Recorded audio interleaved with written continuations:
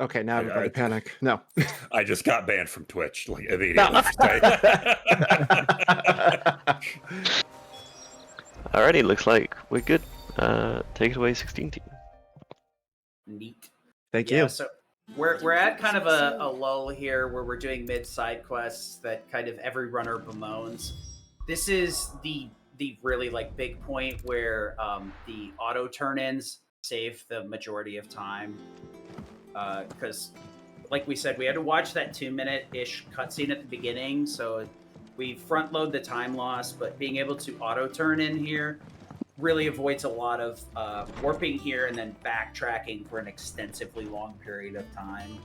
Yeah. And it just kind of adds up more and more and more the later we get, because there's a lot of side quests where it's like, go get this widget and bring it back. And it's like, okay, I'll get the widget, but I'm going to press a button to bring it back. I'm not bringing it back. Got to take the correct person with us here because it does actually save time. Because when you go here, Tarja and Jill spawn in slightly different locations. I think it's Tarja that's faster. Yeah, Tarja is the faster one because she's at the very beginning of the camp versus Jill that you have to kind of run to. Yeah, you got to loop around a little bit. Yeah. This is another spot where we can pick up extra strength tonics too. At the garlic vendor of all places. The man's got garlic and potions and strength tonics. She's like, sir, focus. Don't question it, man. It makes my life easier, so I don't really care. I love garlic. I'd be dipping my garlic in the strength tonics and just chowing down. You can only buy one though, so that's not even enough garlic for spaghetti. Like one clove, come on. You buy like one of each of these MacGuffins, and they're like 10 gold. It's like, okay, we need to make sure that you can afford it, and you just push left, and you should like buy 10 for like 1 gold a piece, and at least it would make sense. But it's like, let's make this as easy as possible. Whatever. Oh, Scarlet Cyclone is mastered on Angel too, so. Very smart move. Be able to carry it whenever they want. Eve, I mean, you're always gonna have. I guess this is important to know. Ifrit's moves can only be equipped on Phoenix until you master them. So even though they're great, it does put a lot of pressure on you early game when you can't master, Rising Flame and Scarlet Cyclone and Ignition, and you really want all those moves for a lot of the game. Yeah. So being able to master Cyclone. Definitely a good call. That's probably the one you're going to put on and off a little bit more when you're not dealing with AoE. It's why we get the Wages of Warcraft, so that we can master that and Ignition reasonably. Because the other thing too is like we also have to cut one of those for Flames of Rebirth if we're trying to clear a full room. And honestly, like Phoenix and Ifrit have some of the best like moves that either recharge fairly quick. Have a way to make them recharge quick, or are very good at cleaning up groups of enemies. So it is nice. The main thing is like we pick up Cyclone here, and then we put it on Garuda, so we can Wicked Wheel into Cyclone as we grab the enemies. So it's a nice little routing optimization that we go with that first. Because once it's level 2, you get your damage buff, and then at that point, like mastering is purely like whatever order you have is the most important. Really nice. Sorry. Go ahead. No. I was just kind of wandering off into space there. Go ahead. Me too. It is 205. 305 here. I might 305. Let's go Eastern. I might need to grab that Red Bull I bought and take another one of my legally prescribed things. Legally distinct. Can we not talk about that, please? Let's just talk about the caffeine. Keep this PG-13, I think. We're doing great. Great kicks by Rainbow on the Chocobo there while good movement, Josh and Jill are talking. This is very annoying that's a part of the game, is that you can't just run at full burst while people are talking. The shackles on your leg when somebody is like verbalizing something is what?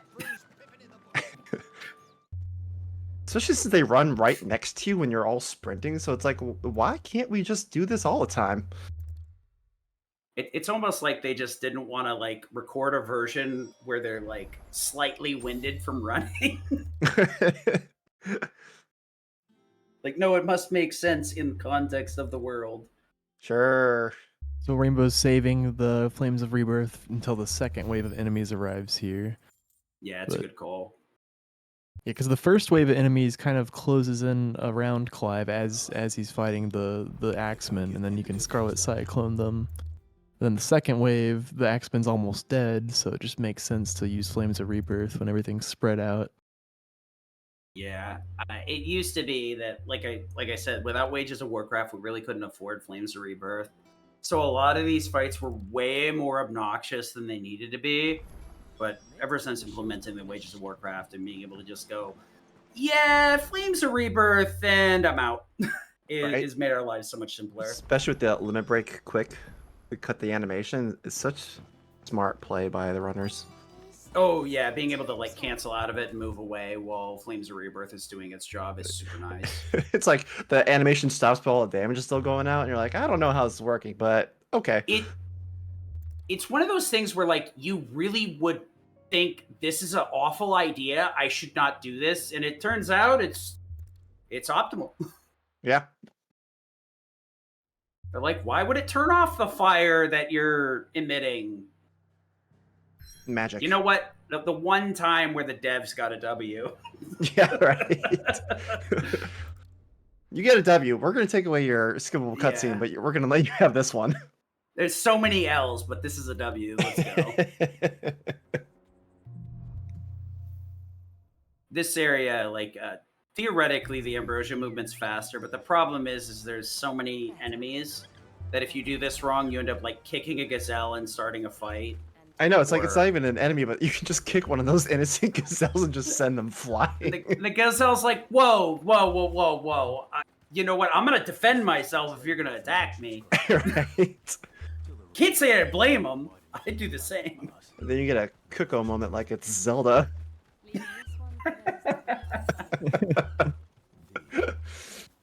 So the cool thing here with Bokalad is you would think to just run back and forth, but there's actually quite a few moments where like we can actually just warp, and it saves a little bit of time versus walking it out.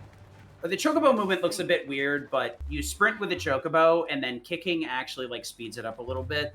Especially when characters are talking, the Chocobo will only walk at a certain speed. So doing attacks will actually give it that kick, which save a little bit of time. The Chocobo movement looks super awkward, but it's actually optimal. It's not just, oh, we're bored, so we hit buttons. There's actually it does look super awkward. And the first time you see it, a runner doing it, you're like, wait, why are they kicking with the Chocobo? That's not normal movement, but it is because they move faster when other people are talking. Yeah. Because they don't let you sprint when people are talking, because it's just because. Yeah, honestly, that's why initially there was a discussion as to whether Ambrosia would be faster, but looking deeper into how Ambrosia functioned, it turns out that these really like counterintuitive movement methods. Right, it's like when they unlock the Chocobo drift tech, it's like, oh, okay, I see now. Drifting with a Chocobo. Yeah, it's so interesting. The only problem is like there's some very really like tight areas where it's hard to get good Chocobo movement without like getting caught on something. Like right here, there's a lot of like holes in this bridge, so it can be a little bit annoying to get. Yeah, this movement's so annoying. This spot is awful. I'm done giggling like a schoolgirl, so I'm back. The spot is awful. Welcome back. The bridge sobered him up. He's like, "Oh, this! I hate this bridge so much. I'm fully aware again." Ah! Oh man. You can see that kicking in motion while super sped up. Yeah, the kick is even faster if there's an enemy in proximity. You just have to be careful because sometimes it'll cause you to turn around and kick at the enemy. But I call them like speed kicks because you can really see the increased speed when it works out properly. Thank you guys for letting me be on this. This is some of the most fun I've had in quite some time. Yeah, good block. Oh, nice speed boost before jumping off the cliff there. Yeah, big time save. getting down to Bachland. You could do some really crazy tech with a lot of the moves. One in New Game Plus, you know, being able to like ignition off into like an Odin attack gives you so much distance, and especially with the Ultima movement too, right? Yeah. You know, you can Ultima lunge, Rift Slip lunge into ignition, into a Shiva jump, into a Odin thing, and you could almost make that entire gap. It's crazy. It's hard to do because a lot of those trees actually have invisible hitboxes that go all the way up. Like you can't land on the trees. It looks really cool when you pull it off. So we haven't gotten to Odin yet, and we will get it very close to Endgame. But when you're in the iconic feat mode, you unlock Zenketsusen, whatever it's called. But when you're when you're in the feat where it actually has Odin's sword out, you'll actually do like a diagonal slash forward and down. So it's very good for like clearing slopes while maintaining a much faster momentum. But that's what we're talking about right there. Is that nice little movement speed. It looks cool, and it's really easy to do on slope terrain. Yeah, it's a nice low hanging fruit. But the problem is we don't get Odin until end game and new game. So instead, in story mode, as Akin has described it, you get the oops boost. Yeah, oops boost. I stole that from that wasn't I stole that from someone, just to be clear, but I love the name. Oops boost is perfect. I say oops a lot when I haven't streamed this game in 2 months, thanks Night Rain, but when I'm streaming this game I like to say oops all the time. I mean, that's like the natural state of being. This entire game is like you miss one single input, you're like, oops, that, you know. I picked that up from my friend Louise too, that does Mega Man X speedruns. That's pretty much what he says when he makes a mistake. Although I know it's to cover up the other 4-letter word he wants to use. And here's Rainbow picking up that ancient sword on the field there. Yeah, it's one of the few pickup weapons that you actually grab, because it ends up being markedly better than Earthshaker, which is... It's the only one, right? Since we don't pick up Corals. There's one other one that you can get later, but I don't think you pick it up either. I mean, you can pick up the Masamune, but it's way out of the way. Yeah, that's the one I'm thinking of. I pick it up because I think it looks cool. I picked this up for the drip percentage. Yeah, pretty much, yeah. I mean, I go out of my way to change to a burnt black, too, so... Yep. Can't say I'm a very smart person, but I have fun Rainbow doing did it. show off picking up the extra costumes for our the monolith characters. Ooh. You get them for free. You just can't activate them until the monolith is available. And honestly, you want to wait until after the time skip, because it will reset your costumes if you do it before the time skip. The other thing too is you want access to Jill, because the Snow White outfits peak as well. As well as Torgal's Ice Wolf. I gotta disagree. It's super cursed. Or the alt outfit for Torgal like makes me feel some kind of unsafe way. I'm just like, am I gonna catch fire with him standing next to me? He's just best boy at all times. Yeah. I mean, luckily Torgal just like outweighs the cursedness of the outfit. I still want him around, but I'm just like, I mean, that's the mode he takes on when he saves Jill from Hugo's men, right? So yeah. Full Fenrir looks good. The half Fenrir, weird. He's just permanently primed. That's all. Yeah. He's semi-primed is what he's doing. That's a semi-prime. The one that's I would really argue over is Josh's outfit. I do not like Josh's alt. Doesn't do it for you? No, like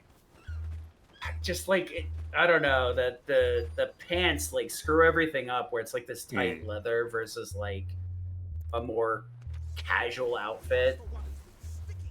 It feels like a theater outfit rather than something you'd see in like a fantasy setting. It's got glowy bits on it, so I'm already like on for it. I love how like our brains are so just mush at this point that we're arguing over alt outfits in a game. Well, in a 7.5 hour run, you know, we gotta find something to fill. that's all I'll talk about here. But we can talk about the story. There's some story to this game. This is actually like a big like watershed point because we have to, depending on your route, you want to shuffle your skills here a bit and pick up a lot of upgrades because you finally hit a break point where you have enough skills to like upgrade wind up and master a few different things. Someone wants to know why Josh would have an outfit if he's dead. I'm not gonna say anything about it. The Phoenix Rises. Just gonna leave that one out. I clearly see you have not completed this game. That's my response. Flames of Rebirth do, and who is the progenitor of that? So that's interesting. Rainbow saved Flames of Rebirth for the last encounter here, but Angel used it in the fight before that. So all the runners are using the same abilities right now, but every fight I'm noticing like differences in the orders already. Yeah. It depends on how like you want to handle the fights. The final one, you tend to just use Ignition. I think it's like you go Flames of Rebirth into Ignition and Cow catches them all in a really easy way. Mm-hmm. But really, like the big thing is Flames of Rebirth can kind of be used wherever you want. You just get the one shot and then you take it off. Yeah, it's really just a choice of if you want to deal with the regular mobs while dealing with them. Rainbow's going to run past these enemies to spawn more enemies that are down here before burning any Flames of Rebirth. Flames of Rebirth, yeah. Which is going to lead into a fight reinforce. Take the limit break just to get through it a little bit quicker, get this Dragoon out a little bit faster. And I think there's like a few other like little wyvern enemies that spawn. Just the Dragoon the next one. Yeah. Sorry, Final Fantasy mode. It's a little different. Yeah, no. Yeah, sorry. Yeah, there are extra ads in Final Fantasy. It messes me up. You got to remember, we're on baby easy mode. There obviously can't be too much of a challenge. I mean, there are wyverns in the next fight. Yeah. Yeah, this is where like things start getting ridiculous because we get more dragons and I hate it. Yeah. I've been going through a level 1 run, so I should know this because this is the most recent version of the game I've actually played. Is like the regular mode. So I'm just tripping. We'll see. Yeah, level 1. So Rainbow is going to save load here. Mm-hmm. Save load for the cooldowns, or we'll just for Ignition specifically. I think that's the only reason right here. Yeah. I mean, Flames of Rebirth would still be on, right? No matter. Yeah, we need Flames of Rebirth in the next room. Or not the next room, but the room after, actually. But... that might be about 2 minutes.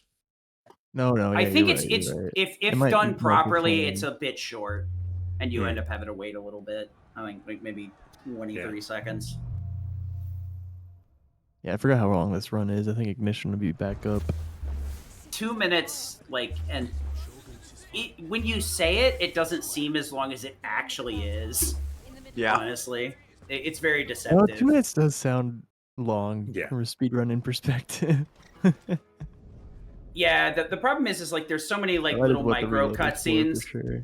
Like if the fights go optimally, you end up like having very rough time managing cooldowns. It's Flames of Rebirth is like pretty much a catch-all for like a lot of these really jank rooms where there's just like a bunch of enemies all over the place that like really are just a minor inconvenience. Making sure he gets all of them in the range of the flames. Yeah, with the limit cancel. Yep. Yeah. And starting to see enemies that are strong enough to actually live Flames of Rebirth too. That aren't bosses. Obviously the bosses. But we're getting to the point too where like it's optimal to try and bait the enemies into hitting the lightning rod for the extra damage boosts as well. It's not free to stagger this Drake. Sometimes you can escape the stagger. I've had runs and I've seen runs where he just kind of hops around and is super obnoxious. Because honestly, you want to like hold some of your moves for certain things instead of just like unleashing everything on that Drake. Because you'll end up in a position where the fight coming up here, you won't have all your things in church in time.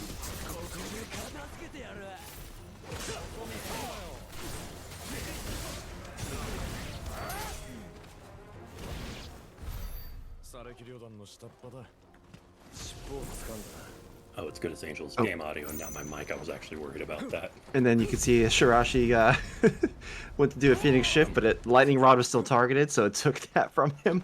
Oh, That is a classic. Yeah, you have to be very conscious of that. I say Lightning Rod is the trolliest thing in this game.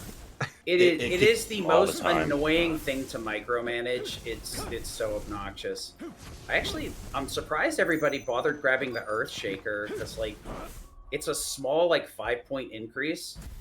You do have to craft it eventually later because you want to like level it up off of the other iconic items, but that 5 points really doesn't make much of a difference in the long haul.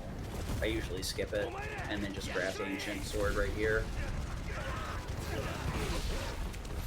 Shiraishi also taken the choice to use Flames of Rebirth on the fight before the Executioner guy. I mean, I guess if you use Flames early, if this fight goes particularly horrible, you might get it back and save something off of it, but honestly, you were just hoping that the Axe guy hits the Lightning Rod a fair few times and makes this easy. Some days he does, some days he's a big butt. Big old butt. Lightning Rod giveth, Lightning Rod taketh. The problem is getting enemies to hit it can be a bit rough because they'll step forward out of it and you're like, Yeah. Yeah, the Flames of Rebirthless fight seem to go a lot better for Angel than Shiraishi here. oh boy, time for the White Dragon. And I think it was due to the Axe guy not hitting the Lightning Rod. I think as so much as it too. went. All right, White Dragon. This is a very rough fight. Yeah, this is a massive difficulty spike that immediately unspikes. Yeah, so the big thing here is like we want to get the stagger, but it can be kind of tough to get the right amount of stagger here. Well, that was fun while it lasted. Yeah, it'd be like that sometimes. The big thing here is like the Lotto lock-on only targets the head, and obviously because the head's wailing around, it's very hard to actually hit, so you like can't just ping it with charged magic either. This whole fight is super obnoxious if you don't like get the stagger off the first phase. And we really want to make sure that we get as much stagger in for this next one as possible. Because we will hit a point where we have to trigger another phase similar to the Dance of the Dragons from the first Akashic Dragon. This one will also do something similar to that we want to activate ASAP so that we can just kill the dragon instead of get tossed around or watch it jump around the room and fly all over the place. This is a place where Angel could potentially save a lot of time. Yeah, this dragon fight can either go horrifically or it can go pretty well. Luckily, the first phase isn't such a big deal. It's mainly like right here that we want to make sure to get into that next fight, which it looks like we should be in the next pattern. Yeah, there we go. Good.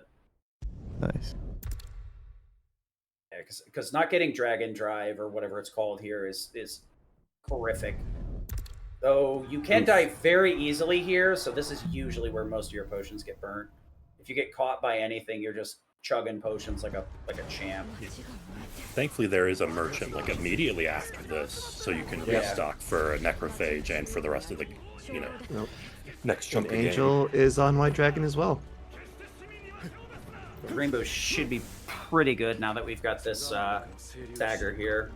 Yeah, Gotta that get a should be the little end bit of the extra fight. damage Yep, in. good ending. GG. Good fight. Good fight. Yeah, getting that Dragon Drive early and cleaning up the fight without requiring additional stagger or more hits is super good. Very well managed. And then yeah, Goots luckily had come with us here to help get us access to this area, so he's going to be selling a few things, refill some potions here. I believe we can pick up one of the swords as well and upgrade it. I may be thinking about it later in the game. I'm not 100% certain at this point. That might be Diamond Sword right there. Yeah, it's the Diamond Sword I'm looking at. Yeah, I didn't you go get plus one Diamond then, Sword. let's do it yet. You get Diamond, you plus 2 it, and then there's another point later where you buy Defender from Dudes. and then you +2 it a bit later if you want to before the final boss.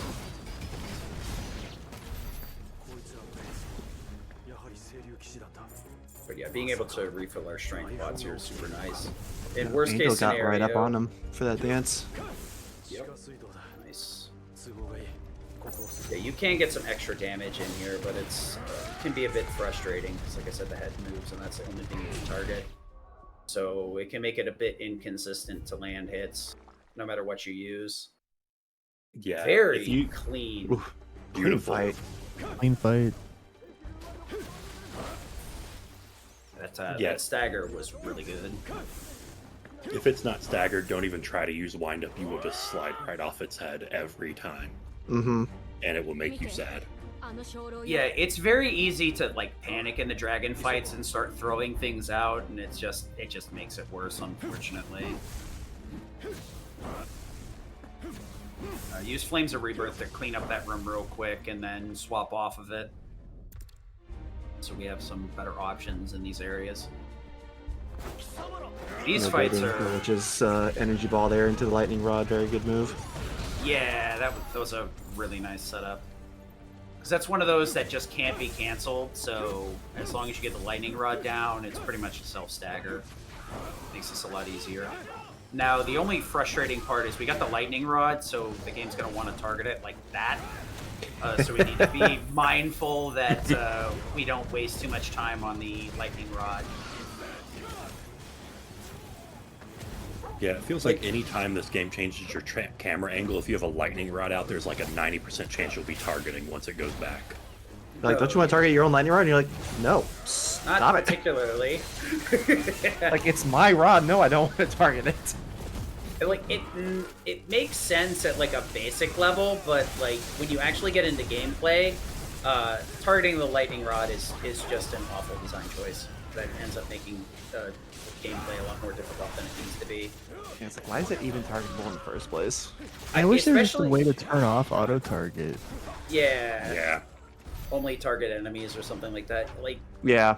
Because you want to put the lightning rod on the enemy and then hit the enemy and the lightning rod at the same time. So like the function of targeting the lightning rod is just ends up being redundant. Yeah. I also believe if the lightning rod is out and you finish combat, you can't actually use Phoenix Shift because you'll like turn around and target it again. Yeah, absolutely. Yeah. Same thing with Thrust as well. It's, Yeah. It's super toxic in that aspect. We saw that with Shiraishi earlier when you were going for the ancient sword. Caffeine might have been a mistake, boys. I'm hanging in here. You mean the solution? That's what I'm hearing. Gotta give him some bread or something. We gotta settle his stomach. Get some carbs in there. I'm a little too hyper aware now. I'm actually seeing the future of these runs. It's very interesting. I can see the binary. Yeah. Just breaking it down like the Matrix. Tell me how the Necropotence fights are gonna go. Someone's about to miss a parry, I can tell you that much. That fight, the Necropotence fight is good when it goes good. Every one of these fights is like that. It's good when it goes good, and it's just awful when it goes bad. I feel like that's like every action game that gets speedrun. Like, yeah. The problem is like the parries are just so like impactful with how quickly you get your cooldowns back, how much damage you do, putting the enemy in like a passive state for a moment. It's so feast or famine, it gets frustrating.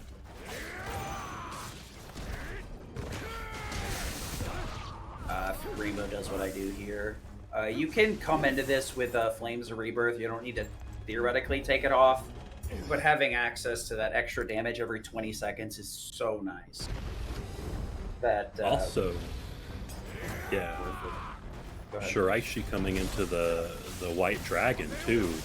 Yeah, Angel's been making some moves. Angel's tearing through this. Yeah, this is like a few minutes, I want to say. Well, you'd say Angel's endgame's really strong, so we're kind of seeing that on display here.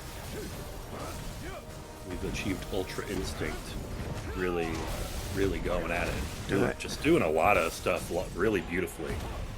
You know, once you have 6 abilities, this game and the fights and the sequencing and your choices really come to life, where the individual runners can, Oh, to there we go. express themselves.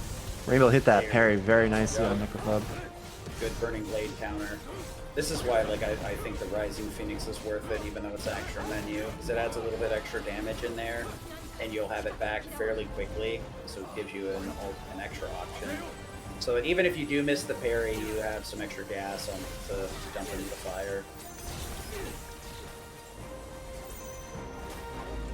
Luckily, that like rush down isn't super difficult to counter with a Burning Blade.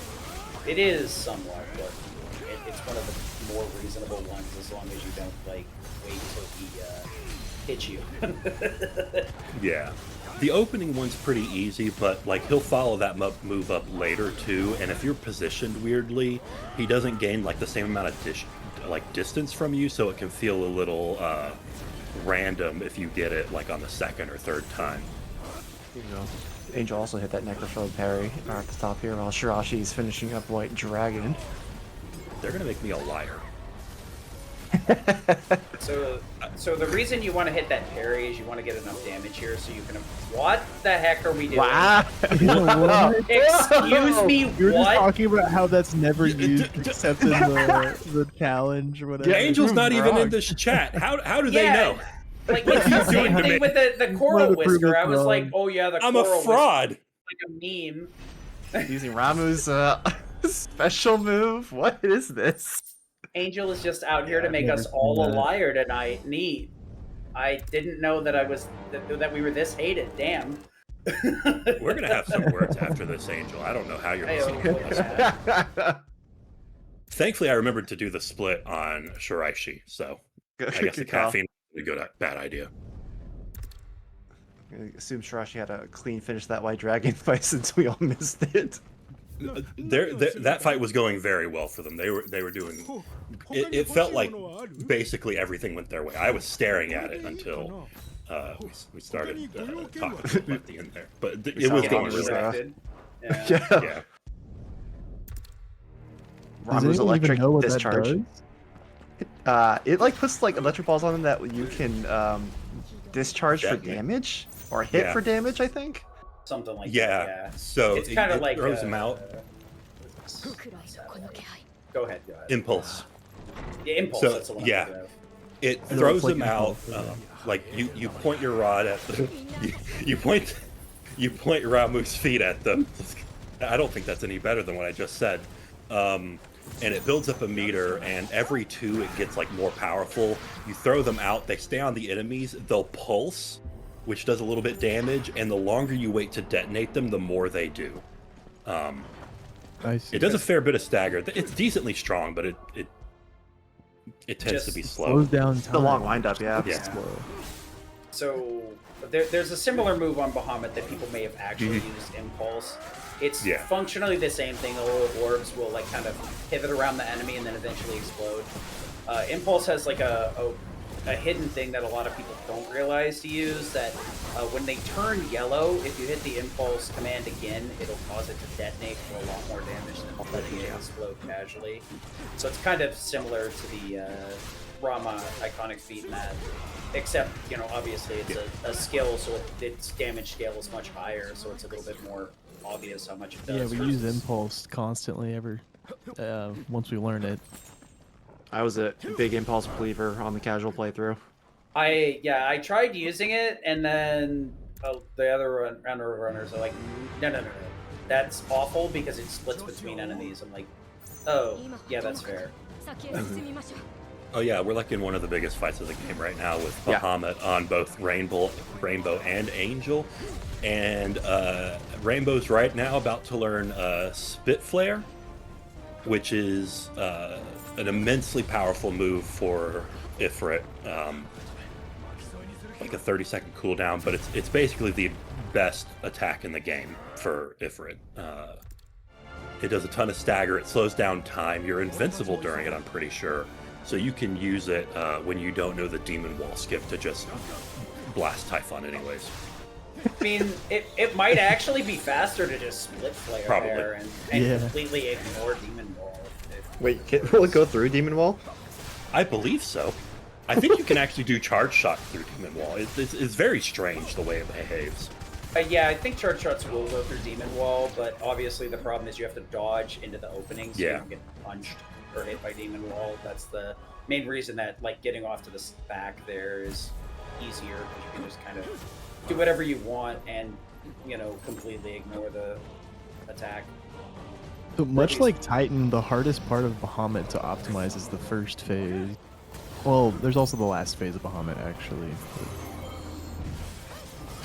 Yeah, this first fight with Bahamut where you're Ifrit actually like takes some optimization and strategizing to make sure that like the stagger goes out properly and you can do the right amount of damage. And then you spend like 5 minutes flying around and fiddling around, and it's basically a 100% auto scroller. You really can't do more damage than the game. I literally get upset every time I get to that point in the run, Bahamut Phase 2. I'm just like, why? Yeah. Why did they put this in the game? Because they they said every icon fight was going to be a little bit different. But the Titan ones were at least cool, like in some regard. Like the Bahamut Phase 2 is just there's nothing enjoyable about it. I'm not gonna lie. Away plays. So the way that this game was developed was clearly in service of like the story and the visual aspect and gameplay second. Fortunately, the gameplay is so rock solid that it can mitigate most of that, but like there's obviously like they had priorities and they do not align with ours, unfortunately. Oh yeah, FF16 was absolutely the rule of cool. Shiraishi also hitting that opening Necrophobe parry. They made you a liar, Akun. I'm sorry. I actually can't see the future, guys. I'm sorry. It's a decent call, honestly, because it's not easy to hit. Because it keeps happening to me. I was wondering, so Shiraishi actually beat the Elemental Dissonance stagger there, and he was able to stagger them before Necrophobe did it for him. Yeah. I was wondering if one of the runners was going to hit that. Man. Wow. The problem is you hit like an HP lock here, so yeah, it's kind of not the way that you want to do that. But this fight's really weird because you're kind of like your stagger more or less runs out around the time you hit the HP lock, but at the same time you really don't want to spend any amount of time on an HP lock if you can avoid it. Yeah.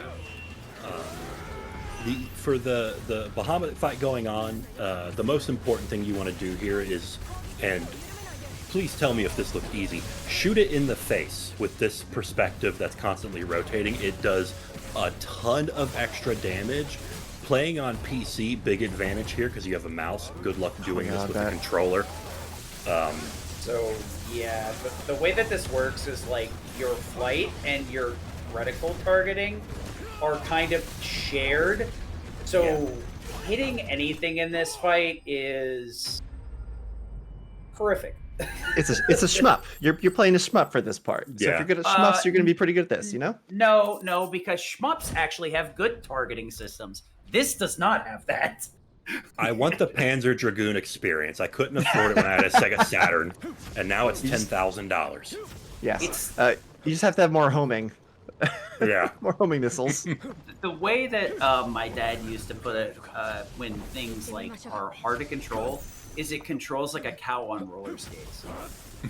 that is the best picture I can paint to explain at how awkward this controls. Honestly, I usually just use the lock-ons here because then you can just swipe across and act like you know what you're doing. Charging the fire beam is theoretically better damage-wise, but luckily, since this is a glorified auto-scroller, it's pretty easy to get enough damage in most of these phases to yeah, you can hit these HP gates like in a quarter of the time you have to hit them, or even that's my main problem with this phase. Is like it's just way too easy to hit the HP gates, even in action mode. You spend a long time looking at the HP bar, just kind of like blinking blue, and it's not moving. Yeah, glorified cutscene bosses like this do definitely irritate me. It kind of drags the thing down, and you're like, this is neat and all, but we could have cut a couple phases here, and it would have been just as epic. That's all I gotta say. At least give me the option to skip it, like on New Game Plus. The Yeah. Dream. You save like 90 minutes in Rebirth on New Game Plus because you can just like warp around the map and skip a bunch of cutscenes. This game, the New Game Plus, is just like, nope. The story's so great you get to experience it twice, top to bottom. Yeah, you do get to skip Phoenix Gate. That is it. There's at least that. And interestingly, the Gold Chalice run is kind of time parity with this run. So it's fun to watch them together because you just get to watch the Gold Chalice run bleed time very slowly over the course as, you know, the story run catches up and then slightly passes it. Or maybe my run's just not very great now. Well, you are dealing with like much higher HP, so you theoretically have more DPS, but you also have to deal with just an absolute bucket of hit points too. Yeah. Where in like story, we really lack DPS, but there's also such a small thin HP bar that you can kind of force your way through it pretty quickly. Yeah, and it's really cool how like the fight optimization is so unique between all the different modes. You know, just new game story, you get to do a lot of like the limit canceling or rift slip canceling out of attacks to not intentionally stagger things, and use that to skip a lot of stacks. It's really funny. Early on in the New Game Plus mode when you're just one-shotting everything. This orb phase is so weird. As you destroy an orb, like the other ones will kind of move into position to basically kind of go where the last one is. So you can do this in such a way where you like break one orb and then just go into the next. Oh, that was super clean. I never really considered doing it like that way, kind of like pushing most of them down to one hit and then just tagging them all with like one flare. That's Clever. Slick. Yeah, I don't know if it's any faster, but it definitely looks cooler. That's swag route. Yeah.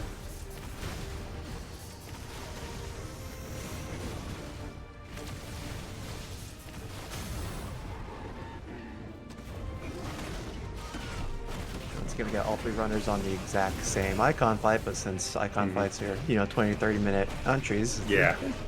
it's all relative to say. Although Rainbow and Angel, I'd say, are probably within 30 seconds of each other at this point. Yeah, right about there. Yeah, we're about to start, I don't know, phase 7 of Bahamut, but whatever we're on now. Phase 4, Ifrit phase 2. There are more phases too, so. Yep. Yeah, we're not even in space yet. Yeah. We have not gone full anime yet, this is true. Yeah. And this part is nice because the person who is dead is helping you, using their new outfit too, but you can't see it in the Phoenix.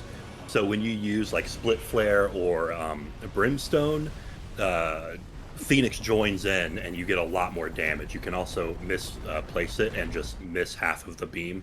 That happens too, so. Surprise, he's not dead. Yeah, yeah. You get to go through this phase right here. I'm pretty sure they're HP gated on that too. Yeah, Rainbow is definitely HP gate on that one. Yeah, you're trying to push into this phase because it's pretty. At this point, it's pretty much like a auto scroller cutscene, whatever you wanna. Yep. Cool. We just want to get the laser bombardment ASAP, and then from here, it's like you can keep throwing fireballs just to keep yourself entertained. Keep yourself going, make yourself feel alive throwing those fireballs. Gotta keep your hands warm.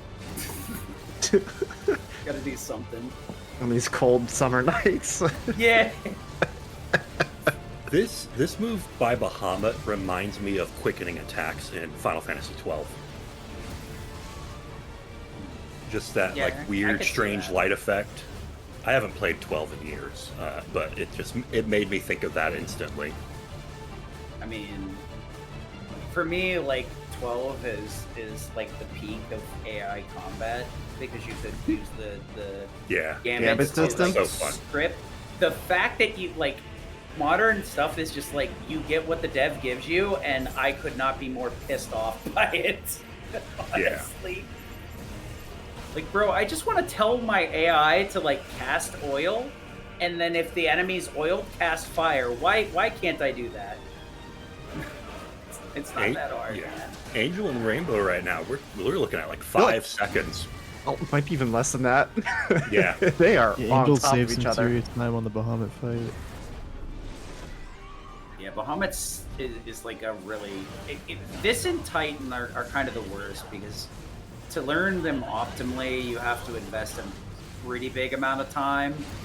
So they end up being very hard to save time on unless you're willing to all in on the investment. Yeah. And imagine practicing this fight, guys. This is 20-something minutes. Ain't Oh my gonna gosh, catch They me. are on the same frame right now. The only part of these I'll ever practice is like the first phase where it's like a short cutscene and then right into the fight. The rest of it, nope, we're YOLOing. They are simultaneous. Someone this is has wild. to clip this. This is like frame perfect. This is amazing. This is frame Wow. perfect. We Oh need my to- We're not God. watching the same runner Come on. twice. How did we save enough time to be in sync on the level screen? Oh, Angel takes Angel's the on lead in the PC. cutscene skip. Right? Angel's on PC, which means they get Yeah. to do the faster mash. Yeah, turbo mash, right? We're cheating. Yeah, Angel's on PC, I Rainbow's see. on PS5. Yeah. It's okay, Rainbow. It's hacks. We cheaters, fully yeah. support you. Oh, so is Angel's using turbo? Is that what the packs are? It's, yeah, we Angel's got the auto-hotkey. IQ out and ready to go. Chinese cheat box. The use of the turbo is great for me. I use it for the QTEs to get them as fast as possible as well. Yeah, Angel's on a tool-assisted run. We do need to like note that We can look somewhere. into this. Dude, what an epic fight. Yeah, we Mod have review. Ifrit risen here with a combination of Clive and Joshua, Ifrit and Phoenix. Whole new move set, a lot of really cool attacks, like the one Rainbow is using right there. 2 attacks into a magic burst, does a massive combo, and it's very quick, and it does slow down time, so it's really easy to catch enemies with it when it feels like you shouldn't be able to. The full combo into burst is also immensely powerful, but it does create a lot of distance between you and the enemy, and it also takes a fair bit of time to come out. It looks like this combo is like 30 hits. It's 3 button presses. Yeah, the warp thing is super nice because you like hit from all angles, but the problem is that the game like forces you to back up at the end of the combo, and it's like, this is so cool. Why would you do something so obnoxious? Yeah. The hope here is going to be to skip Tetra Flare because it's random It's whether or possible. not you'll get it. It's random? Excuse me? Yeah, It though depends. it's a DPS check, it doesn't. He doesn't always use it at the same HP point. I'll go with that. Oh, wow. To me. I It know, might yeah. be like maybe he has to do a few certain moves in a row, so he gets like stuck in a loop depending on like right when you cross the phase. But you know, it feels like, at least for me, when you do this fight, sometimes you get it and sometimes you don't, even though you did the exact same thing. You know, maybe a tiny hit from the magic burst, big attacks is falling out. You know, any little thing can like mess that up. I mean, it could be that like in Final Fantasy mode that the HP thresholds are so massive that it makes the window to skip it so much tighter. But right here, Angels went into Tetra Flare. That health bar is bigger than Rainbow's, and Rainbow's hasn't started Tetra Flare. I see the computer is Yep. actually Into the stagger. conspiring with Rainbow to give It's him a little making bit up- of time. it's- To give him a little bit of It's time. making for that mash. This is going to be an HP gate into death on Bahamut, Yeah, even on though Rainbows. you do like waste a little bit of time in the stagger. Wow. It's a lot better than Tetra Flare. So this was RNG. Interesting. Yeah, basically. Yeah, you know, because like breaking the purple HP bar in Tetra Flare isn't even hard. It's Yeah. just that you have to stop dealing damage for Tetra Flare, and I think doesn't it reset the stagger bar too, or something goofy like that? Or am I just might. completely tripping because it's so late? Well, I that was don't a know. very brief lead for Team Mog. But Yeah, they Rainbow break seemed the leak to be able again to break soon, that we'll see. stagger bar maybe before the Tetra Flare RNG hit or something. I don't know. That Yep. was I did not know that was an RNG situation. Yeah, I think it's the only DPS check in the game that is. It's like the only one you can skip, which is strange. Yeah, because like it feels like you should be able to do the same thing on Ultima, but it just doesn't work out that way. Yeah. Yeah, Ultima's DPS check is very long. So we've got the Kamehameha coming from Bahamut. I guess it's technically Bahamut lost in this one. Fun fact, this Bahamut and I believe Daffy Duck are like the only two people in Square Enix lore. Get out of my Donald head, I was just about to say that. Yeah, Zeta Donald Duck from Flare. Kingdom Hearts, yeah. They're the only ones that can use Tetra Flare. So we're power scaling Daffy Duck. Donald Duck, damn it. Donald Duck. Bahamut. Oh my Lazard. Daffy Duck? Bro, Duck okay, season. Rabbit season. Duck season. Rabbit season. I played Wrong Kingdom duck. Hearts 2 when I was 20 years younger, and I did not play much of 3 because I didn't like it, so... They're ducks. Just the duck. The duck. Yes, He's before like Final rolling Fantasy 16. Goffy into Donald Duck. That's what it is. Because everybody says Goffy. Is like, wait a minute, is it Goffy? Goffy Duck? Yeah. Yeah, it seems before Final right. Fantasy 16, Donald Duck was the strongest mage wielder in the Square Enix universe. Also, Kingdom that Hearts. mash, the mash time on PC caught Angel right back up with Rainbow. PC cheaters, I hate them all. Yeah, what is this? Tool-assisted nonsense. Who Is let this a some task into a relay? Is this some PCMR nonsense? What's going on here? But actually, this is a good example of the cutscene having to play for a few seconds before you can skip it. That one is pretty Yeah. notorious. Yeah, a lot of times it'll let you pause anyways, but you can't skip it. It's painful. Mhm. I'm a nobody, and these people are going to be making fun of me for saying Daffy and Donald Duck wrong. Oh, for absolutely. 3 Sorry, years. dude. You're Absolutely, getting yeah. clipped. It's already over. The clips This is already now exist. it's memes in Our- the FF Relay. I'm telling my universe. social media team to post this clip and just ride it into the dirt. Who's Every this time acting Kingdom Hearts dude is talking mentioned. I need to become a Kingdom Hearts runner now and just get it wrong every time. Like, that's my path Just to say it stardom right wrong here. on purpose out of spite. Daffy Duck. I don't know what you're talking about. It's like suddenly you're a Yu-Gi-Oh player. Yu-Gi-Oh players don't know how to read. What are you talking about? It's definitely Daffy. It starts with a D. Must be Daffy. Yeah, we just saw Blue Eyes White Dragon trying to cast Tetra Flare, right? Yeah. The ultimate dragon in terms of magic and defense. Wait, what? I have a deep cut. Does anyone remember which duck becomes Cold Shadow? I can't remember.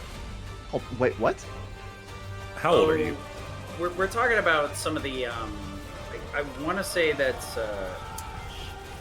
There's like 3 different ones, and one of them is like they have like an Moy Mallard. Yeah. Yeah, There- it's there's- Maui Mallard, which is clearly like just legally distinct.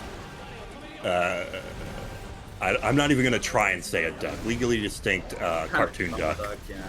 Yeah, because there's also like the ducks from. Wait, what was this from? Cold Shadow on the Super Nintendo. It's like early Disney. There was Yeah. a lot of extra like ducks that would like. I don't one was know. a I'm not actually detective, familiar with one this. was like turned into like a kung fu. There's a lot of like really weird ones that kind of only exist in one realm or another, and they're really not referenced anymore. Yeah, but they came here for the duck talk. Whack whack. I hope I made someone's day bringing up Cold Shadow 27 years later. Also, I feel old because I was like almost a teenager when I played that game. Yeah. That's a lie. I'm only 36. I was like 8 years old.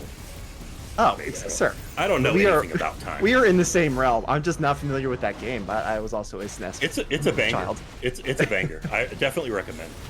A lot of them are like early Disney stuff. It's like referencing like Nicktoons stuff. Some people are like, SpongeBob, I got that, and then you like reference any other Nicktoon show, and they're like, what are you talking about? Yeah, remember Tiny Toons? Come on, Tiny Toons. Yeah, let's go. Not Bugs, Blue Bugs Bunny. Yeah. Tiny bugs. Chat, we're at 4 hours, or 4 a.m. for Sid and the other EDT people. It's 3 a.m. for me. I've been up since 6 in the morning. We got 2 hours left. They're going to get a little weird. I did Rebirth too, and luckily I managed to keep my sanity, but it is somewhere else. It is on a different planet. Did you get a power nap in at least? Heck no! I'd have gone to sleep permanently. There's no waking back up. Power nap. Shiraishi's doing a very nice job on the Bahamut fight while we're memeing over here about ducks. Yeah, Angel is taking advantage. He decided to go a different route than Rainbow. You can take these 3 everything's falling apart fights in any specific order. We actually started. Angel started with a different area, but mainly a lot of these fights we're optimizing to try and use Flames of Rebirth to either wipe out specific phases as optimally as possible. Some of these, no matter what we do, we have to load a autosave so that we have Flames of Rebirth back in time. Yeah. This area, North Reach, I think it is, you have to do 3 different fights, and it's normally the starting area. Rainbow is going to the desert area, Dalmasca, something like that. Oh, Angel's in Martha's Rest. Martha's Rest, excuse me. Yeah. North Reach is the other area that we haven't gone to yet. Also, This Martha's Rest fight is one of the most annoying fights. This freaking Oh god, Adamantoise is This awful. turtle can just burn in heck. I have no words. It's like so drop many a things lightning that rod can and go hope for the wrong. best. Like that. Yeah, the thing too is like we need to get the lightning rod out, and then Oh, you see that Titan block? Let's go!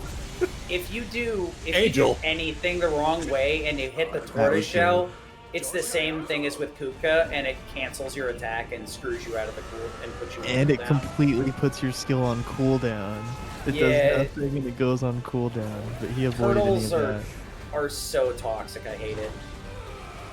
Save the Flames of Rebirth because a couple of other enemies spawn in at the end there, so pretty clean.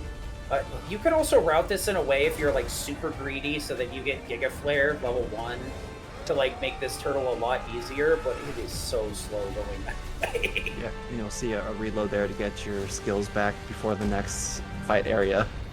Yeah, we just up warp here. This is one of those areas where you got to be like paying attention, because hitting the reloads on each one of these checkpoints as soon as the checkpoint happens is super important, because if you end up like, oh, I'm gonna warp to town, oh, that's right, I need to load, and then There's you get Shiraishi's beating Bahamut. Fantastic job. Yeah. Actually a good save there. I believe they skipped Tetra Flare. And it was Instead actually they got really... they got the circle beam move instead, it looked like. Oh yeah, like something Celestial Foundry, I think. Yeah, I'm charging my laser and shooting everything. Yes, saving that split flare. Well, oh my gosh, it's too late now. Saving the Ifrit Kamehameha for the end of the stagger and actually letting it go past the stagger. When the last hit of that beam explodes, it actually kind of causes a half stagger again. And they did that at the end. It recovered from stagger, got half staggered, and then they went into brimstone to make sure that Bahamut would not have enough time to potentially activate Tetra Flare, and really burn some time. That was very clean. Yeah, to be honest, I got dyslexia, so some of these names, like I just see them, my brain's like instantly like a Final Fantasy XII name, because a lot of them are very close. And it's 4 a.m. Though the other, I would still name them wrong even if I were fully aware. So it's really kind of a weak excuse. I'm really crutching it out here. Legally distinct fantasy names. Yeah, I just want this to be Final Fantasy XII, apparently. I don't know what to tell you. I told you Gambits are the best, it's... Yeah, talk about a system that system was never awesome. came back. That should have come back in some form at some point. like I'm assuming it must be a programming nightmare, but like being able to just set conditions on your characters and not have to like fight the AI is just peak, absolutely peak. I mean, I'm a software engineer. I'm not a game developer, so don't take me on that. I've written rules engines like that. They are very tricky because there's so many edge cases where things just break and you're like, what is happening? So yeah, I mean that, even though it's like relatively straightforward, it's pretty well thought out how they implemented it. Yeah, like from a consumer perspective, it seems like it's just should be low-hanging fruit and easy, but yeah, I'd imagine that programming is nowhere near as neat and simple as you would think it is.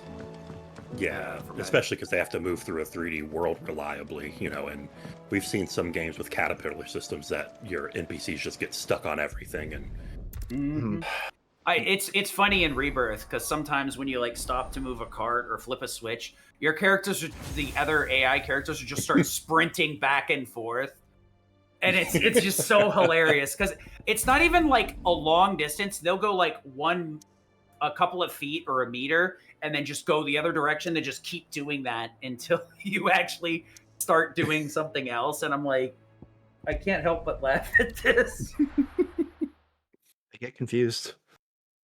They're just trying to get their reps in, man. They gotta get them kilocalories. That's actually a good point.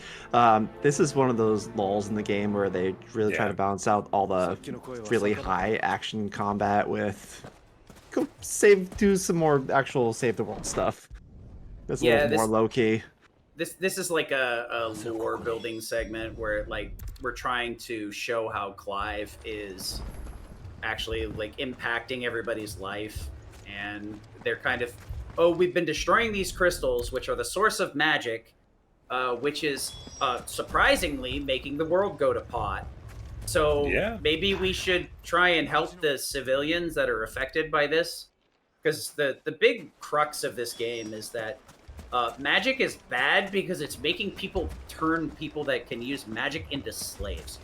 And then using magic in turn, it eventually kills the user by just using up their life force. So slavery is bad, and also magic is bad because it kills people. So it's this long haul of like destroying the crystals, somehow destroying magic.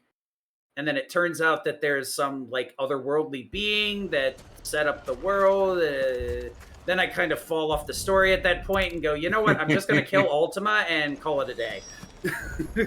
Crystals were placed to suck the life out of the planet and create the ultimate being, which is Clive. This is fine. Yeah, the areas that were kind of desolate and like black and gray were sucked dry of energy from the crystals. So eventually, if the crystals weren't destroyed, there would just be no inhabitable space left on this planet. Yeah, it's causing like the monsters to encroach in because they need like the mother crystal energy.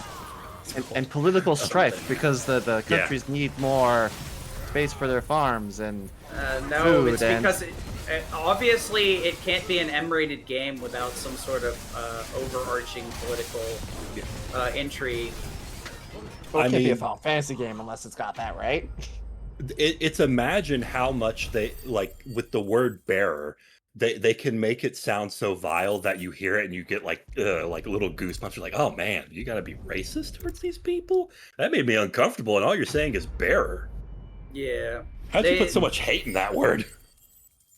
Yeah, there's some very uncomfortable moments in this game story-wise that when you play through casual, you're like, oh, I don't like the way this makes me feel. Oh yeah, let's not mention Annabella.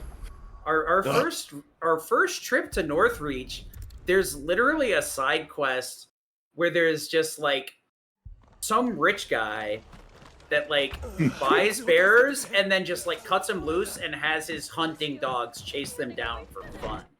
For his child's amusement. I literally hate everything about this. I don't want to do side quests anymore. He tries to do it to Clive, and Clive kills the wolf, and he gets mad at you. Yeah. And then you're kind of like, that was my wolf. Yeah, and you're like, you're a POS, and I hope divine intervention rains down on you, you piece of garbage. My sword is taller than you. Why would you ask me to go fight a dog thinking I'm gonna lose? Like, I know. I don't know how tall Clive is. I'm like 6'2", 275, ripped to the bone. He's like, oh yeah, I'm just gonna send my wolf after this guy. We should also talk about the after you beat Bahamut and the last crystal gets destroyed. The big bad's like, I'm gonna change the entire world into zombies. So that's why you've got this like really weird dark sky. It's an effect of that particular ability. Yeah. Honestly, the Akashic have come out. Mm-hmm. Once you get the DLC and like you get into the alternate like final extra endgame super ultra secret dungeon, and then Ultima is just like, here's my power. I'm gonna take over your body at some point though. Okay, wink, bye. And you're like, bro, you want to take over my body, but you just gave me your power. This doesn't jive. Like that's like one of the few points where I'm like, look, I know what you guys are doing. It's cool that you like want to give us this, but this literally makes no sense. A lot of cool Titanic blocks from Angel there in the Lich fight. Yeah. Also, Yeah. Angel and Rainbow are on the same part now, and Angel is a good 30 seconds ahead. T-Mog takes the lead. These and falling down parts can be quite hard to optimize and execute perfectly. Big part of it Also- was that turtle fight. There was no whiffs from Rainbow, but they played it very safe. Made sure to not use abilities until the turtle was staggered to make sure that, you know, they didn't whiff. But the way Angel did that turtle was so fast. Honestly, the Chocobos after that can lose a lot of time too. Yeah, If you end up having to chase them down or you whiff a move or two. that as well, yeah. You don't These fight a fights ton are- of turtles in this game, but for anyone not in the know, if you don't hit them directly on their head, if it's a regular attack, you'll bounce off into a stagger, and even like your iconic abilities can do that, but they'll also just not do damage, and you lose your cooldown. Mm-hmm. So it is a risky thing to take it fast because you could burn 3 abilities and do nothing. Turtles, Kupka, I think there's like 1 or 2 Barnabas Barnabas or- parries. are the only ones that can, or the most consistent ones that like cancel out your moves and put you on cooldown. I think there may be some in like the bonus dungeons or whatever, but I haven't really gotten deep enough into them to know. But those are the most ones that you'll run into in normal story progression. So being aware of that and not just like hitting buttons until it dies is very important. Yeah. And that's like the turtles and Ash on the way to Isla. Mm-hmm. Pretty good movement there with juggling the enemies across the bridge. That's Yeah. not even something I've ever considered because this area is so just awful and loaded with enemies that it's so easy to get sucked back in. Yeah, and right here is a pretty common place to restart this drift. You can carry it longer. It will eventually expire, and since this is actually a meaningfully long movement section, you do need to restart it. You can drag it to about this location on the first one, but if you pass those little birds wrong and you know, do your Chocobo kick, you might turn around and lose all that time. Yeah, because So the speed kicks with the enemy are part of the things that save time, but like kicking extends the like drift duration and prevents it from like decaying. That's why it saves as much time, as awkward as it looks. It just basically gives us the same drift speed while pausing the drift decay as much as possible. Yeah, very fun to do. A little weird on the hands just because there's a lot of mashing, but very fun to do. When you're in an open space, like extending a drift with kicks is super fun. Mm-hmm. It's when you do that first area that it's really like, why is this so insufferably hard? And it's because they literally just, the first place you can use the Chocobo is probably the worst place to use the Chocobo. Trial by fire. Yeah. Mm-hmm. And then Now, like swamp and ash too, yeah. Yeah. What's the time difference between just like resetting your drift with normal running versus this kicking style? you would have to re-drift like every 4 or 5 seconds, and you have to turn to drift, so you can't run in a straight line either. So yeah, it wouldn't, because I think that something was actually tried early on, was just like trying to just drift chain, but it never really works out, and it's even more awkward to control. Yeah, because you do have to turn like 90 degrees. Yeah, and you have to like go off the direct thing, so you end up like turning away over and over again. I mean, that's why early on people were like, I don't think Ambrosia's worth it. And like the kick chaining here is what really changed things and made it clearly quicker, rather than like, well, if you move optimally, you can move better than with Ambrosia.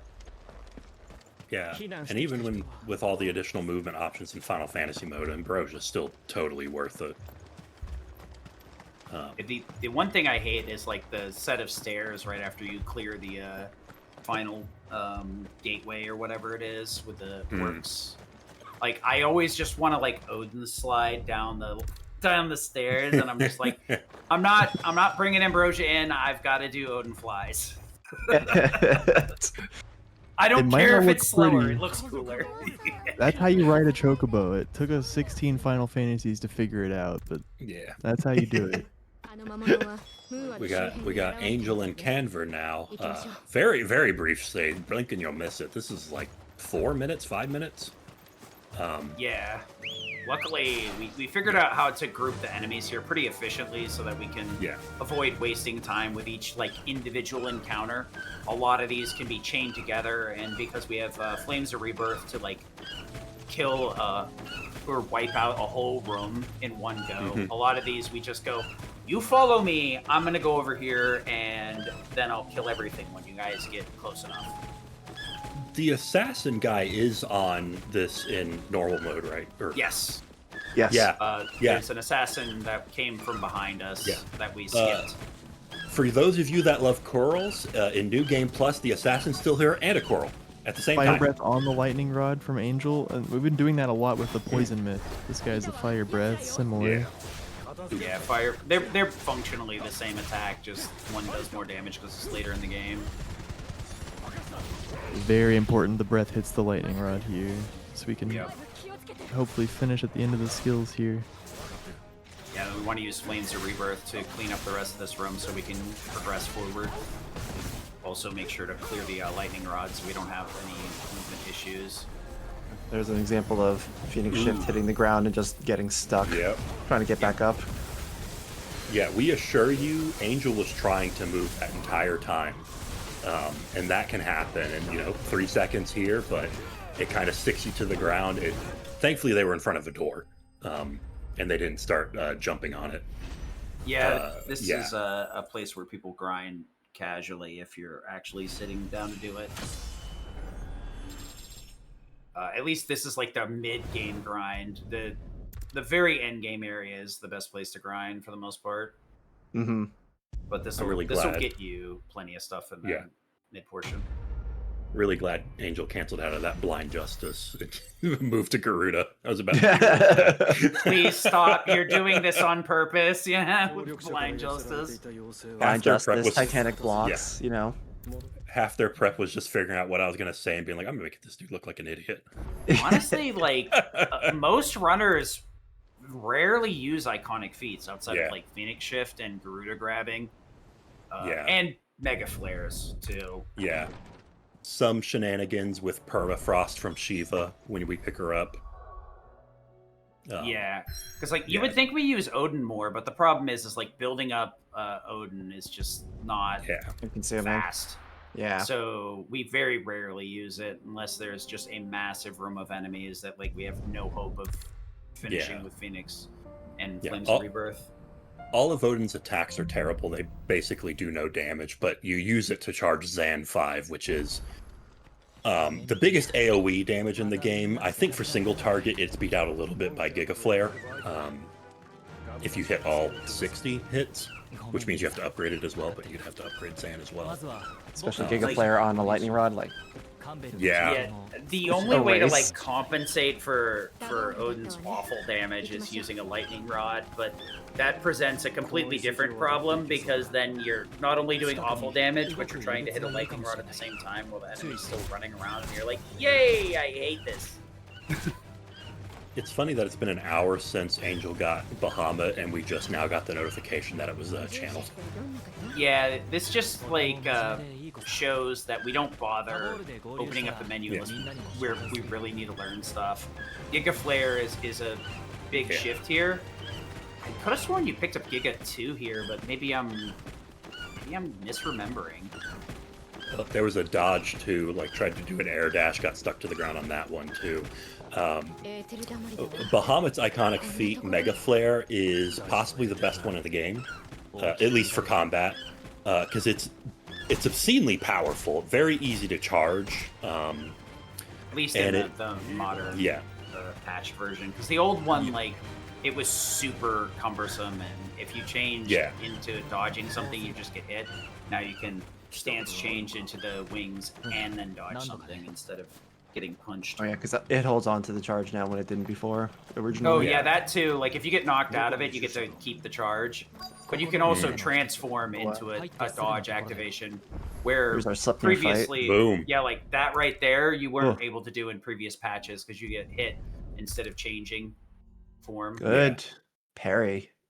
Yeah, that was beautiful. Mega Flare being a basically free attack. You get a 7th attack when you have Mega Flare.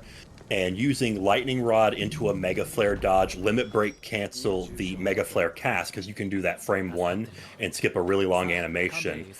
Even though that was level 1 Mega Flare hits 24 times, and I believe level 3 hits 36 times or low 40s. It just lasts for longer is really what it ends up doing. So it's like just firing off level 1s.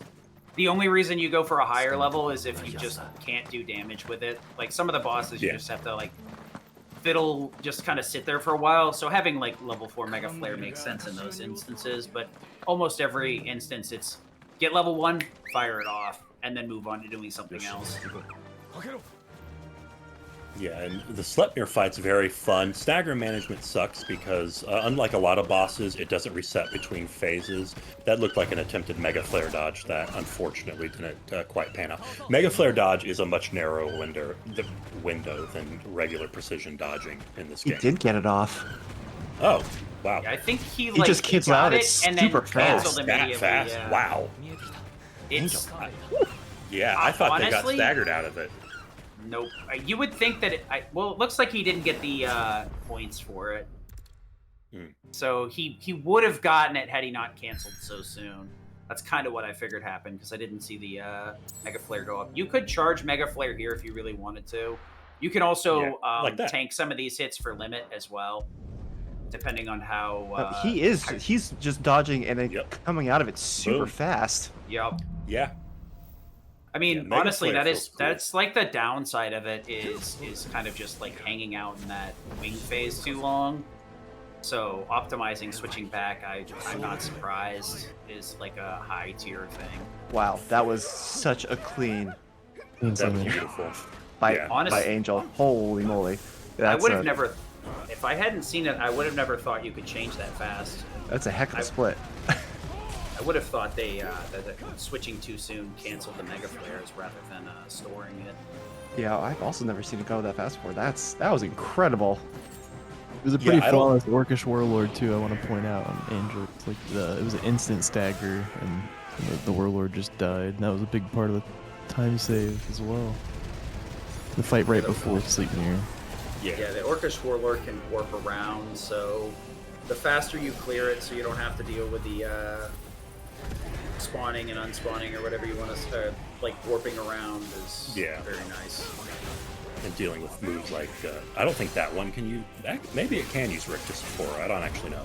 The giant... Oh, it totally does, yeah. The giant beam, The Kamehameha, yeah. It won't use it until it's very low on HP, so unless you're fiddling around and having trouble with it, you won't see it, but it can use it. Yeah. Rainbow also using Mega Flare tech here. The big thing with Mega Flare is you have that circle, so you got to make sure the enemy's inside it. Otherwise, the Mega Flare is doing absolutely nothing other than slowly running out. And One thing I noticed Rainbow do is at the start of the Sleipnir fight, there's mobs, right? You see, with one wave you clear with Ignition, and then the other wave you clear with Wicked Wheel. One of the mobs wasn't hit by the Wicked Wheel, but Rainbow has patience. They did not use one of their other 4 abilities. They finished off the last enemy with melee, so the other 4 abilities would be up for the start of the Sleipnir fight. It slows that down, but it also, the time that you're spending killing them with a melee also lets those other abilities recharge. So you could be a little bit more aggressive if you feel the need to do so. So there's always a ebb and a flow depending on how much you want to route on the fly, as it were. important to note too, Shiraishi's only like 5 minutes behind. Not much time in this game. Very easy for single levels to really make up that time, as we've seen with Angel, and all of them doing just randomly throughout the game, making up time where the other players lost time. So extremely close still.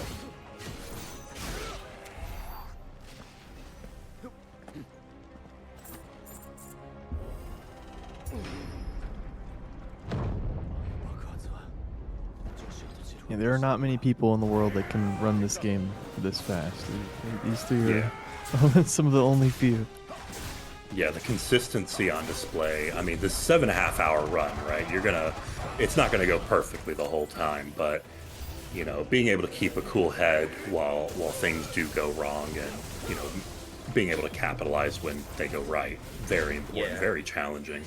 It's easy to play on tilt controls after you miss 2 or 3 parries, but you don't want to make something worse just because you're mad. It's a large time investment too, and if you don't have the time to grind out runs, you really need to compensate by practicing individual segments.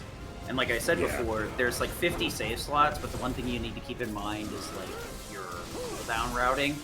So you have to make sure that the way that you save it and the way that you practice is by going through whole segments, so that you're familiar with your cooldowns and you don't go, where's my ignition?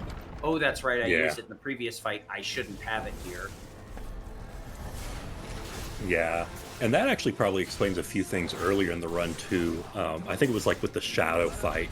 Even though there are 3 phases to the fight and there are HP gates, depending on how much damage the runners do in certain phases can majorly impact the next phase of the fight, with whether or not you'll be able to stagger skip or things like that. So even though this is an action game and you want to do more damage, more gooder, there's actually a lot of places here to save a little bit of time by doing a little bit more damage or a little bit less damage intentionally. Nice parry again on Shiraishi into the probably the best combo most people do in this game, the Giga Flare into a Lightning Rod. Because they have basically the same number of hits. The level 2 Giga Flare is 60 hits. I don't know if they have level 2 Giga Flare, but especially if you have a Mega Flare going at the same time, you will just rain damage down on things and they will melt. Even more Titanic blocking from Angel here in this fight. I've seen it in 3 different fights now. What exactly is happening with the Titanic block? What does it do? I think you've been sleeping on Titanic block is what's going on here. It's just basically a counter parry. Yeah. But I've never really seen anybody use it in a run, so it's new to me. Yeah. Because the main thing is you have to give up an iconic feat for that, and it's you want Garuda to grab, you kind of want your Phoenix shift, and then usually you want your Mega Flare. Rocking Mega Flare right now. Yeah, because that's the big thing is you lose out on access to Giga Flare because you may have enough to buy it and hit it to level 2, but you sure as heck will not have enough to master it unless you cut a lot of skills. Yeah. So. I think for these mob fights, they're just going with upheaval and windup versus Giga Flare. I mean, Giga Flare is really only super good for bosses, so it would make sense to really just optimize off of your Flames of Rebirth and then let your skills carry the rest, because this is a glorified cutscene once you deal with the axe guy. Yep. I'm surprised Angel is bothering to do anything beyond build their limit Angel's really back up. optimizing this. Gotta This stay totally away. important combat segment here. The Sleipnir fight is not actually a fight. This is just timed. I'm 99% certain. No, This- it's this is just a 100% time. time. It is, You yeah. don't Yeah. have Oh, to they're already do in the second anything phase. I here. totally missed that. Yeah, this Yeah, is yeah. just a time part, like 2.5 It's minutes, just something like funny that. how hard Angel's going right now. Yeah, The like, only what are thing- you doing? Chill The out. only thing you can really do here is like recover your HP by having Torgal heal you, and build limit bar if you can actually level it up. But everybody is still at level limit 2, so unless you burn all of it on the Axeman, you're just kind of chilling here. Good Sleipnir finish by Shiraishi as well. Yeah, this is a very clean fight. You can see a Rainbow, on the other hand, is just jumping around, Yeah. taking the pacifist approach, letting Torgal do the work. Yeah, this is typically what you see is just moving around. On Final Fantasy mode, you'll take out Arm of Darkness just to charge Odin for free. Makes sense. Yeah. Yeah, you can fight these if you want. You just want to make sure not to use any abilities that slow down time. Yeah, you can just like spam thrust too if you like want to Yeah. look somewhere else, but it does put you at the risk of getting lapped. But luckily in story here, the damage is so minimal that it's like, eh. We start hitting our string of forced cutscenes. Yep. Yeah, this is This is- unskippable. Angel got plenty of time here to go use the restroom, get some water. Since the game technically sees this as the end of the battle, you actually cannot Yeah, skip it. It's so annoying. And then they do it again in like 8 minutes, but even Yeah. worse. If Even it For 8 wasn't- minutes. If it wasn't for the cutscene at the bottom of the ocean, I would be fine with this being a thing. Yeah. But that cutscene is miserable. The worst part is like, as the way I look at it, is it's all for the joke of Clive got beat. It's just a Yeah. Clive bested like flash screen, and you're like, you held me captive here for 5+ minutes to make this joke. I hate you. I hate you so much. I hope Oh. if Angel's doing goofy stuff, they force Barnabas parry and then jump off his head to get the 100,000 points trophy. Not trophy. It's Yeah. something you can do. It's goofy. Stomping Barnabas here, I think, like, causes a pressure or stagger or something goofy like that, right? If you do it when he's countering, he actually it's like a semi stagger. He takes a little bit of bonus damage for a while. It's only like Yeah, it knocks him 5%. to his knee is what it is. Yeah. I Yeah. believe Angel's gonna try to force the poison mist dude to spawn in a specific spot here. This is another place where you can Yeah. kind of manipulate that. Yeah. This- He's right here, right next to him. This Oh, is pretty wow. consistent, Yeah. yeah, Yeah. if you're paying attention. He'll always be on this side of the boat as long as you do it right. Yeah, and you want to be by this door because it's actually really easy to get disoriented on this boat and go to the it wrong is side. So easy to get twisted up. Yeah, I've only actually done it correctly in one of my runs. Good fight. And the Oh, reload, the reload there. here. Yeah. You, Yeah, Abilities big back. mobs here. you end up Makes using the like Flames of Rebirth here, which you want to use in some of these other spots, and it just takes too long to get back. Today I learned you can go in that door. What? That jump from Angel actually, just like the Garuda stuff, skipped a little bit of a stagger. They're going to push to the back of the map here to spawn more monsters. We kind of missed the whole Ironworks part, so I will comment a little bit on Shiraishi since we didn't do that for the other two, unfortunately. But the first part of this fight is a real fight. You actually have to go through this. There are 3 waves. There is a tiny bit of tech that was discovered by Dorius a few months ago. There is a specific enemy in that reinforce that if you kill it before the door closes, the next reinforcement comes out immediately. And you don't have to go through the door close and open animation. It's pretty tight. Oh, look. They may have actually done it. I wasn't paying that much attention, unfortunately. But yeah, it's like Third wave now, yeah. Yeah, it's a nice little time save. You just skip that door opening animation. A little tight on timing, but it was a really cool thing to see. Oh, Dorius just came into chat. The whole community's out here to correct me and to use Titanic block when I say nobody uses it. I mean, I think the optimization here is like the Titanic block is helping with push pressure. Yeah. And then we also don't need to like wait 60 seconds for Giga Flare, and we also don't have the cutscene. Yeah. It does. And It makes damaging harder, but when we're not like sitting there for X amount of things to just melt an HP bar when we could do it a different way, I guess And it makes sense. When you get a perfect Titanic block, you actually build, I believe you build more limit than you would have if you got hit by the move too. Because like if you do a normal Titanic block where you just hold it, you gain like 20% of the limit you'd gain from taking the hit. But with the perfect Titanic block, it's as if you took the hit with 0 defense, and it generates a fair bit of limit. So maybe they're doing some limit routing. Also, you can see the limit gain on Giga Flare into the Lightning Rod. This is like the first Barnabas fight. This is a force loss. This fight's pretty simple. It either lasts 70 seconds, or I think if you do about 30% of his health, he'll automatically transition. And then the same thing for the Iron Flash phase. It's like 70 seconds, but if you do about as much damage as Angel did here, it will skip that, and he'll go immediately into Iron Flash, and you stand around waiting for him to really slowly. Angel did miss a little bit of damage there. Ideally, if it's done correctly, you do it before the like spear throw that he did. Yeah. But luckily, it's a very minor time loss to see that come out, from what I remember. We'll see you in 8 minutes, Angel. Yeah. All right. Go take your break. We'll see you in a while. How about we go. all just take a break? Enjoy Barnabas lecturing us for the next 8 minutes about humans not being good enough or something like that.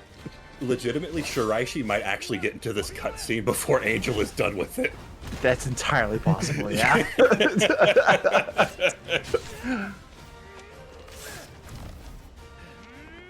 Nope, it is not skippable. It's considered part of the battle. You have not gotten a victory screen yet.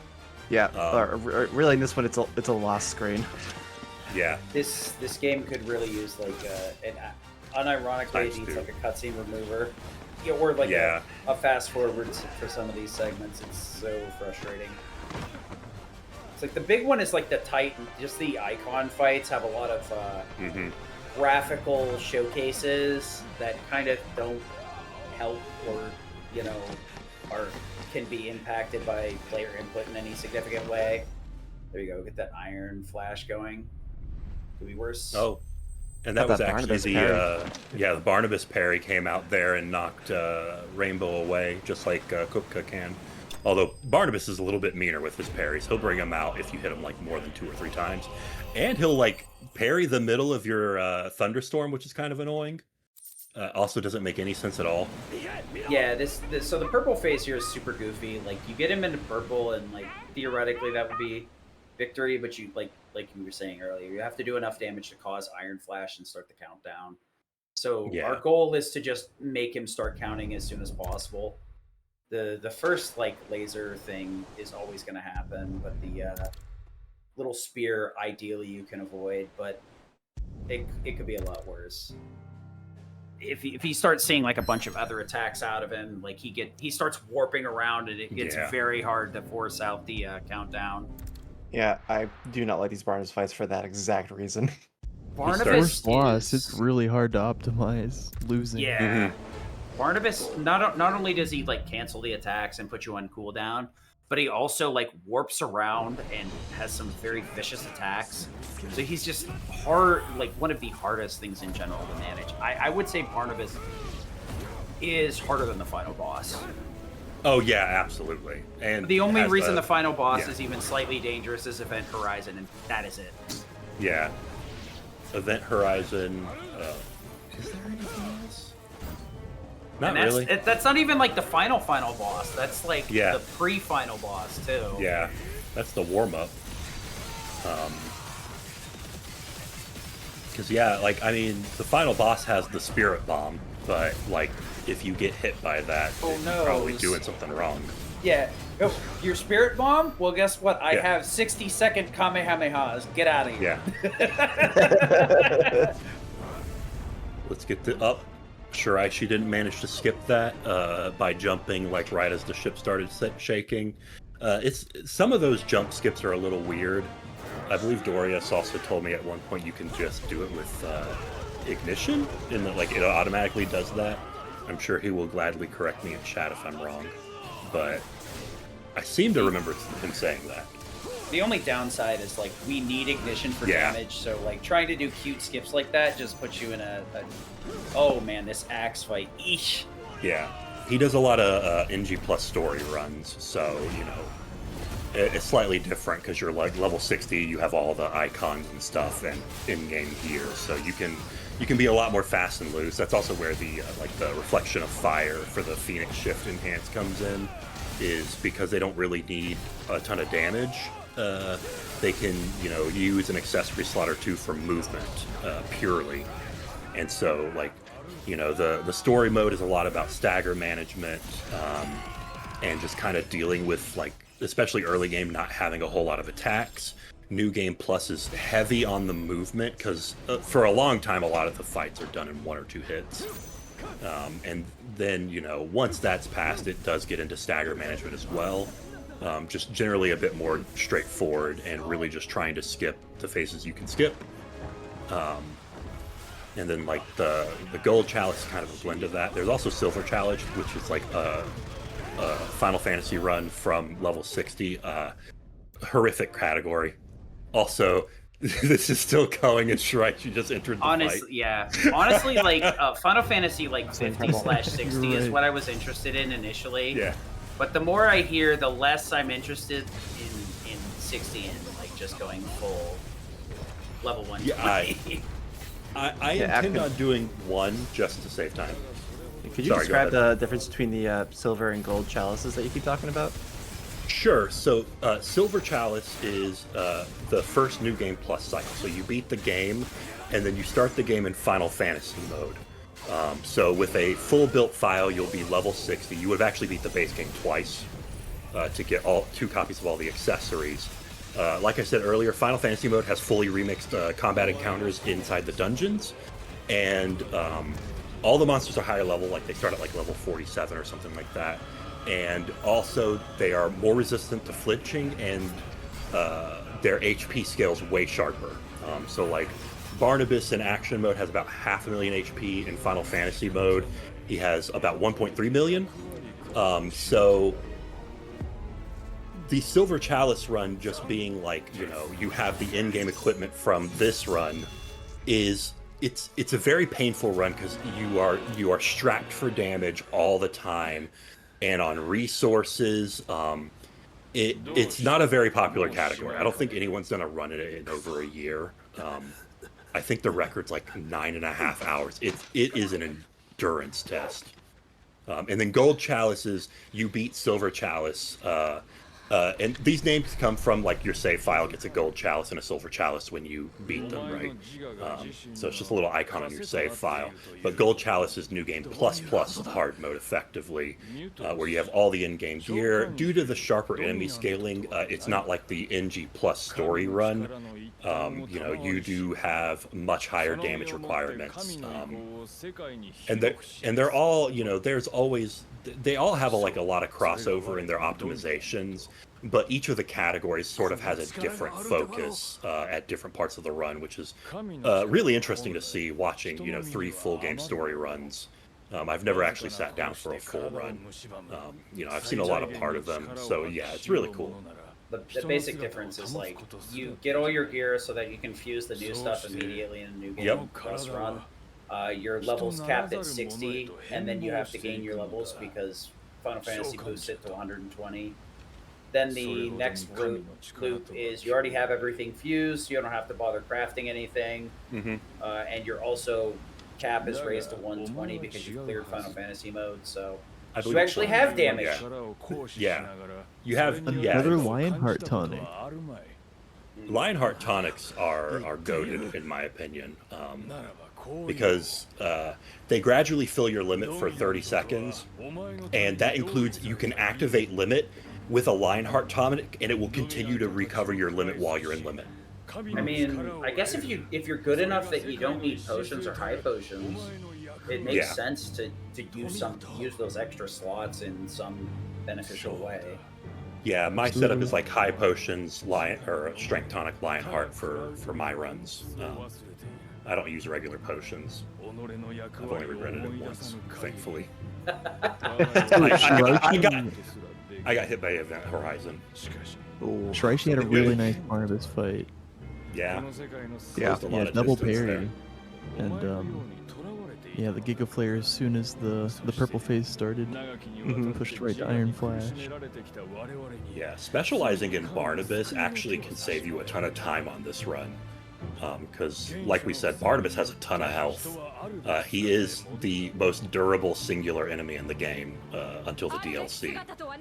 So, you know, with all the parry setups you can do on him, how much life he has, and in the next fight he has like 4 or 5 phases, and they all, almost all of them reset his stagger gauge too. So, like, you can really go ham on Barnabas. It's really cool. It is also like a Odin is my 10-minute favorite fight. in the game, hands down. Yeah, he, like I said earlier, I'm going to quote him because his hysterical laughter is just, Yeah. I love it. See if Angels can go get the lever skip here. Yeah, I guess we can explain it if Angel gets it. It's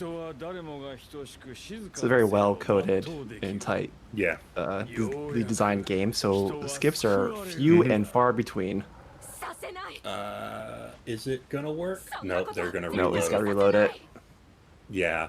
So for some reason, if you get to the end of that area correctly and kill That's like those 2 punishing. monsters.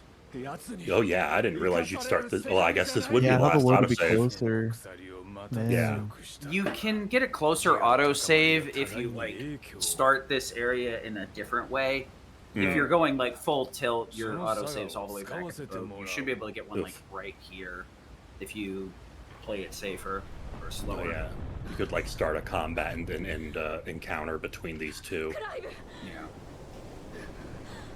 Dorius chiming in with the autosave tech. I have no clue. This skip has eluded me. I've never managed to do this. I mean, I've only done like 6 full game runs, so don't It's go too pretty hard on simple. me. Like I think it's just very getting to the consistent gate. Once you're sorry, go ahead. It's just as simple as carrying these 2 to the gate, killing them, and then waiting for combat to end. Yeah.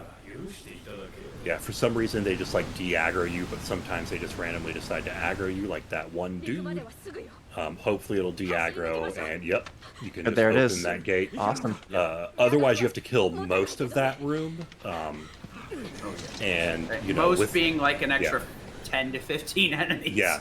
Yeah. Yeah, and it's multiple screens worth, so there's no way you're going to get like a single Flames or Rebirth to take them all. Good job on the skip. Yeah. Yeah. There many runners have been, or glitch hunters I should say, have been trying to break out of these walls, but they've discovered that the invisible walls in all these areas go all the way up to the skybox. Yep. So there's very little wiggle room to try to get around Yeah. these areas. Yeah. Even the invisible walls that were found in the demo, they just soft locked you if you got onto them. They were not messing around. No. Yeah, they do not want you to break this game. I mean, they make MMOs, so like blocking everything off they don't want you to interact with, you know, makes a lot of sense. Rainbow got a first try. Very nice. Yeah, that's good. That's, you know, a minute catch back up to Angel, not having to redo that run and redo that little fight. Minute and a Yeah. half, yeah. Yeah, I say it's simple, but it's like deceptively simple, where it's one of those things where it's like on paper shouldn't mess it up, but just a slight movement too far one way, Yeah. and you end up reigniting the fight, so you don't hit the autosave. Yeah, there's like a little window of places you need to stand, but it's not very clear.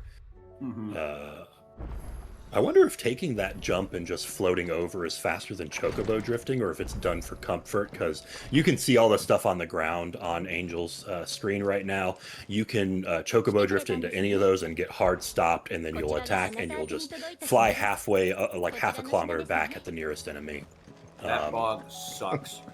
Yeah, it's very hard to get going through down there. a decline. It's actually pretty fast to glide. Yeah, As long as you get a drift before you Yeah. glide. I'm gonna be real with you. I had never considered drifting into a glide, so. Yeah, Angel's done it pulled a my few notes times. Like back that out. one time in the desert. Ambrosia jump up movement big is cliff. is quite convoluted if you Yeah. at the peak of it. Yeah, what you just saw Yeah, Rainbow happen doing it to as well. Rainbow there, taking a little like stop, but getting a good float and getting back into it nice and quick. Angel is in one of the longest combat encounters of the game in Isla. This is 3 or 4 waves, including oh god, at least You 2 get a hatchet bosses. man at the end too. Yeah, Cooldown management is a nightmare in this fight. yeah, and there's enemies that can heal. In easy, you get a worm, which is kind of like the capstone encounter, and then you get an axeman at the end, or maybe a cannoneer. I'm not sure which. It's an Since axe. this isn't, yeah, since this is overworld, it's actually the same encounter between both of them. It's only the dungeons that are remixed. Mm. Correct me if I'm wrong, Torius.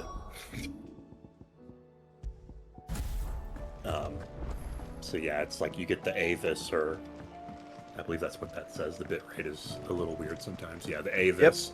You clear that out, and then you get the little Axeman coming through the wall and screaming in Akashic. There are like no humans left alive here because they've all gone Akashic because Barnabas is a little insane. If his 9-minute tirade about Ultima being God wasn't enough of a giveaway. So basically everyone that lives in Ash is gone Akashic and gone wild. So they're also Except like this living one with random orcs. girl. Yeah, except for one girl, but there is actually a reason. It's because she's like pregnant with a bearer, and that makes bearers are more resistant to ether floods.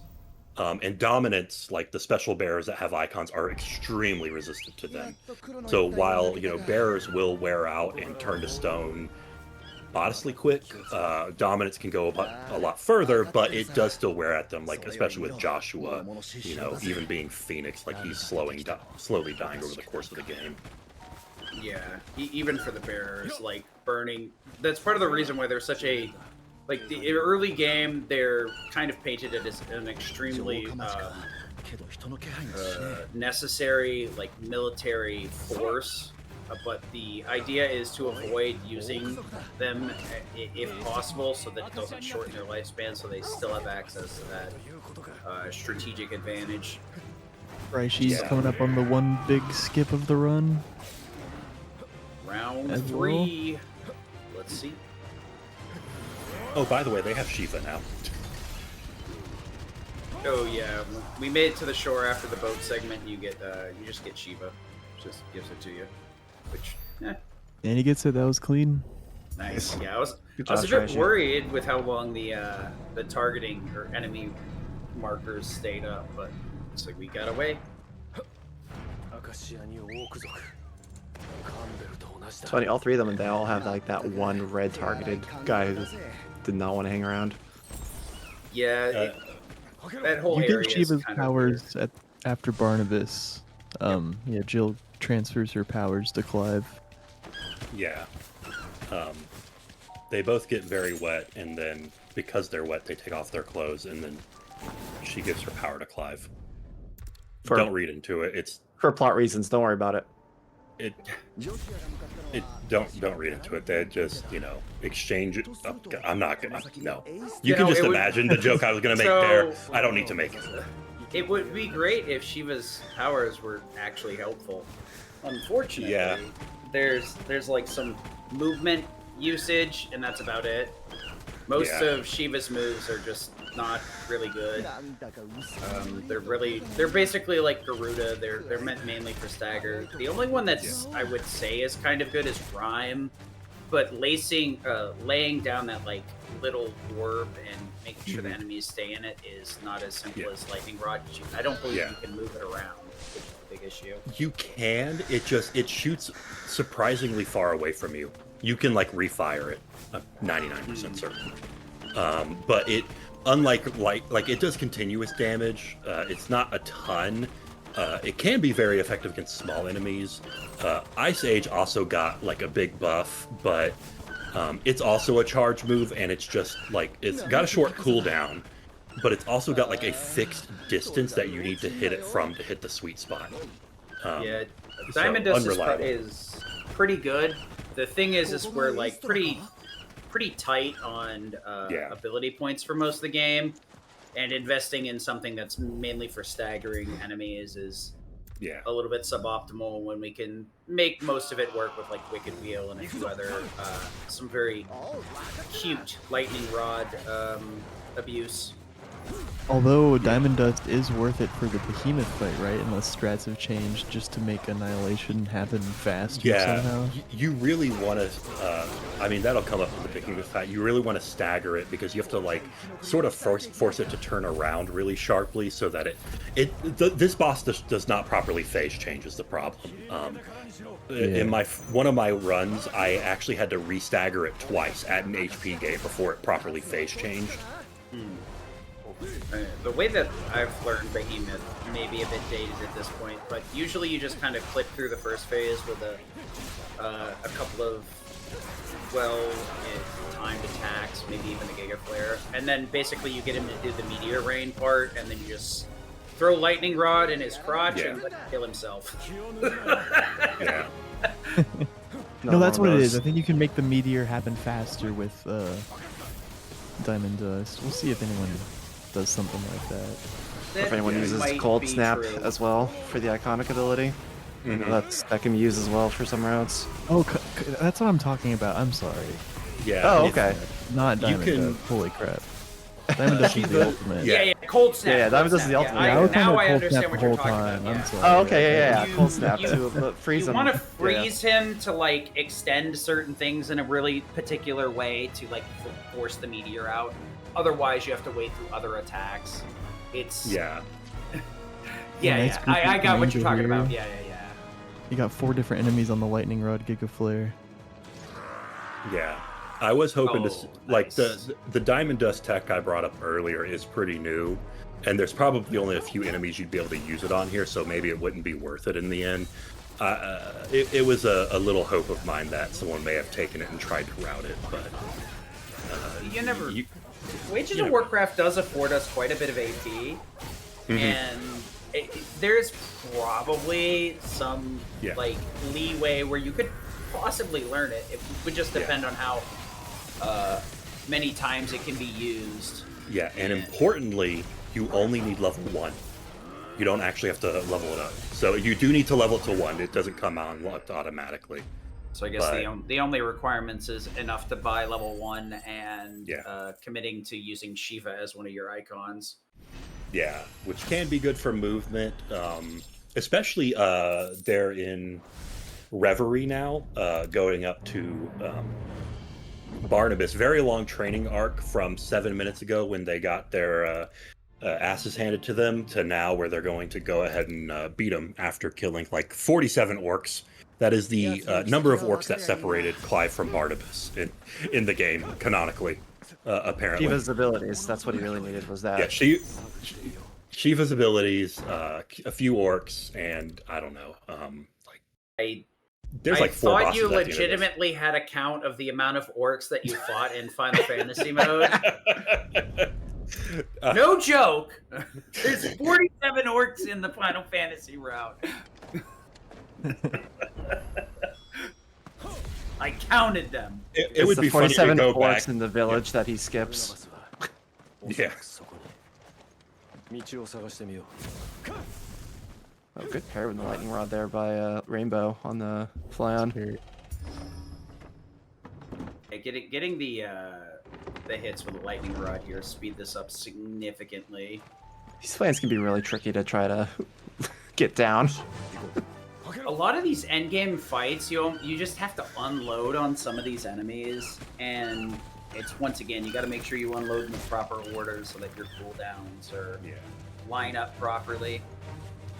Yeah, the flans are surprisingly durable mini bosses too. Ridiculously so. Yeah, like some of the mini bosses in this game, regardless of where you encounter them, they're very like squishy. Some are just very tanky. Oh my You goodness, know. that bomb will not be grabbed. What was that? Yeah. I think Three, the way four that he was times? grabbing him like overlapped with the platform that hadn't fully come down, so that's why he got stuck. It sucks It's a too bit because he unfortunate. carefully like was pointing the camera so they would spawn behind them, and yeah.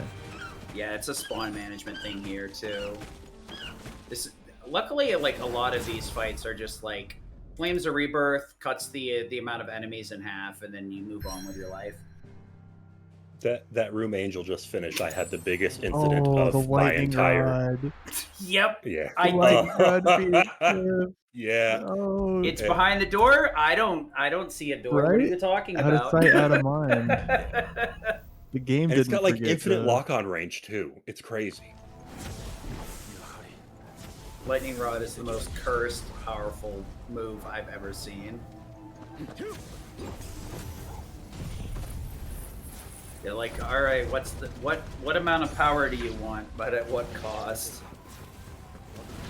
And I mean, check this out. Shiraishi's in Reverie as well. Where that gap, I feel like it's closing a little bit by a little bit. But I mean, this is extremely close. Nice opening parry. On Yeah, Soul on the Taker. Soul Deciding Taker. to, throw out the Giga Blast there. Soul Taker here, as long as you hit the first parry, this is pretty much a free fight. That's really the Burning Blade counter or parry, however you want to do it, is the big part of this one. Yeah, I this didn't is one of even those notice bosses Mega that's like Flare. always squishy. Angel's quick with the Mega Flares sometimes. Yeah, you can do it insanely fast. It makes me uncomfortable doing it that fast because it's like, surely this can't work. But no, like, Surely, literally I'm frame one. missing it. You know. Usually at this And I mean- point, I grab a couple of limit levels just to give myself some extra leeway, but Yeah. more qualified runners than I. This section Angel is in, Shiva movement does help like a little bit, but not enough to bother equipping it. For this, we're just gonna take all three of these enemies and run to the back. Thankfully, they're the only enemies here. Very nice to continue on and just use the turn back charge shot to kill the enemies instead of stopping to fight them. You know, just save a little bit of time that way too. Unfortunately, they're not the only enemies here. Yeah. We get a couple of mini bosses here back to back to make us work for our trip to the top.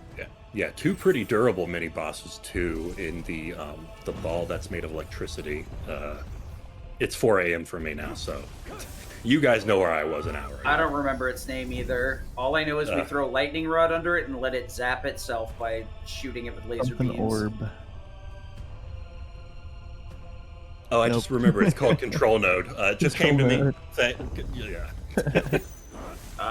It's unfortunate. Sometimes that wind up can slide off. So Yeah, lightning there rod if it into the goes. short circuit right as it goes off. Big Putting the self lightning in the lightning. I remember like the only thing here is you just don't want to fire off Giga Flare. Until the purple recharge phase, quickly enough. exactly. Yeah. Yeah, this purple phase is especially annoying because it like continues to hit you on a surprisingly annoying cadence. So taking care of that quickly is always great. You don't want to have to deal with that. That was kind of Perfect. a dangerous wind-up, honestly. Perfect if node the- fight though. Yeah. If the node had decided to open up, you would have just flown right between them. It's happened to me. It sucks so bad. Oh. Because it has like a move where it opens up and then clamps on you. And if you just like get that move when you're trying to throw a move at it, like half the time you just fly right through it. As a refresher here, these cutscenes here are welcome in some aspects because it actually lets us start recharging our cooldowns here, so we get most of our moves back at the This cost fight's of really some of our hard. life. Yeah. And I'm by trying life, I to mean do real it. life. Step up in difficulty. Yeah. Good parry though into the lightning rod there. Yeah. Plus Rainbow's holding on very well too. Setting up the lightning rod on the like flame there is such an interesting thing because it triggers the like yellow damage versus your damage on it. Just getting Orm Giant to do most of the heavy lifting for you on the lightning rod is super nice. And you see, Angel, that Rainbow, that negativity you had earlier, you're doing great. Like, we're still in line with everyone, you know. Yeah, I'd be way behind at this point. Just definitely wouldn't. Oh God, same. Absolutely. Oh yeah. I'd have like messed up Barnabas and crashed out. All right, that's it. I'm quit. Yeah, Watch this. getting those parries 6 hours into a run, like you're so drained mentally. Especially since they're not even taking like, you know, the 30-minute break you get during the speedrun.com rules. So I can't imagine doing this without taking a single half-hour break. Early on, when we like routed this game out, I was like, bro, this game is too long. We need to have a break. And luckily the time got brought down, but it's still a huge drain. This is a lot to ask for one person to sit through, especially because the breaks are so misbalanced in this, where it's like really loaded towards the end game.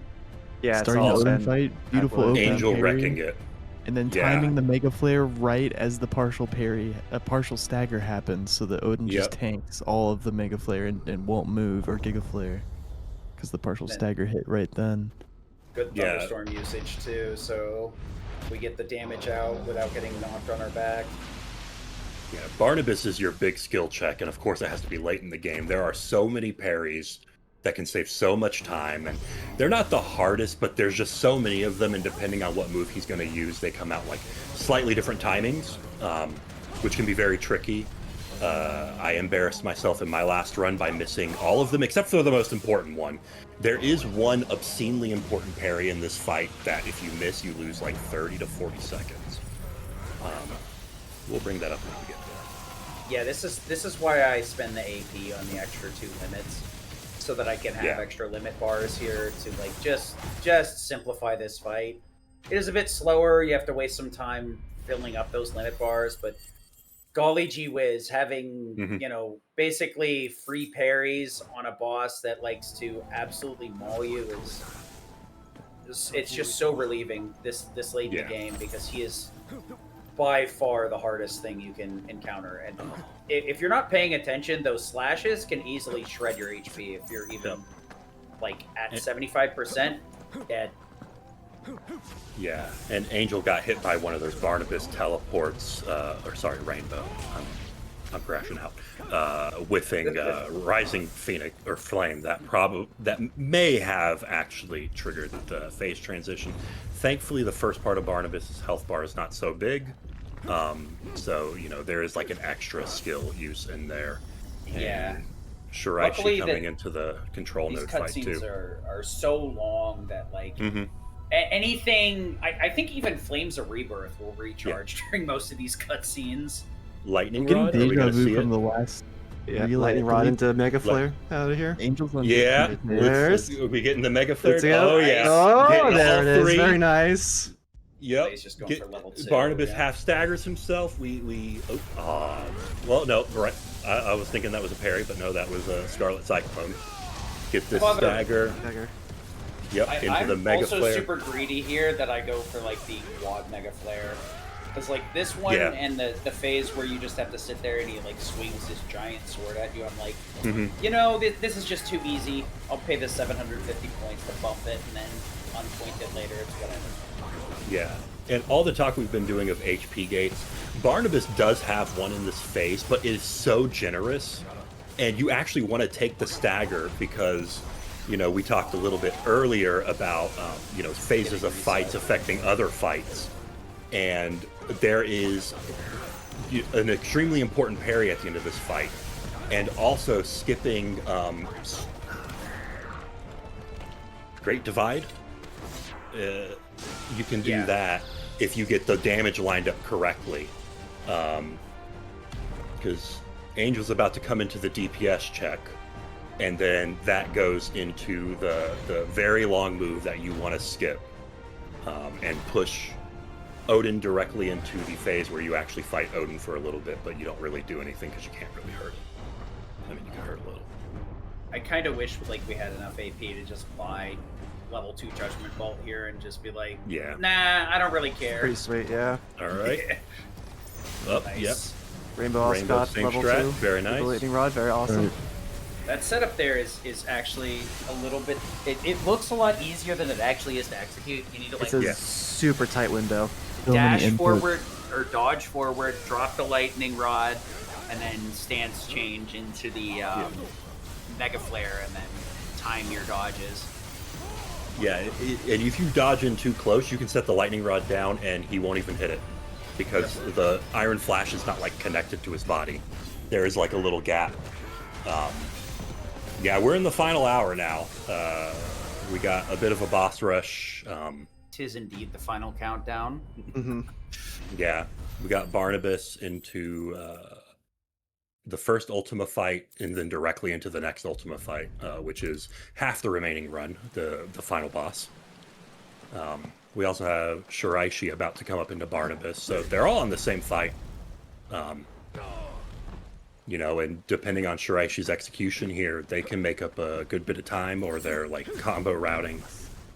To be kind of a dick, I freaking Barnabas is one of those fights where it's like I would be surprised if they were not all on Barnabas at the same time.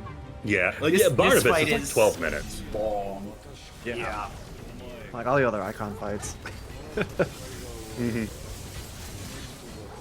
Even though they may have run out of funding at this point. I was expecting slightly more of an Odin fight. But I love the Barnabas fight. I'm not complaining. Interesting. So he baits him into hitting a lightning rod with his opener. Cool. Very nice. Oof. I don't think that was intentional, unfortunately. A lot of the strats, at least the strat that I know with Barnabas, is like you let him open with his like beam blade attack and then get a level 1 mega flare off of it, and then follow up from there. But it tightens up the timing a lot of annoying ways, honestly. We have potentially the best line from Barnabas coming up right here on Angel's view. My wife Laughter. quotes this one. Yeah, the maniacal laughter into the don't tell me you are tired, Mythos. I remember hitting love the it. point where like I love it. we started calling Clive Mythos, and I'm just like, Mythos. excuse me, what? You know what? Never mind. I'm just gonna beat your face in anyway. And then later the word logos comes up. You're like, dog, just say you don't like me. I don't know. The logos part was like, I was like, look, I was already kind of like off. What is a mythos? What the heck is a logos? a logos? Yeah. What is this? So now Stop we have making up words. I'm confused.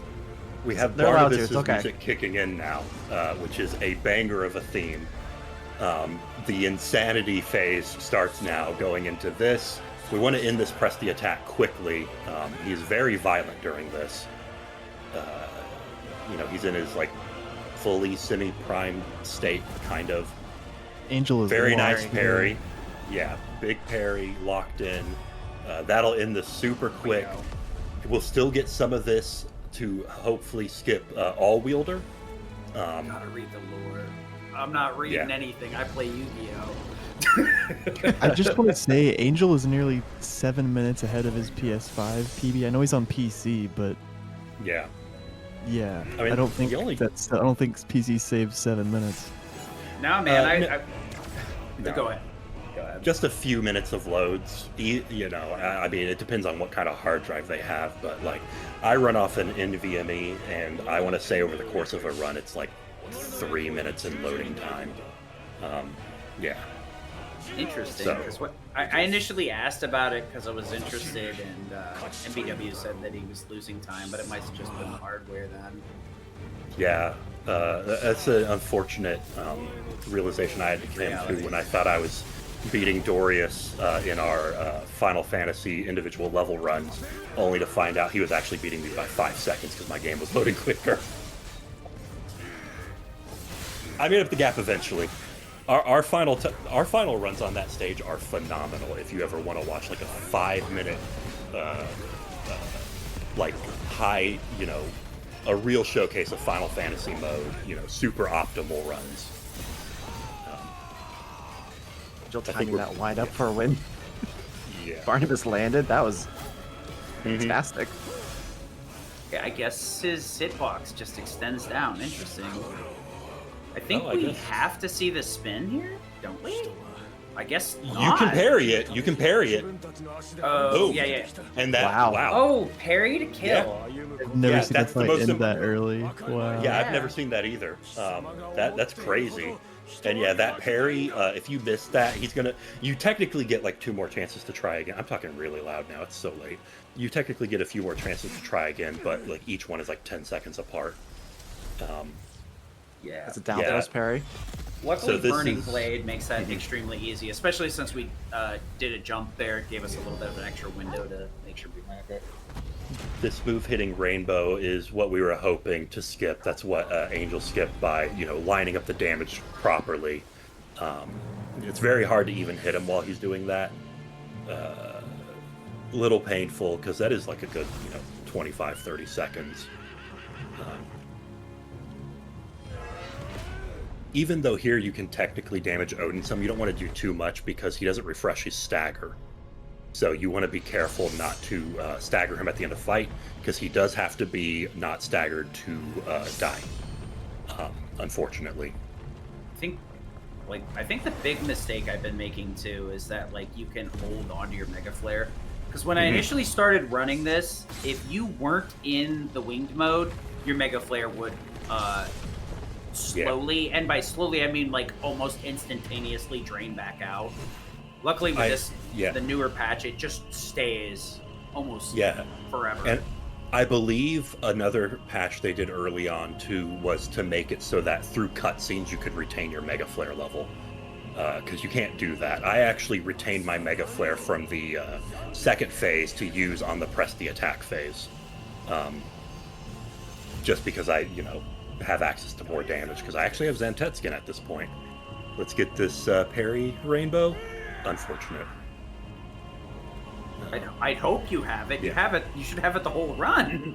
Yes. Well, actually charging one is kind of the question, right? Because you have to go out of your way. Yeah, that's fair. Getting Zan charged is a feat into itself for sure. Yeah, because I basically charged the Zan all the way back at Ironworks when you're fighting all the Sleipnirs in the time fight, and I have to hold on to that till now. But it's also your sort of emergency backup, oh crap button to, get yourself out when you inevitably miss the Isla skip, because I can't do it for some reason. So, unfortunately, Rainbow fired off the Giga Flare there, and Barnabas warped at the exact same time, which is why Rainbow ended up canceling it out, because there was nothing to hit. We just had to let time progress. Unfortunately, Giga Flare pretty much slows the passage of time to almost none. So if an enemy like Barnabas warps away, you're just well, that was fun. My F off button got F'd off. Yeah. Barnabas very clearly has hair, person in chat. Angel's coming up to the biggest mob fight in the game, and the one place that you will see the Odin iconic ability used.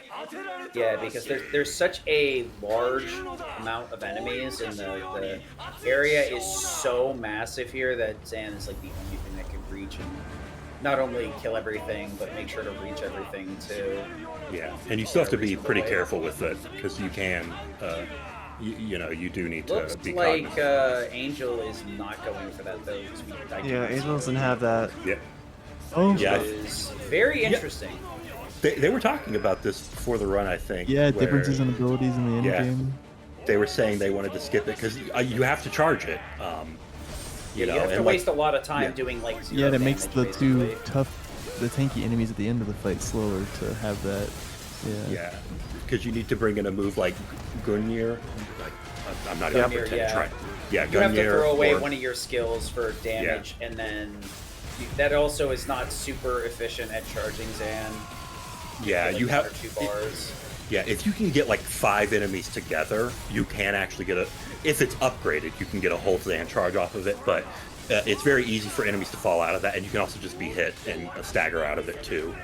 And getting Dancing Steel, Odin's ultimate, which does no damage by the way, to charge that. Too. Yeah, it legitimately takes like 30 seconds because it has a very long windup that you're totally vulnerable in. But thankfully, like we discussed earlier, it doesn't actually take your cooldown until you swing. You can whiff the swing if something moves out of the way, though. And even with that, you would, without any of the accessories and the upgrade, I think you need to hit 3 enemies with it. And Clive walks during that move, so even if you like line things up correctly, things will just get pushed away. Yeah. The real big thing too is like you also have to go in the menu, learn all this stuff, set it up, and then you also have to unlearn it depending on your AP route, and then undo all that just for one fight. It gets kind of rough. Yeah. I mean, luckily with New Game Plus, you don't have that issue because you already have everything learned, you already have everything set up. In New Game, we got to slum it out here and do menus. Yeah, it's nice you can come in with like all 5 icon loads out set. There's still, I think I use a total of 11 loadouts in Gold Chalice. So there's getting to the Odin, by the way. Yeah. I was talking for a while and then I looked and I was like, thank God.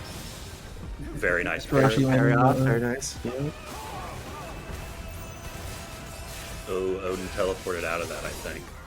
But just couldn't help himself. Oh, just that's bad though. Oh, because the time. Oh, that's bad. Because Barnabas is just gonna sit here, unfortunately. That's kind of a double whammy, missing that, and then Barnabas hitting the lightning rod, which you normally want, actually turning out bad.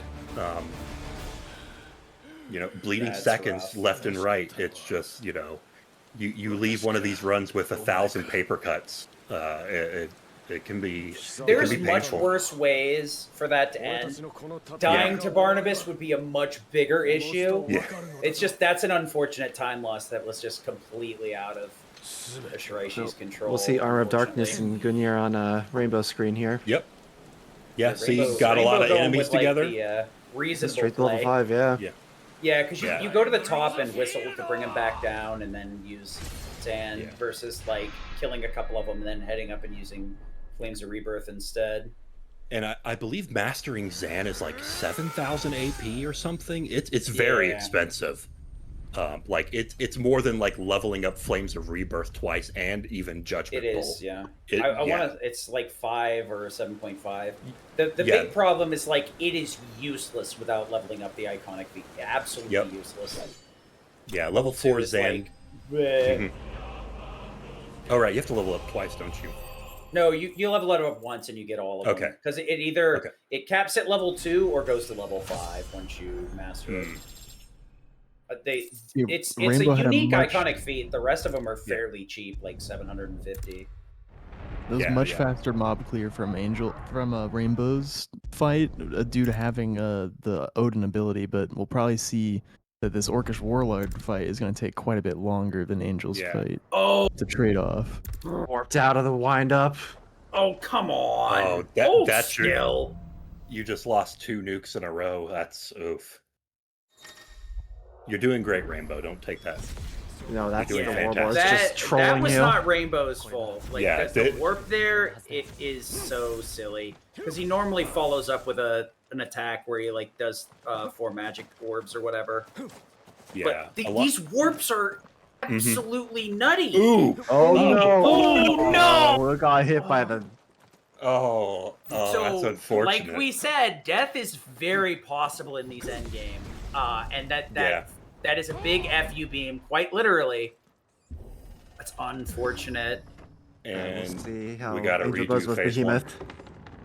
Oh yeah, Behemoth hopefully fight he is won't fun. Warp 69,000 times. That would be really nice if the game let him show off let them show off how this is supposed to work. Oh, even more unfortunate. Rainbow had just used their limit too, so they couldn't even limit save themselves. That's.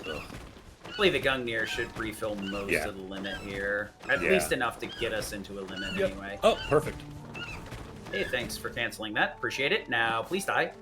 Yeah, Angel through the first phase of. Don't forget to throw out some potions because you get your refill yeah, please. there.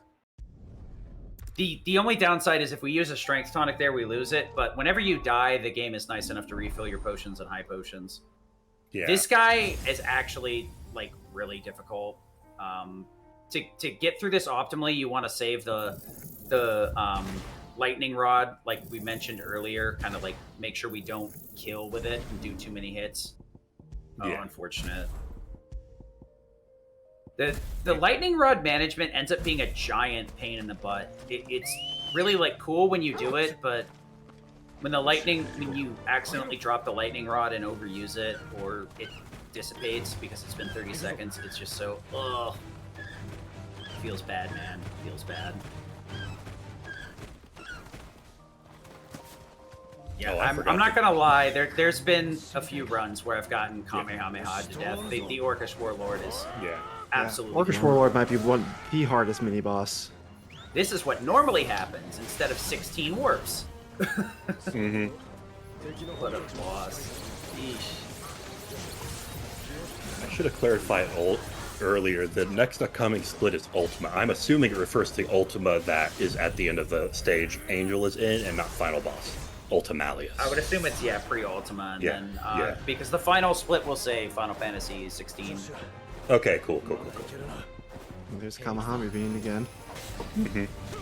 The only thing you can do with that is throw a lightning rod into it, pretty much.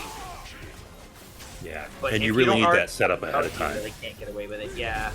Unless you have a limit and you're like, all right, I'm going to fire my limit so I can't die to this, and then I'm going to wander into the big gill beam and throw down lightning rod. You know what? That sounds like fun. Let me pencil that in for next run. Yeah. New strats. Now Shiraishi's basically just one mob fight behind Rainbow, and we're about halfway through the Behemoth fight on Angel's screen. Yeah, unfortunately, like taking that wipe there was a very brutal time loss. The thing that sucks is like honestly, wiping in a boss fight would have been better. Yeah, because the checkpoints. It just drops you at the beginning of the checkpoint. You lose out on like any stagger setup, but the fact you get your checkpoints, you get all your potions back, and you get all your cooldowns back too. So like the only thing you lose dying in a boss fight is however much time you were into that phase, and your strength tonic if you popped one before you died. It looks like Angel is not getting trolled. Got that lightning rod down in the meteor too. Nice. Yeah. Crotch lightning, let's go. Another meteor. Yeah. Cool. I don't know. I've seen that before too. I don't know why that happens, but it happens sometimes. Okay. And there's extinction. Angel got extinction. It's possible for some reason in this phase of the fight that the Behemoth just like won't do that, and you might need to restagger it. We found out like it has to like turn around a certain amount. It's so bizarre, like it's just like an AI quirk or something. It's very well programmed, and I would thank you to stop micro analyzing it. Oh, Rainbow has 4 limit bars. Yes. Yeah, I think we invested in some limit here so that we have a little bit more leeway.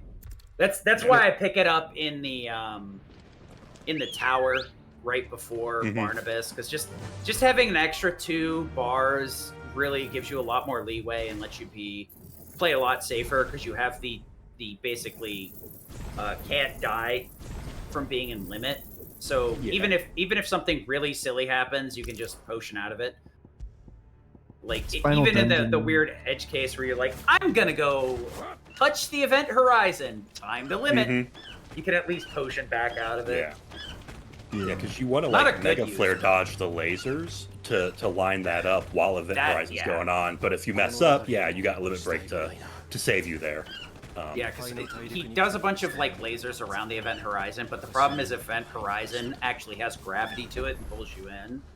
So while you're trying to like Mega Flare dodge around the lasers, the game's like, haha, that's cute, but you're gonna die. Angel's getting into the end game here. So the way that we deal with this final dungeon is Flames of Rebirth, load, go to the next area, Flames of Rebirth, load. Yep. Easy, right? Yeah. Even you can do it too. Yeah, there's just look at how many enemies are spawning, and guess what? We're not done. We're gonna come down here, and there's gonna be more things. I also think this area is like a little weird because you can get like a reinforcement or not. I think it just depends on how you spawn them. But yeah, like there's. Go ahead. This is the one fight where you don't need to like Flames of Rebirth because we got to deal with this Cannoneer anyway. So we just focus on dealing with the Cannoneer and let Flames of Rebirth recharge naturally for the most part.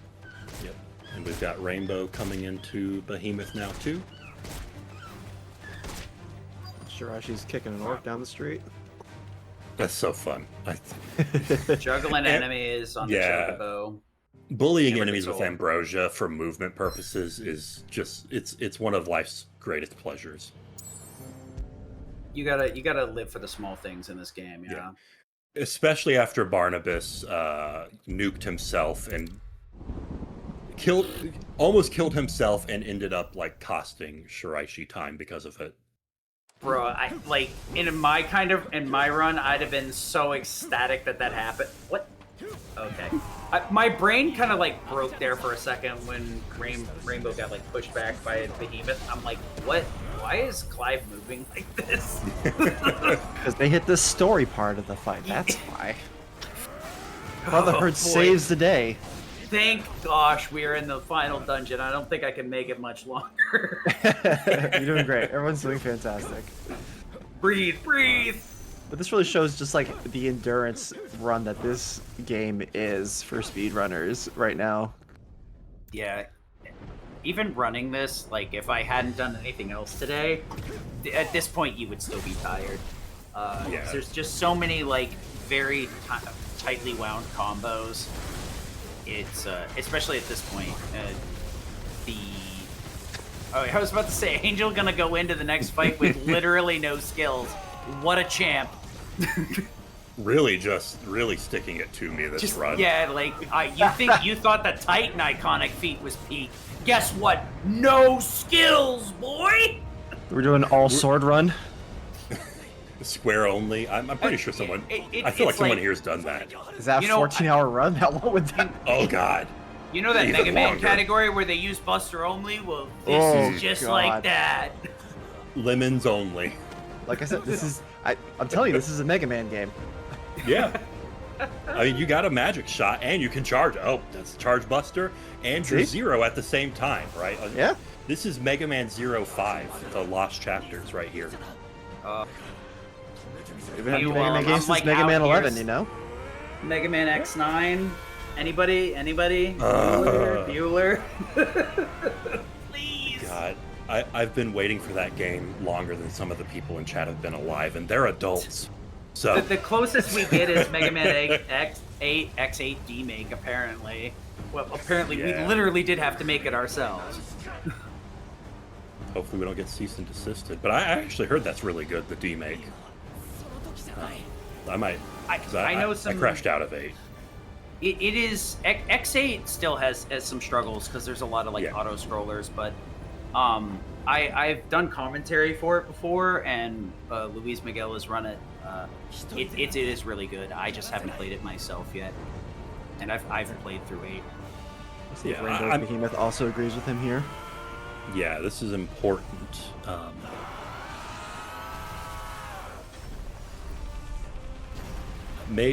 Rainbow may not have quite hit the HP gate, which hopefully doesn't end up being unfortunate. Were we hitting the permafrost? Because that might be the. Oh, there we go. We got a comment. We at least got progression here. Yeah. Oh yeah. Okay, there we go. Use those 4 limit bars, Good limit please. break. Yep.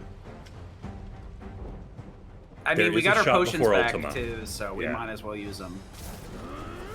Yeah, this is what Behemoth can do to you if it just decides not to behave. Okay, there we go. It looks like it's HP bar, it's transitioning properly.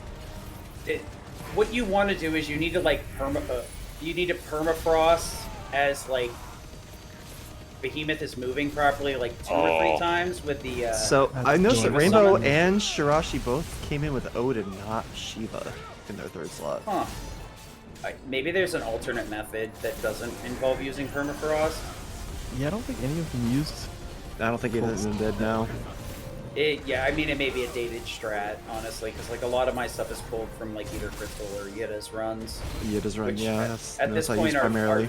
very old in comparison. Still good, but old. So there may be some optimizations that I'm unaware of. Angel coming into a very long fight right now. Several waves of enemies. Looks like Shiraishi is not getting trolled by the Behemoth. That's really good. Yeah, this is probably one of the longer fights.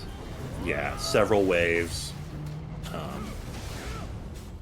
I'm not even going to try and say what's in them because I'm probably going to be wrong because I play a different category. It's a It's got bunch of double assassins here, and then it ends with Yeah. an Orcish Warlord at the end of a mob fight as well. Okay, Yeah, so this might actually be the same. Okay. bunch of chaff, two assassins, bunch of chaff enemies, and then it ends with an Orcish Warlord and a few more.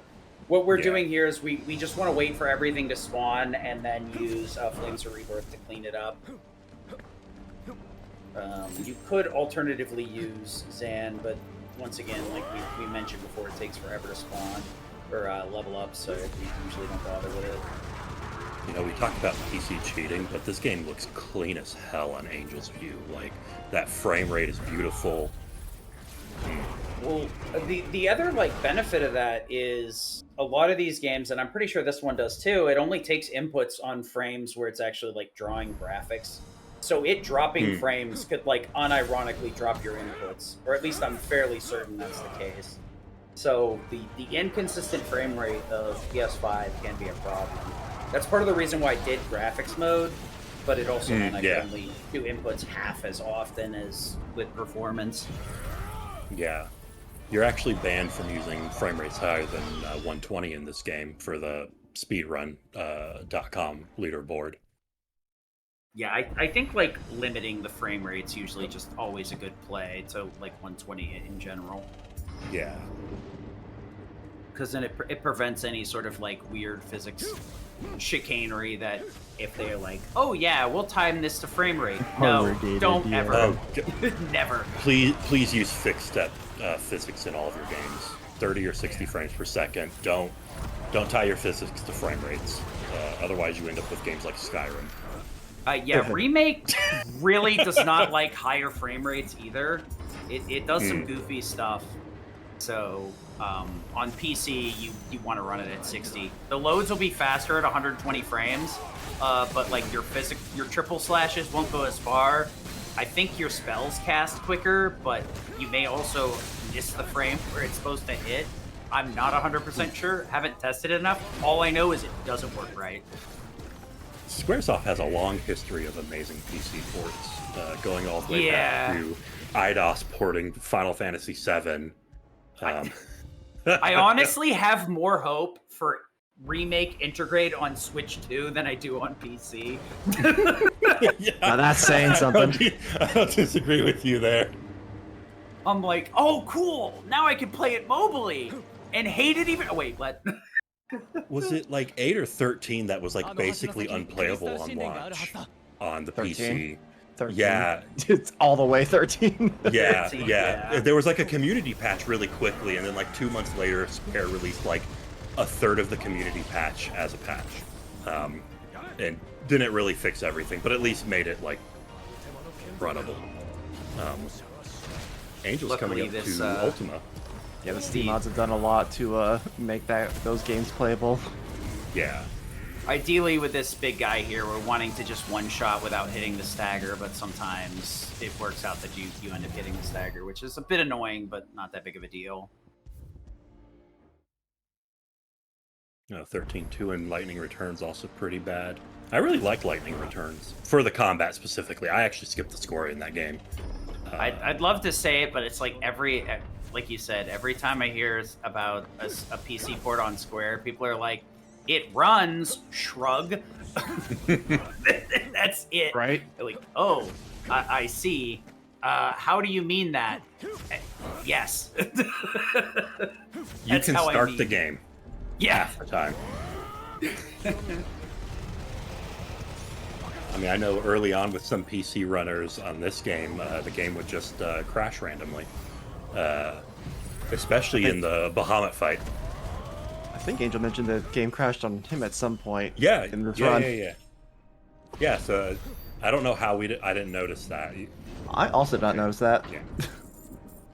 We have 3 Okay. runs going. That's how. It's Yeah, that's actually fair. fairly easy to tunnel vision.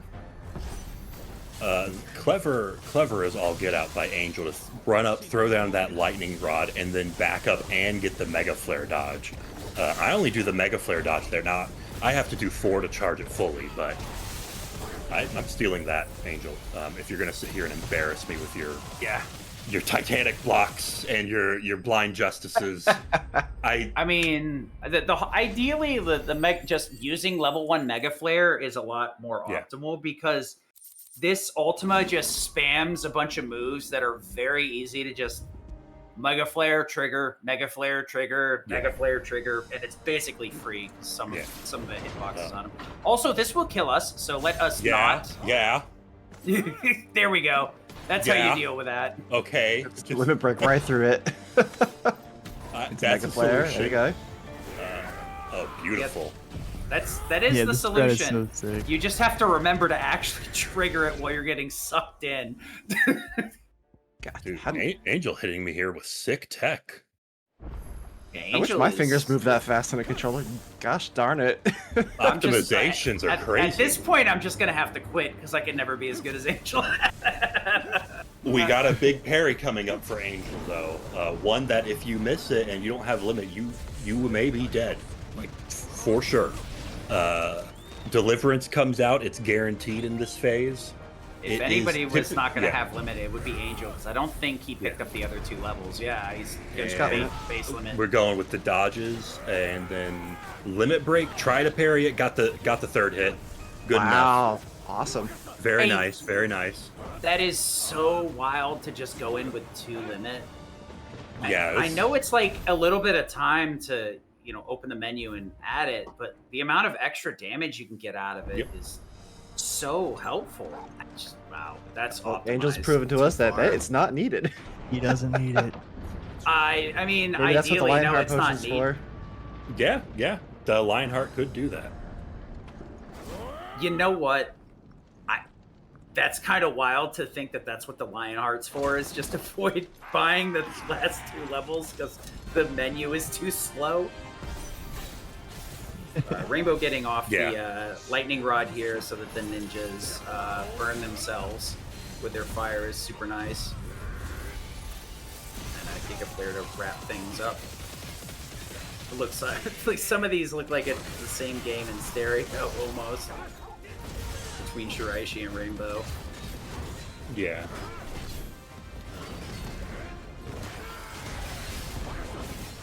That was interesting. That was I don't know what was going. That was a very interesting map.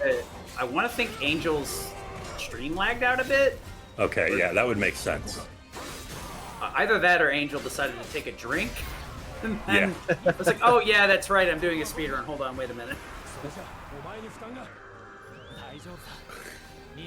I had a run where I was at Clive's Shadow, and I was in the last phase, and I was just cleaning it up with like some title streams, and then my wife came and handed me a drink, and I just like slightly like moved, and then looked up and realized I had missed it, and ended up losing like a minute and a half to taking a drink from my wife. No. Two hours into the run, and you're just like, yeah, I hate everything. I hate everything. It's a beautiful thing to view where I'm just spamming this move into nothing. It's just whiffing every time because I'm like 3 steps further than I should be. Oh man. I think the time lost you to drink. Yeah. I'm a thirsty boy. We got double Orcish Warlord here. Hopefully Rainbows will be more agreeable this time. Yeah, let's not see any laser beams. Oh, Shiraishi picked up 4 limits too. Orcish Warlords get 1 and that's it. He's already got his 1 first blood for the day. He's disallowed from injuring any of our runners further.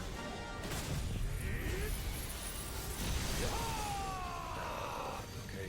And we have Angel coming into a relatively long cutscene. Was the drink worth it? Yeah, probably. I'm a thirsty boy. My throat's gonna hurt. I have not talked for this long since I was like a young man. I Feeling feel it. ya. So this fight here with Angel, you can just kind of spam whatever button. So I don't really think the cutscenes are different at all. You just want to make sure that you skip the QTE as soon as possible. So you just kind of mash and you can. I think there's one single one you want to fail. Yeah. Yeah, And it's when you he's can't hitting die Ifrit, here, I no think. matter how many you miss. You always end with like just enough HP. Yeah, you can't Yeah. you can't die during these QTEs. But one of the other things too is right before this, we want to talk to Goods to refill our potions if needed. Pick up the Defender because it's a huge damage buff. We can't get it to level 1 or level 2 just yet. We just have to take base level.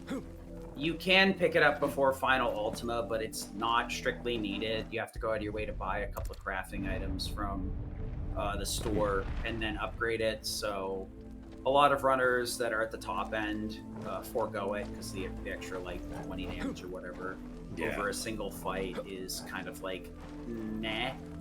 I personally just still go for it because I like to.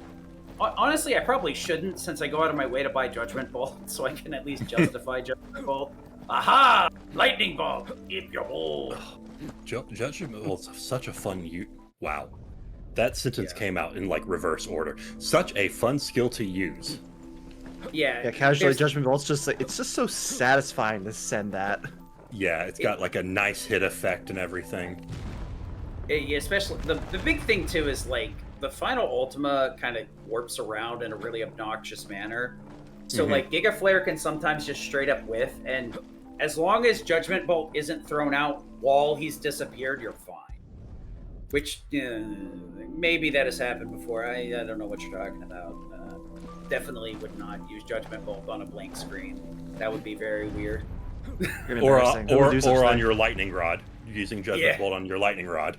Oh, there's nothing better than tagging your lightning rod with just bolts from God, and it's like, yeah, that's 2 normal hits. I'm good. I got 2 lightning rod procs out of an ultimate with a 75-second cooldown. And they both missed. Yeah. Yeah, they both missed anyways. Here we go, Rainbow Lightning Rod into Mega Flare. Yep, there it is. Nah, we missed the dodge, unfortunately. Yeah, luckily that's a dodge that's hard. Yeah. The laser here just like gives you really fat damage off the lightning rod. So it makes these phases pretty easy as long as you can get the lightning rod into the lasers like that. And the Shiraishi also got the Mega Flare off. Yeah, they're Flare nothing. It's funny, Rainbow and Angel were like perfectly in sync, and we might have a frame match, clip-worthy moment between Rainbow and Shiraishi coming up. It's true.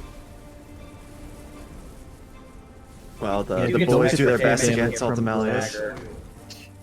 The lightning rod, it's really punishing. The fight takes a lot longer.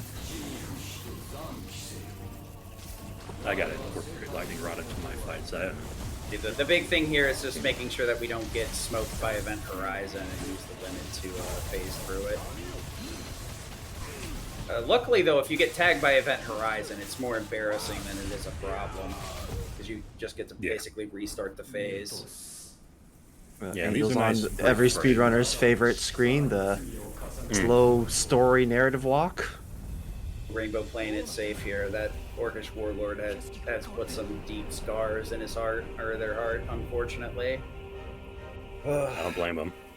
Yeah, that beam killing me probably would have put me in the same position where I'm like, look, I just want to make sure this dude's dead. I'm not fucking around and find out. We're not. How is Shiraishi gonna do this? We're getting knocked around quite a bit here. What is? Maybe. What happened? I assume they were trying to go for parries, and then missing the first one just got their timing off, and it just kind of steamrolls. They just kind of everything rolled downhill. Yeah, that makes sense. Missing. That's the reason why like I tend to not want to go for parries because they kind of cascade. Shiraishi, you are giving me a heckin' scare. Good honestly, recovery. Yeah. We were still in limit, so Shiraishi couldn't have died until after we left limit. Yeah. But You can still get hit by a stiff breeze right after that. Rainbow got the parry on the second Yep. swing, it looked like. Very nice. Yeah, we got the earliest parry. I don't know if you can get the parry on the downswing, the first attack with the lightning rod setup. So Shiraishi had took the through. lead significantly, but that parry brought it back, and now Rainbow's basically right up neck and Trying neck. to get a little bit again. extra Shiraishi. damage in to get through this. Angels in phase 1, Ultimalius here. Ignition doing that weird thing where it doesn't one-shot. Ooh, Prominence. Oh, this one's kind of funny. Oh, that's not the attack I thought it was. Yeah. Because Now once he here's- does like the explosive wave thing and lightning rods below him, it just melts every Yeah. bit. He launches Ultima and you're like, lightning rod, kill yourself, friend. Yeah, it's like, that's cute. I'm gonna be over here while you're over there static charging yourself to death. Right?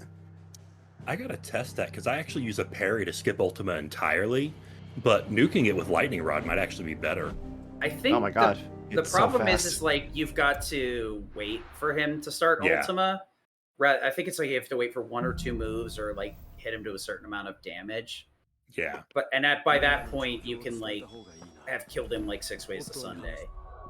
If you're struggling for damage or want to just do a meme and make it funny, but I don't think it's optimal, unfortunately. There's a lot of silly things you can do to Ultima, but unfortunately not a lot of them are optimal. Yeah, that little teleporting downward punches. I try to take a parry on that. It's a little weird.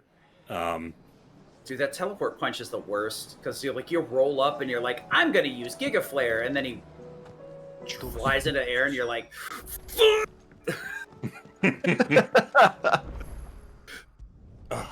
Yeah, I've been literally the there. rage phase. Good finish on phase 2 there. Yeah. 7 hours of commentary will do this to you, and you've got even more than that because rebirth. I'm an unstoppable machine. You're gonna crash so hard after this. Probably, Oh, yeah. Yeah. I'm used to with RPG Limit Break, the IRL event that we run. There are some days where I get up at like 7 a.m. and then I've got to go till like 3 a.m. the same day, or like technically the next day for like an interview or something. Then I have to wake up again at like 7 or 9 a.m. and then do the same thing all over again. So I've done the cycle before when I think it was Sereth was asking me to do commentary for this. I'm like, yeah, I can do both this and Rebirth. I actually know what I'm talking about, so I'd rather do it this way. Remake I know hard, but I don't know squat about new games, so I figured it'd be better to put myself into the ringer, but at least know what I'm yapping about. No, I've been having a lot of fun with you and all of the commentators. This has been a great run. Sometimes I Thank you. second guess myself, but a lot of people compliment me on the commentary, and it's been really good riffing with the majority of you two, getting through this. It's been a lot of fun. Same. Everyone's been fantastic. Yeah, we've still got a decent bit of time left on the Ultimalius fight. Don't worry. We've got the icon God. phase with Ifrit risen again. This is what I think is the funnest phase of the final boss. It's like the space-time Ifrit fight. Yeah, like the edge of the horizon or something like that. Yeah. Trying to get the Medal of Valor on this fight. This is the worst phase because oh my god. I'd imagine it's Oh my super gosh. easy Oh my to God. get hit by any of this nonsense. Yep. I never actually got that because of how annoying this phase is, and a camera glitch that destroyed me, unfortunately. Oof. I just put the So- controller down, didn't play the game for like 3 days. Yeah, I've had some crash outs like that. I went to go do like the final boss in Remake, and it's 2 fights. One with the Whispers, which is like a very long one, and then Sephiroth, and I accidentally reset to before the Whispers. I didn't play it for like 2 days because I was so mad. I'd almost crashed out. Luckily that was off stream, but I was pissed. Yeah, no. So the Medal of Honor, actually we do our best to avoid it in a speed run because you get a little pop-up, but it's like, hey, you did the boss without getting hit. Good job, and you can get it on every boss. But there's only a few bosses that like we can do so well that you can consistently no-hit it, where we actually go out of the way to tank a hit so that when we get the 2 or 3 second pop-up. This is hilarious from Angel, by the way. This, yeah, the fact that you could just dodge roll into fire spin and be like, ha, ha, ha, ha, I love dodging that. It makes me feel so good when I dodge all those. The only thing is, like, it's super laggy, so if you can, like, get him to do it and then cancel it with a half stagger, it's so much better. It just... Yeah, if you had split, you can, like, spit flare through it. That works that would, too, yeah. That's, yeah, because it'll knock him out of it on the last hit. But, I mean, you only have 2 moves in Ifrit, so, you know, you kind of just want to get them out. If you can predict it well enough, you could probably pop it with, like, a fully charged Brimstone, too. But since you know, getting hit by anything, like, immediately triggers Brimstone, you'd have to, like, predict it and charge it ahead of time. This phase right here is, like, the only part that I kind of find is a little bit obnoxious, because dodging these orbs is actually really difficult, because there's really no good tell when they're launched. And, I mean, I guess it must be faster to take it, or Angel's just having issues dodging it. I'm not sure which yet. I don't think you can get the 3-hit combo out and dodge it. I legitimately don't think it's possible. It's very bizarre in those orbs. You end up, like, taking 2 hits, roll to the side, and then do the thing. But I guess it must just be faster to tank the hit and then go back in. Yeah, the 3rd hit of your combo is so powerful in Ifrit Risen that it probably is worth it to just eat the hit. Because you also have light speed on Ifrit Risen, which literally just teleports you like 11 screen lengths. It's your big boy Phoenix shift, basically. It is not invincible. I learned that the hard way. Should have been. Yeah. Much like Phoenix shift, also not invincible. Yeah. Always getting embarrassing trying to teleport and just running right into something. God, it's so embarrassing. And you're like, Phoenix shift shouldn't be able to get hit in this mode. Like, I was trying to, like wildfire to the right. This is not what I wanted to do. This should be pretty close to it, if not correct. Yeah, it's just like 1 hit off. One hit. Oh, he was staggered. Nice. Very good Risen fight. Yeah, we got 3 more phases of ult. 4 phases. Technically, kind of. The hardest part of this is just like watching the cutscenes in between. So this fight is so whack that like these cutscenes in between where he's like trying to like best you with each individual icon is like minutes long. So you can put on any ultimate and it'll recharge during those cutscenes. Which is unfortunately why the stagger doesn't go back. Yeah. But... That's the downside, is like no matter what you're gonna end up staggering because it doesn't reset in between phases.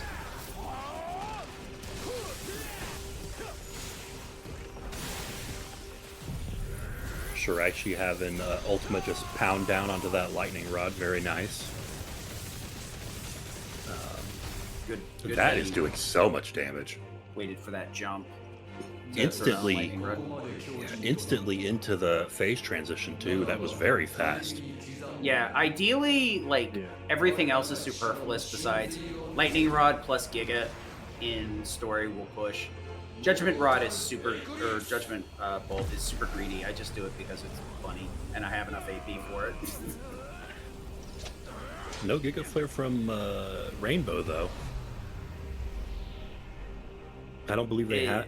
Oh, no, they do have it equipped. It might depend on the route, because like his movement determines whether you can use Giga Flare or not, too.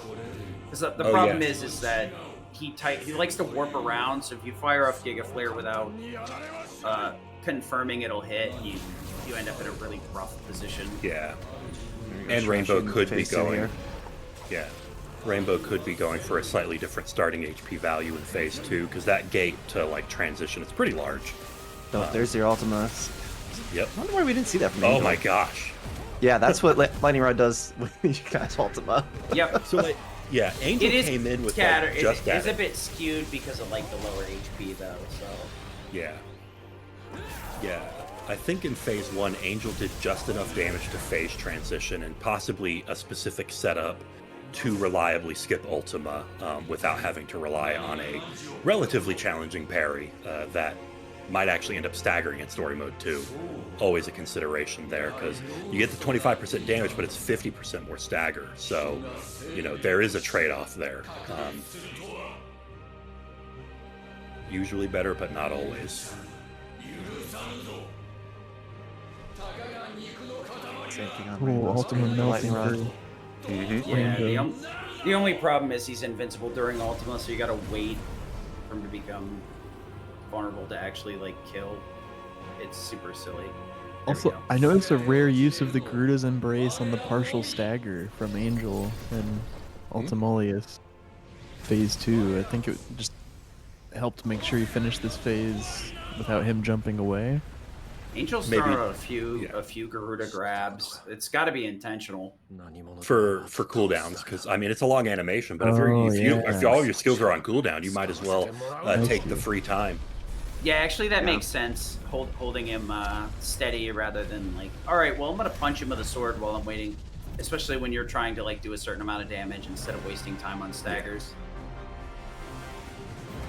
Yeah, and I mean it's important to note that like a full sword combo in this game is like peanuts compared to even like middling iconic feats. I mean, windup is like 11 combos worth of damage, if not more. Yeah, windup's damage is low-key It's crazy. really high. That's why we use it as one of our mains. Plus the short cooldown on it is super helpful. Honestly, like pre like the more quote unquote modern patches, like there was the what we used was basically all the good stuff in this game, and the rest of it sucked. A lot of it was brought up to like a functional level, to where it's like not too bad. Like even Earthshaker's eye. The only problem is like the way that it hits leads to it being kind of garbage because it doesn't get multiple hits, it's just one big hit. Yeah. And it has like the longest cooldown in the game, I believe, 135. Yeah, they lowered it, I think, to like 60 in the modern patch, but it's just it wasn't enough. If it had done multiple hits, it would have been all right.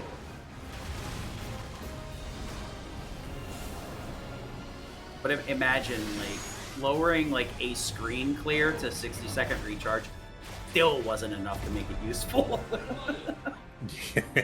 Right? Yeah. Ugh. Like, no, I need it to toast my bread and butter it too. Yeah. It's not enough functionality. Can it set my alarm in the morning? Can it? Can it put my alarm on sleep for 30 minutes? Right? too? Can it pay my bills for me too while it's at it, since it's not doing anything else useful. Walk the dog. Yeah. All right, so this is the final phase for Angel here. There's a little bit more after this, but it's nothing. Ultima, Yeah, the only thing is it's just a title drop. It's just nothing. Yeah. Yeah, it's a roll credits moment. At least they saved it for the end of the game. Right? Yeah. I will say, like, Ultima- the sword chuck is pretty cool. Oh yeah. Oh no, it's great. The only thing that sucks is like the 5-second punch you. Right? You think the sword through the middle would be like the end blow? No, hold on. I need you to mash out the final punch. Really? Two of them in Ultima Risen plus Ultimalius. The bit rate is going crazy. It is trying its hardest to keep up, and it is not succeeding. Even is with our, even with one of these games, the bit rate is just like, I don't know about this. We got 3 of them. Flashing Flame the lights. creation, oh no. Everywhere. Oh, Oh I think no! what happened yeah. is The spirit Angel bomb. missed the rising Yeah. flame and also the wind up. I think 2 abilities were missed, and due to that, we're seeing this ability Yeah. that normally we wouldn't see. Oh no. yeah. You can skip that, but yeah, with whiffs, unfortunate. I may have been able to see that, but the bit rate is a thing. I could see that there was a spirit bomb, but that's about it. Yeah. All I know is he burned his limit to make sure he didn't get killed by it. I think Angel completely got out of the range of it, but still popped the limit just Yeah. in case. which makes sense because it's not optional to die here. It Yeah. really Because it'll go back to like 50% health. Like that would be a considerable time loss. This is like one of the few bosses where like dying is non-negotiable. You do not want to let it happen. But yeah, Angel will be winning this very soon. One more mash, and then the longest mash in the game. They played God of War 3, and they're like, we should do that. Mash? You mean like hold turbo? You mean that? Yeah. Oh yeah. Get an insta kill from the hold turbo. Yeah. I'm actually curious to see how long it takes, because it is the longest mash sequence in the game. And yeah, Angel's making a crazy time here. Will we even be able to see it, or will he just immediately 99999? That's what I want to know. Yeah, based on Angel's time on the leaderboards, this is gonna beat that. Yep. Yeah, he is running on a different platform than. Yeah. Yeah, that's the only other question is. I think it's still just a better run than his PS5 run, even if you account for the load differences. Yeah. Also the crash too, which I mean wouldn't get taken out of your time, but Right. yeah, even with the load SCRT, differences, yeah. you're definitely looking at least 4 minutes, I want to say. Imagine PBing with a crash in it. Yeah. Final Fantasy on PC, that's one crash in the number of crashes is part of your PB counter. Your one guaranteed crash per run. Yeah. It's like a built-in break. You get a built-in One crash more if you're running on punch. PC. There's about a Yep. minute left till Team Mog needs to be ready to start. Yep. I've got the splits ready. Which hopefully I wouldn't screw up at the last second of my You job. got this. I can do it. I run this game, but I'm gonna split on the sword throw. This is the Final Fantasy. He said the thing. Yeah. He said yeah. the thing. They say said the the thing. He said the thing. All right, let's see how fast this punch is. Yeah. Because that's gonna be our cue to go to the next runner. Yeah. This is like a Yeah, 13-second number punch comes on up. console, by the way. So let's see. 2. Get ready, Team Mog. Surprisingly long. And boom. Time. GG's Angel. Great. Go Very run. nice Team Mog, run. start up. Go Team Mog.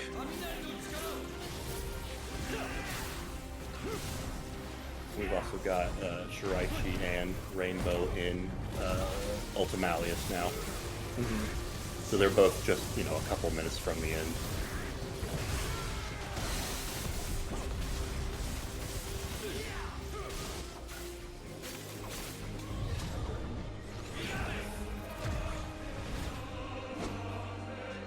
Unfortunately, this end, or fortunately, depending on how you look at it, is pretty cutscene heavy. So it's hit Ultima with Lightning Rod Giga Flare when he decides to hold still long enough, throw in a couple of Lightning Rods and wind up as possible, and GG. Next cutscene, rinse and repeat. This really just shows how much work Lightning Rod does for these final battles. I swear it like doubles our damage. It's gotta For be. sure. It's insane.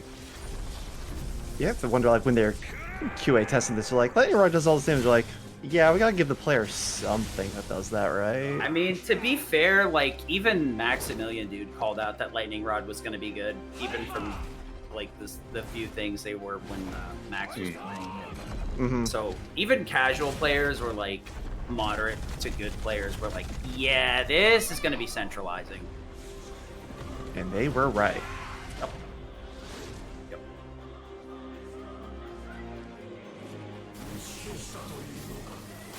Yeah, Rainbow and Shiraishi just a couple seconds apart too. Just good job runs by everyone and keeping everything very close. It's very impressive. Benefit here is we don't have, like, an awkward changeover. It's just like Final Fantasy 16's done. It's up to you guys. Bye. Yeah. Peace. Yeah, we don't have a man. 20-minute lead-in. What is Shiraishi's current time? 'Cause this is a 7:21. 7:20. Yeah. Yeah, Shiraishi has a real chance to set a decent PB here, I believe. Yeah. Like 2 minutes, I want to say. From my experience, like when you're doing the practice heats for this, like I usually don't bother updating my PBs, even if I do PB. So this may or may not be like an honest PB, but it definitely reflects the amount of effort that's gone into prepping for this to seriously push your time down from what it was beforehand. Yeah, all the runners were practicing so much before this. And considering how long these runs are, that takes a lot of endurance to put a lot of practice runs into these games. Not only that, but it's a lot of personal time to take a 7+ hour chunk out of your day multiple times leading into this. It's so much to remember, and it's not a game you can rely on notes for at all. Like, it's just constant action, constant remembering which ability to use in which order. Writing down the orders can only do so much. If it doesn't like jog your memory and percolate that like muscle memory, you're gonna have to go with guts. Yeah, you don't have time to read all the. Yeah, it's like you don't have time to read them. You know, when you're in the middle of combat, and there are so many notes to take. You know, all the cutscene skips and everything. The most you get is like you get to glance at the fight note for something, and then you're like, okay, parry, wing, this, that. Okay, I think I remember, and then you're in the fight. That's pretty much how it ends up happening. You're like, oh, that's neat. I hope I remember the rest of this because I only got to read 4 attacks. A lot of repetition. Mm-hmm. That's you're that's doing a nice. fantastic. Sorry. This, I mean, let me do this. Not fast. OBS stop or Discord stop being.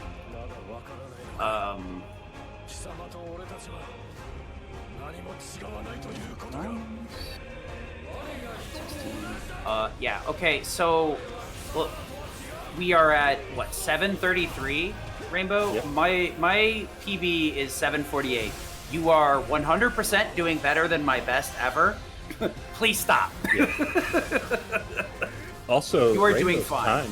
Rainbow's time on the leaderboard is like 7:33, so this is on pace. You know, few unfortunate incidents like and I mean Perry's here, a death, unfortunate.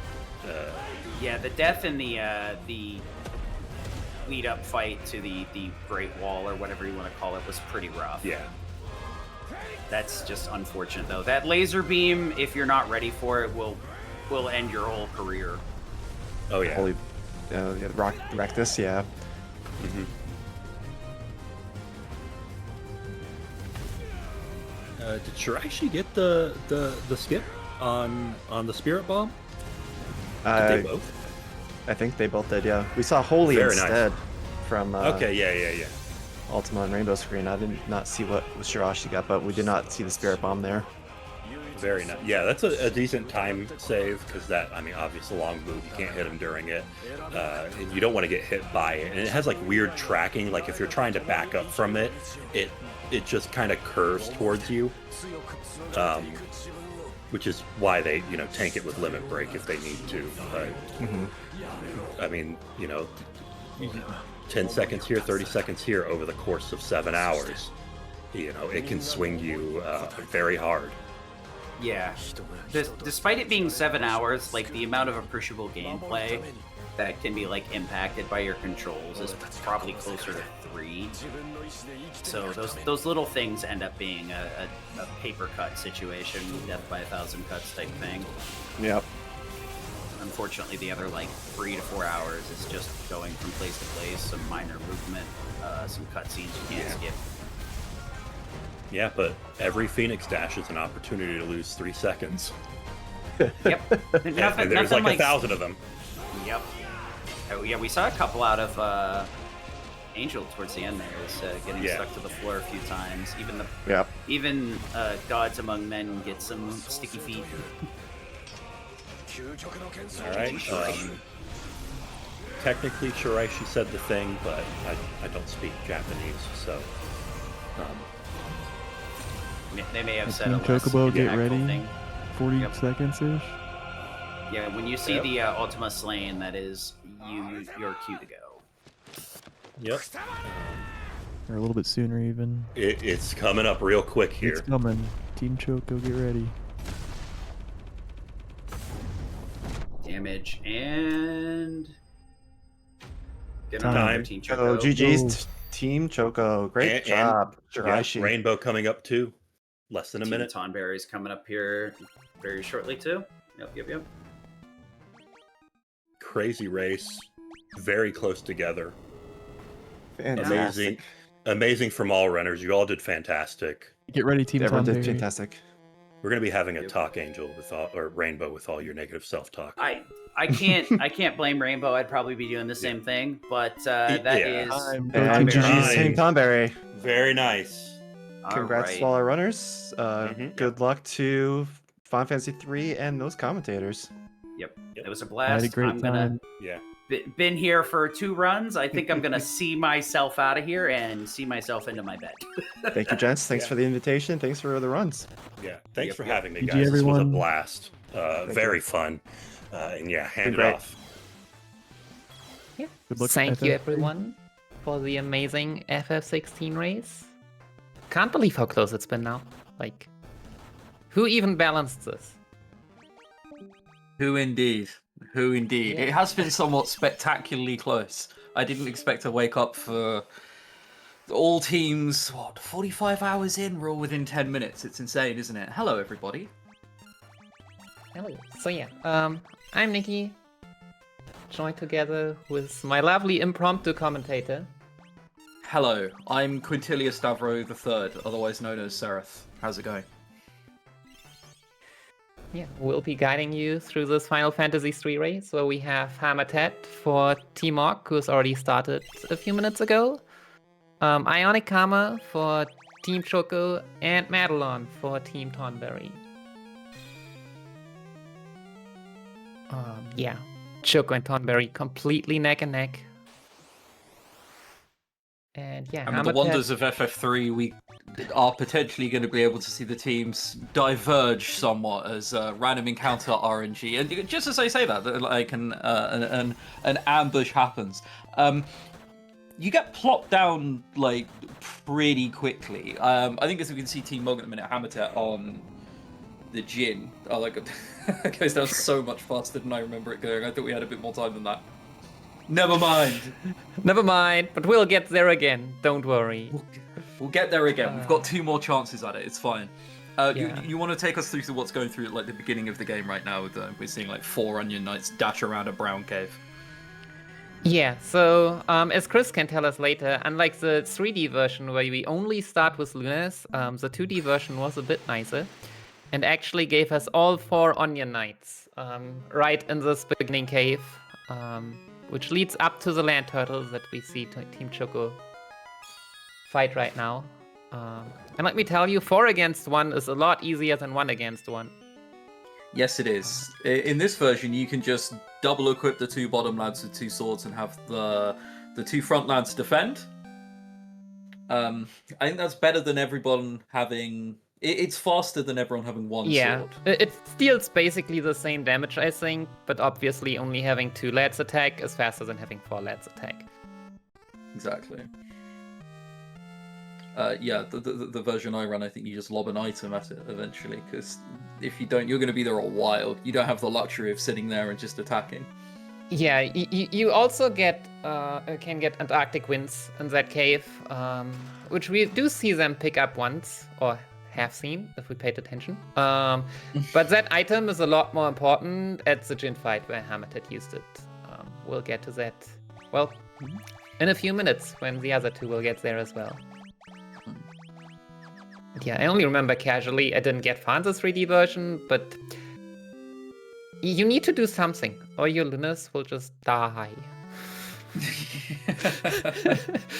Like Yeah, double equip pretty weapons, much. use an item, something. This is not Pretty the free much. intro fight. Yeah, no, it's a fairly unforgiving version of the run. It's a good thing we're not doing it. I like Pixel. I like FF3 Pixel Remaster. I feel a lot more calm when we do it. Oh yeah, for sure. think the very last time you did 3D, it ended up with Ryder 2 characters dead, and just like Holy Grail, throw 2 items and let's hope we've done enough damage. And if anything didn't go completely his way, he was dead and had to start again. It's a magical version.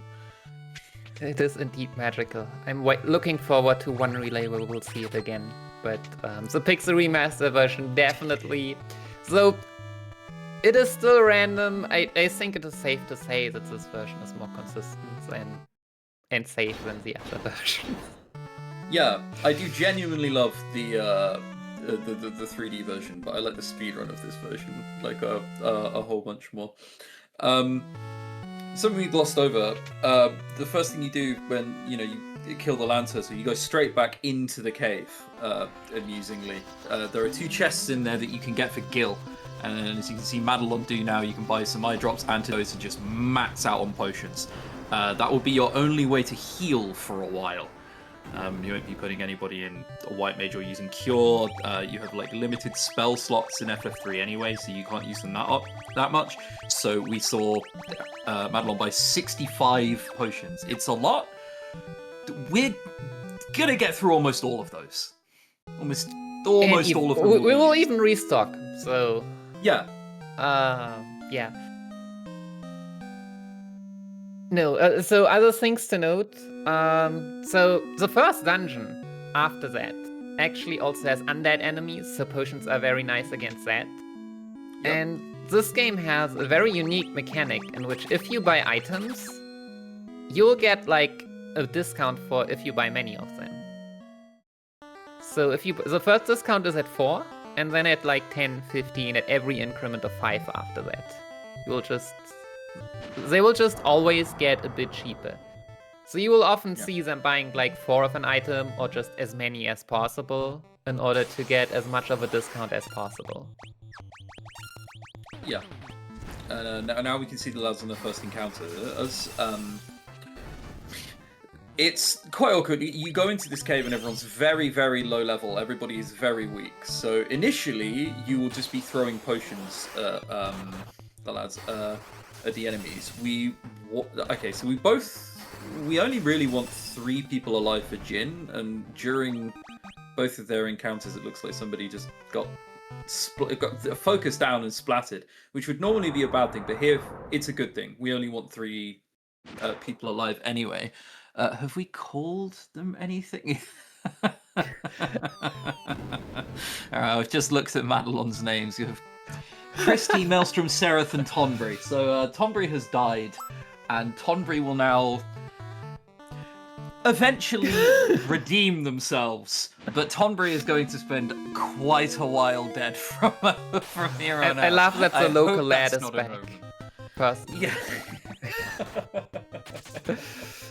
I do not get the references of Karma's names, to be honest. I have to see hamatet's name in a while. It takes a while till we get the next encounter. Yeah, no, I don't know what they are. They're not randomly generated names, are they? Randomly generated names are not. I don't think Makoko and Fuwawa. No. The names. But yeah, so about experience, one thing is that experience gets split among party members. So it is usually good to have as like few characters as you can in order to like maximize the HP gain on those alive. Another thing is that the characters do get stats depending on the jobs they currently have. So let's assume in the later game we want to have a melee class. And as you can see on hamatet's side, which we'll see later on, after this cave where we have monks, we are using a lot of mages. So those characters get like a lot of like spell charges, and less HP. But later on, if we want to have like a melee, then we want to have more HP, and then they aren't that suited towards it. Which is also like one of the reasons why Tonberry doesn't want these bad level ups as a mage for being a cool melee later on. Okay.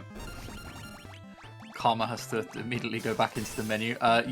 So when I said earlier, one of your party members has to die, you can't have 2 of them dying.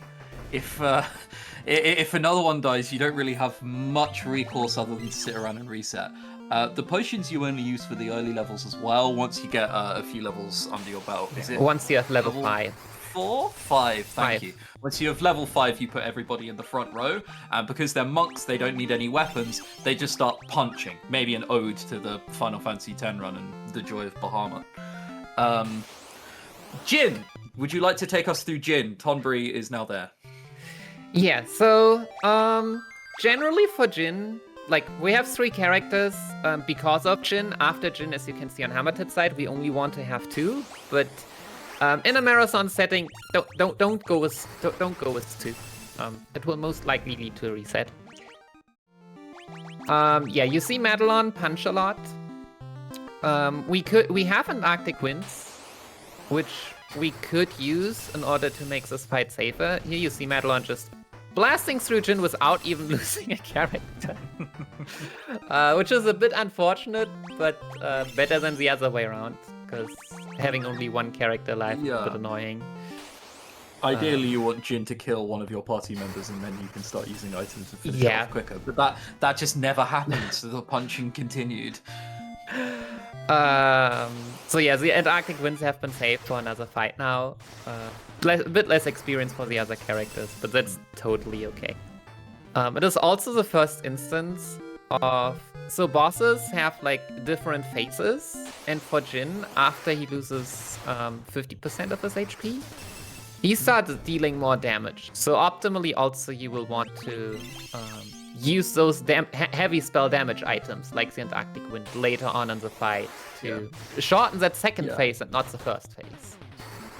And you will see that more as the run goes on as well. Jin isn't the only boss that happens to. We'll start using our weaker stuff at the start of the fight, and then once they go beyond a certain threshold, just hit them with everything we've got all of a sudden. So later on when we have fire and Thundara and stuff, if we open with fire, it's not a mistake. That is deliberate. You want to nuke them down as fast as you can once you get past the HP threshold. Yeah. So both Karma and Madelon, very nice fights on Jin. Making it through. Now following hamatet's path, where you can see, hamatet down to 2 characters and just grinding the black mages a lot, all the way to level 12, which he's just gotten because in the next... Did I mislook? But yeah, in the next cave, we get for free 1 spell of Fyra, Sandara, and Blizzara, which are level 3 spells. And we need level 12 in order to have 2 spell charges of those spells in order to deal the damage we desperately need on the next boss. And speaking of the little lads, this is the part that I'm most gutted that Earinor is missing, because she pretty much has bullied me into running this in the past, just so she can see the little mini lads run around in circles. It's missing it all. It's a disaster. It's her favourite bit.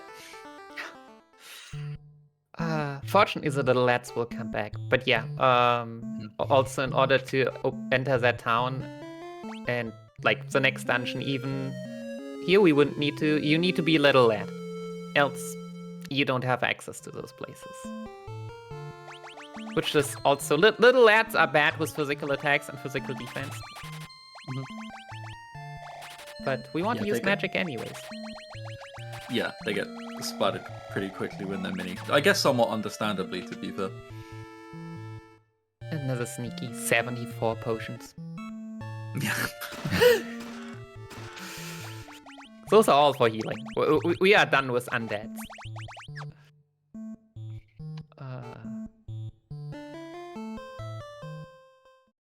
But yeah, also one of my favorite meme moments now coming up for Karma and Madelon.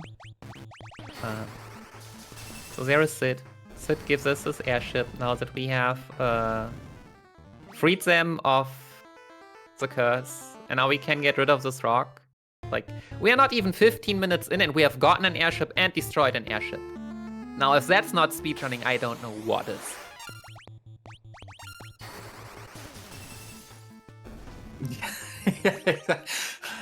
Man, imagine how short the pilgrimage would be at FF10 if you picked up an airship in Besaid. Yeah.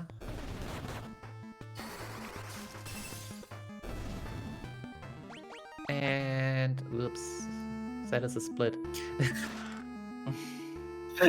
Wait, no! Ah! This is the wrong rat. Yeah. Don't draw attention to it. Don't worry, it's fine.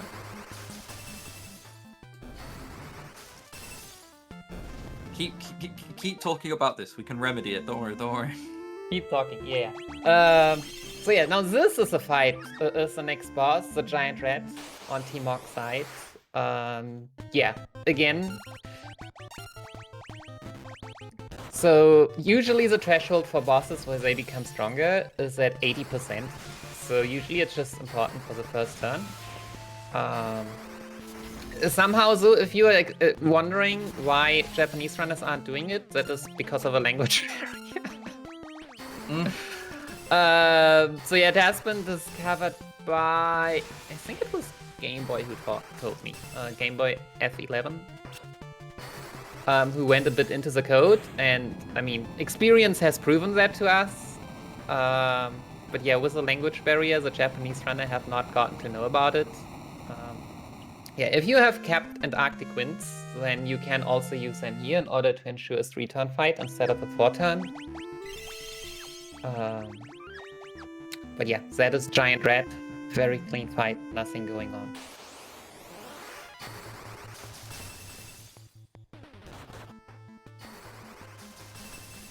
Okay, there is life stirring in our third commentator. Hopefully their arrival is imminent. Yeah, also Madelon is fighting a very, very strong boss. Which we fortunately, I mean, do not need to fight right now. Welcome, Bahamut. No, you would need a lot of levels to get past this. As you can see, Bahamut just slapped one of our party members for 749 damage. That's not the kind of thing that you can live through. Even later on when you show up naturally, that is a very difficult boss, let alone now when everybody's like level 11 or whatever. 12. 8. 8? We actually only need to be level 8 at that point in order to be able to know Winnie, so... Level 8. Usually right, of course, level because you've only climbed the mountain. Yeah. Yeah. Yeah, we sometimes you need to grind here a bit for level 8, but if you play it safe, you kinda... And you get... Or you don't... If you are unlucky, like, get bad experience, then you might only be level 5 or 6 at Jin. If you play it safe, you grind to 7 anyways, and then you are 8 here as well. Words.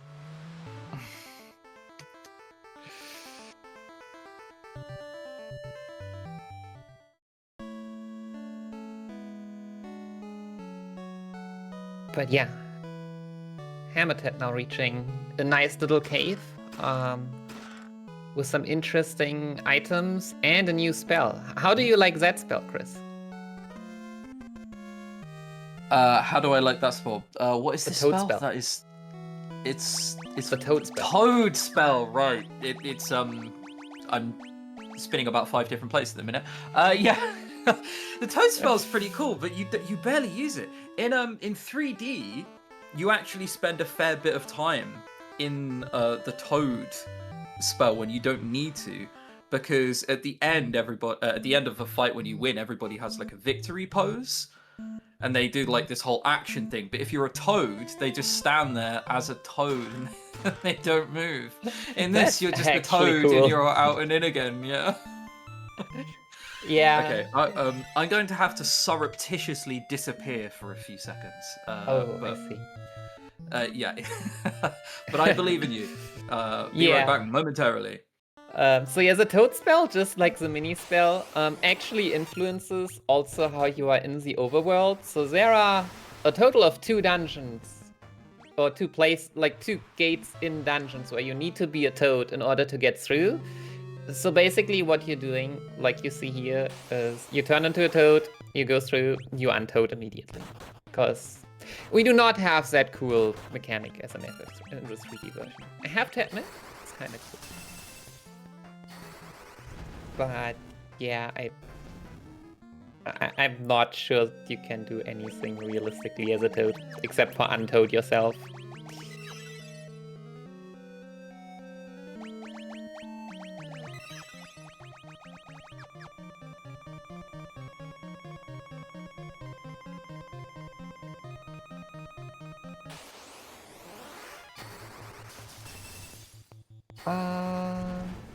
Just quickly.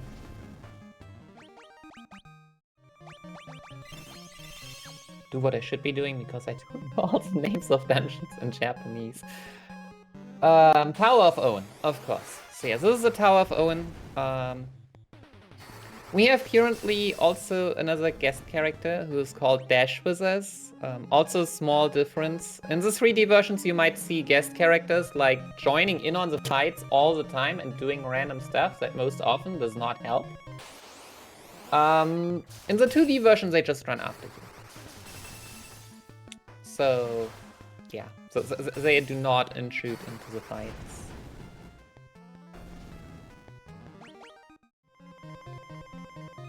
Kill, we've become stronger. Hello. We have become stronger. Sorry, it's crazy. Mog was actually approaching this tower, and I decided to have a look around outside. I found Earinor outside the tower. It's crazy. What are the chances? I assume you mean we've become stronger because I am here now. Yes, of course. Yes, yes. And crazy, I'm about to leave and you're not about to become weaker. So imagine that.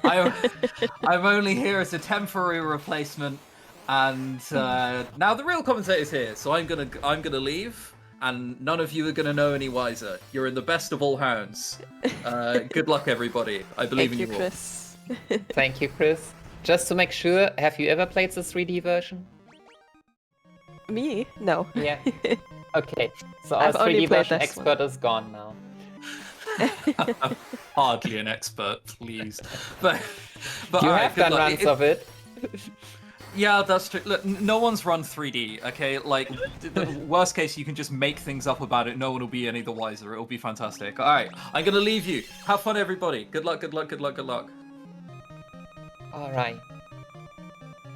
So, yeah. But you're just in time to see the little lads do little lad Yay! things. Little lads. The little lads are the only reason I started to run this game. Chris told us how you basically made him run this game just to see more little lads. So. Yeah. I saw Chris run this game and I just thought it's so cute. I need to try.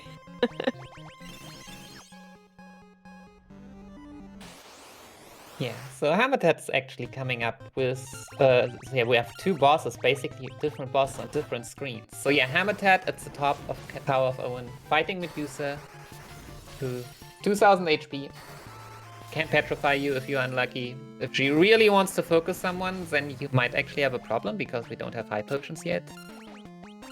But usually goes fine.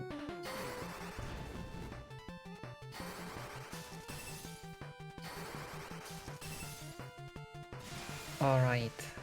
So this time for the other giant rat. It's actually a normal sized rat. You just It's tiny. actually a normal sized rat, that's true. It might be us who is tiny.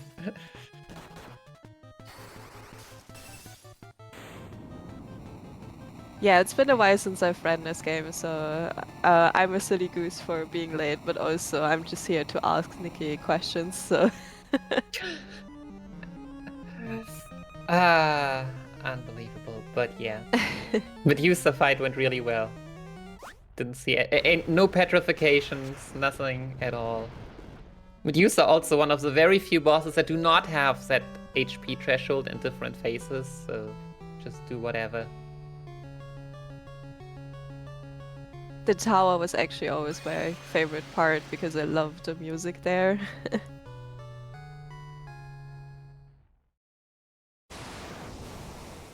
Yeah.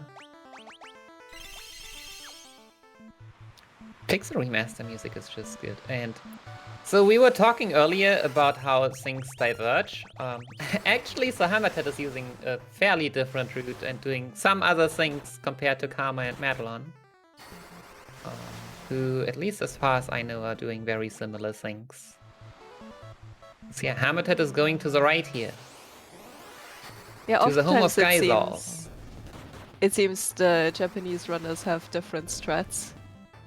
We saw it last year as well, where both of the commentators were very confused, me included. I was one of them. I was like, what is the Japanese runner doing? I have no idea.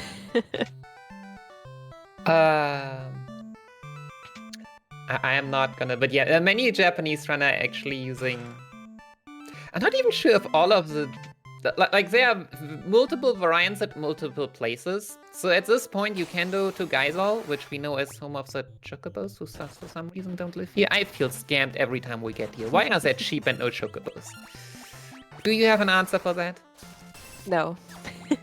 Maybe they found the taste of Giza stuff only after Final Fantasy III happened.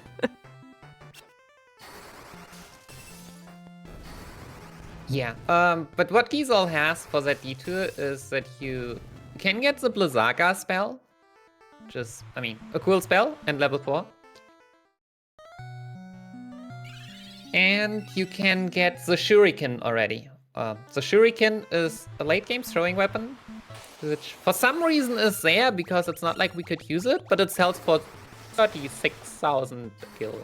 So. Yeah, money in this game is a bit ridiculous. I think they thought more zeros is cool. Number go up.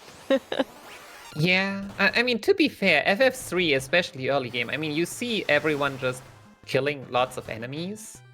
Like, we need those levels and we need that gil. But that's still a lot. Also, Karma also was a nice giant rat. That should usually go fine, but it was this game you never completely know. Even in the early game.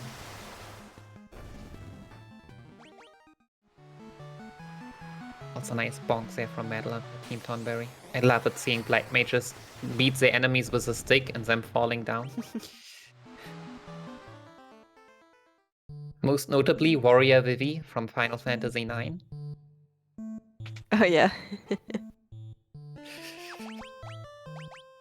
There's also so many chests in this game you pick up and are around. Like, we don't even pick up all of them, but sometimes you enter rooms after a dungeon and there's like 10 chests in a row. Yeah, as you see Madelon, and we'll see like all the guild chests in here. And healing. And yeah, well, not all the chests you can get here, because in theory some you could only get a lot later. But I mean, here is a deserted castle. So what do we do with deserted castles? We steal all the money. Yeah, we just take what's left, which ironically is a lot.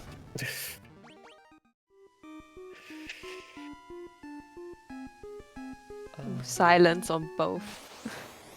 Oh, they're annoying. Yeah. So the evil part about Tower of Own are these enemies sometimes, which can silence you, and it's like, please. Or did he just hear silence and got silenced again? Yeah. Oh no. So we did buy 4 Echo Herbs just for this place. This dungeon has up to 2 backups, I believe. But they are on the upper floors. But obviously, I mean, if it would turn really bad, you could still reload a save. Yeah, gladly there's a lot of autosave places. This was the second step into the tower. Oh. Shoutouts to RNG, everyone. I think I would have personally considered just doing it again. I think they needed to use 3 Echo Herbs already. Yeah, usually it's fine, but yeah. I would not blame you if you were that.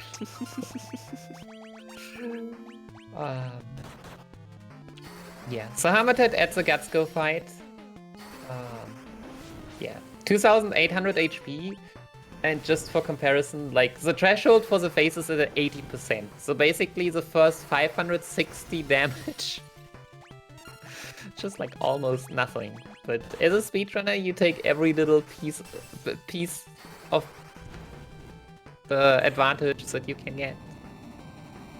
And we switched to red mage. Yes, in order to be able to actually tank things. So basically, they also have a high magic stack, can use magic, have magic slots, but they're a bit less of a glass cannon. Yeah, they do have less spell charges, but they can equip all the cool armor that we buy in the shop earlier, which is, well, basically made for this fight. I mean... Also, if you see Team Mog run around now, that is not a glitch. They just picked up an item and it's following them now, so... That's on purpose, it's not a health bar or anything. Yeah. I think it's So the ice rod or something. I forgot which item that is. Wait, which one? On Team Mog. It like You mean the follows you thing- around.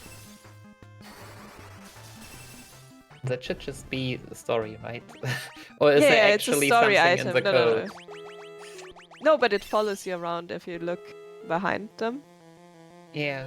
There it is. Yeah, so during the run there are several enemies which have rare drops, which could actually make the next split boss, which is still a bit up, called Hein, easier. Most notably the bombs, which can drop a bomb arm. Very rare. For some reason at some point when I made notes, Japanese runners tended to get it all the time. And I don't know how, so it was really difficult to find out what they do when they don't get the drop. Yeah, so Wow. there's a boss similar to Sveromorph in Final Fantasy X, where we want different element items depending on what the boss does. Yeah, depending on the random weakness they will generate.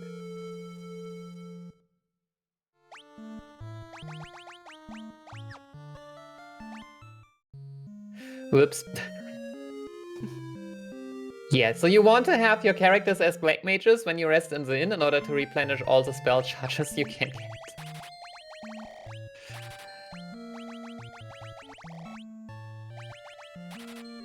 But yeah, you see them buy lots and lots of things with the shuriken they've already Yeah. gotten.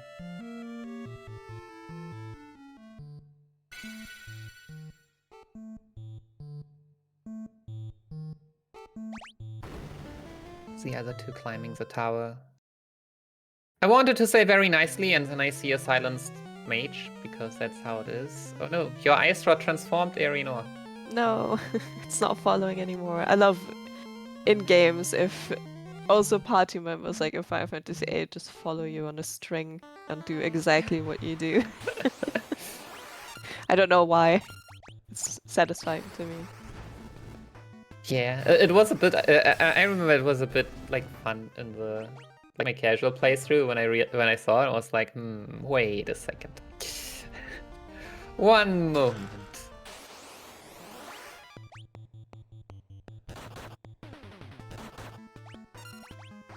But yeah, nothing fancy you can do about it. It just follows you. Everything is coded properly. Yeah, it looks like it's so small, it looks almost like a visual bug. Yeah. Also, Madelon just keeping on attracting very interesting status effects. Gladly the Petrify missed.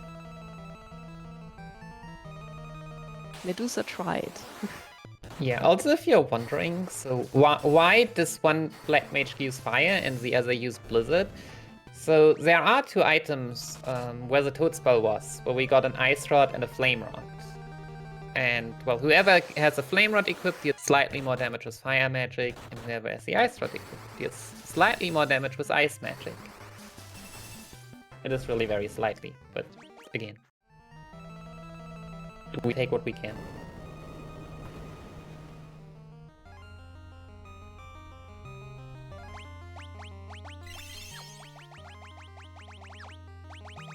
But yeah. Fortunately, Medusa did not keep trolling Madelon on Team Tonberry.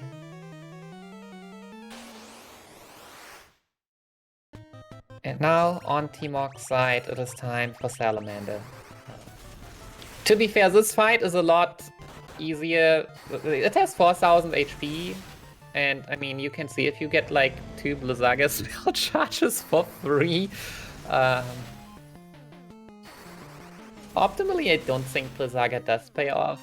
But, like, in a marathon setting, on average, it probably also doesn't lose you much time, if any. It does make things more consistent.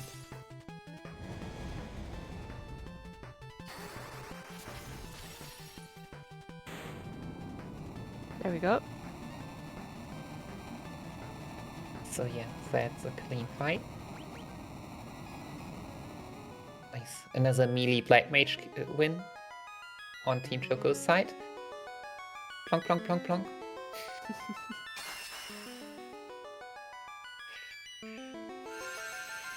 And that is the second crystal. Second? Am I counting correctly? Think so. With more drops. Raise more. You know, it is the second. I just forgot because the fourth one is very, very late. So now we got access to Thief. Yes. Thief is used a lot, not for fighting, but they are very good at running away from random encounters. Yeah. Thieves have basically two main abilities. One is Scram, which they can use in battle. And one is that there will be doors in the overworld which will be locked. And obviously that is exactly what the thief... Well, the thief does not care about that. You might need magic keys, which you will see the other runners pick up. I have Hamatet for Team Mock has just ran past it. Maybe on the way back. But you can also just turn your character into a thief. Casually also at some points pretty good at fighting.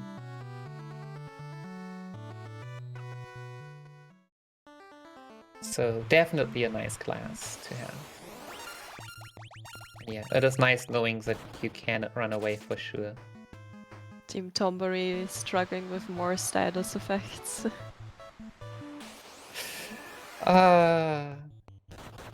Surely they have enough gold needles. Surely. Team Choco also and Medusa done well. Yeah, there's even a gold needle drop. See, easy. And still 2 left after using that one. And Team Choco successfully defeated the Medusa as well. Being still everything fairly close. The early game in Final Fantasy III definitely more excelling in small decision makings. Like besides the route changes that we have seen, it's like yeah, using items, healing, grinding. Lots of all these small execution things that you can do, and lots of different strategies. Team Mog also now got captured alongside with the king Prison of summer, I escape! think. Yes, it is time for the obligatory prison escape. It's thankfully not as long as in Final Fantasy VIII, so... Yeah, I mean, we basically escaped the prison within 5 seconds by turning ourselves mini and... Yeah. going through a hole and then just making ourselves big again and then being in the same castle as the big evil boss, which is Hein. Do you want to explain Hein? So Hein is kind of like Spheromorph in Final Fantasy X, where he has different barriers and different weaknesses, and you want to hit his weakness, and we have multiple items. Team Mog using a different strategy with a Black Mage and an Alchemist, apparently. So I can't Yeah. really explain what's happening here, but I suppose the Black Mage is just using a spell instead of using an item. Yeah, so because they got that route got Blizzaga, they are using that Blizzaga in order to just make sure that make sure that the initial damage is a bit higher, because in the first 2 turns there is no elemental weakness. In the third, every 3 turns they change their weakness. Yeah, the And Alchemist so- can analyze to see which element you need to use. Yeah, Scholar. Not sure. Scholar, sorry. But yeah, so FF3, while also having the job system, unlike maybe people that know FF5, FF3 really wants you to use certain jobs at certain bosses. And this fight is definitely made for the Scholar, who is able to discover weaknesses and doubles the effect of like spell items. So you can do it with other strats, but it is definitely made for this.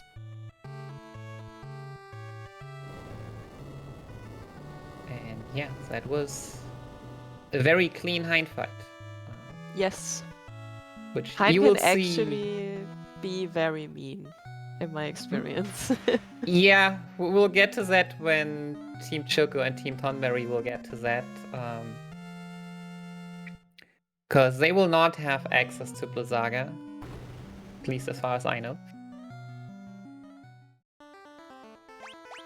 And so there is some more RNG involved. Yeah, you usually have to throw a few items to heal yourself as well. I at least. No, for sure. For sure.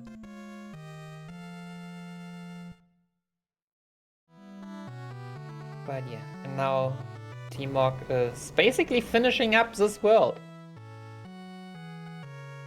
What do you mean this world is now only one? No, I mean, we finally get an airship.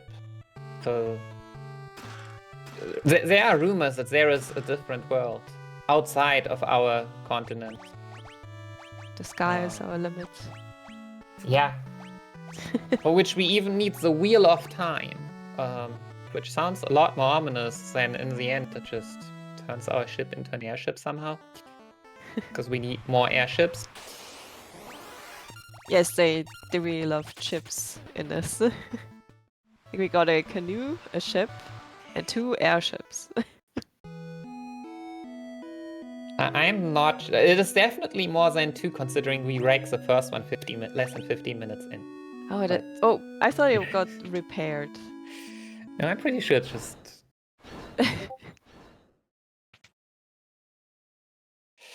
And our ship gets upgraded for an airship, and that ship will also not survive to the end. So we should end up at 4. And yeah. Team Mog So also Team- has a knight now.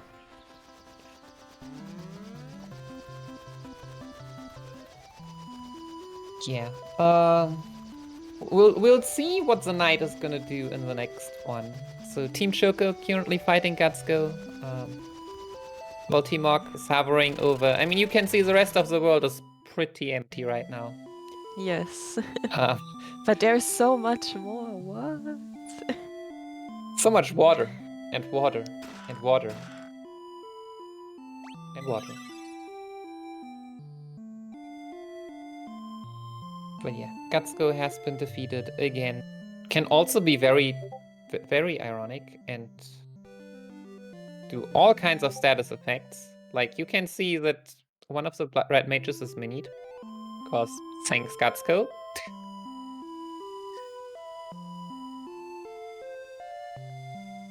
But yeah, we've not seen a death yet. Which... Yeah, the mini is a bit annoying because you have to... Oh, and now there's a toad. Yeah, and then we have one of these random enemies here, which can just inflict like all the status effects, and it's not like we really have items to heal that. Hopefully, for some we would need spell. It is a thing. It's yeah, you can see just how long it takes to get rid of all these status effects.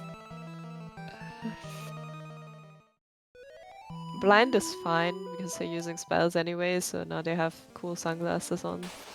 Alright, and now we see a Salamander fight on Team Tonberry side that will take a bit longer. So Salamander has 4000 HP and 2 damage thresholds actually. One at 80% and one at 50%.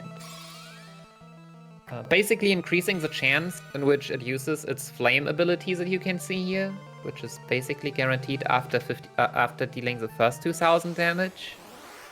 And so yeah, since she doesn't have Blizzaga, you will have to use a few more high potions. It takes a few turns longer. But as long as they potion in time, usually still works out fine.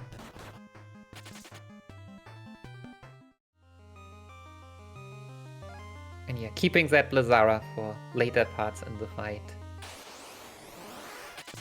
So usually you have to pay attention not just to your HP, but also to the enemy's HP and count appropriately. And yeah, counting is hard. On Team Mox side, you know, see you are maybe able to see why they're choosing a knight together with their thieves. Or not right now, because there is no thief in critical HP. But yeah, as a good knight, the knights have a cover ability, which works on everything that is not a spell.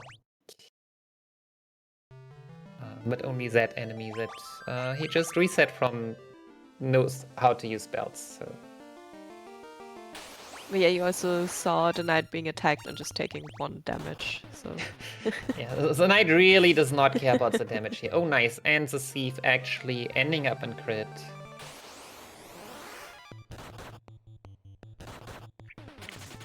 And there you saw the cover ability.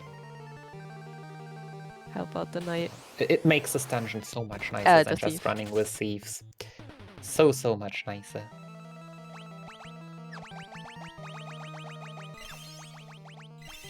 Oh. I am surprised that there's reviving a third thief, actually. But okay, maybe they've decided that that is a safe strat they want to take.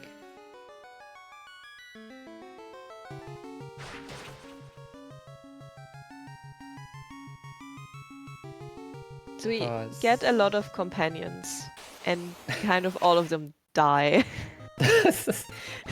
After a little while with us, so... Yeah. So this is Kraken. Kraken is weak to Thunder, but also these damage items, maybe you can see. So we have seen 1000, 1500. Wow. 4 good damage rolls. If you're unlucky, you will also get like a 300 damage roll, because... You know, RNG is fun. If you don't like RNG, this run is not for you. Yeah. I would say you also have a lot of skill expression in this run, but yeah. There will be many runs in which there will be happening random deaths that you cannot do much about.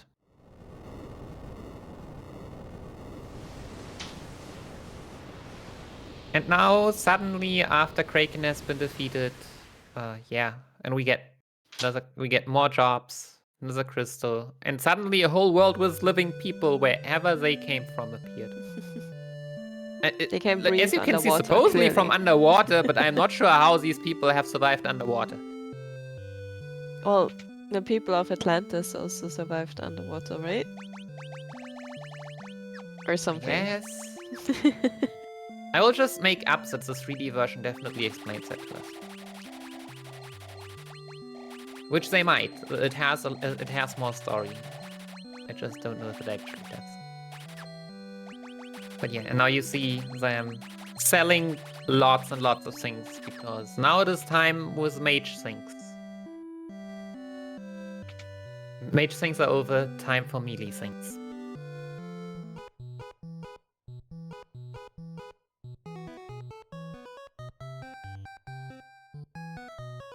And another Queen Salamander for Team Choco. Tonberry now also approaching Hein.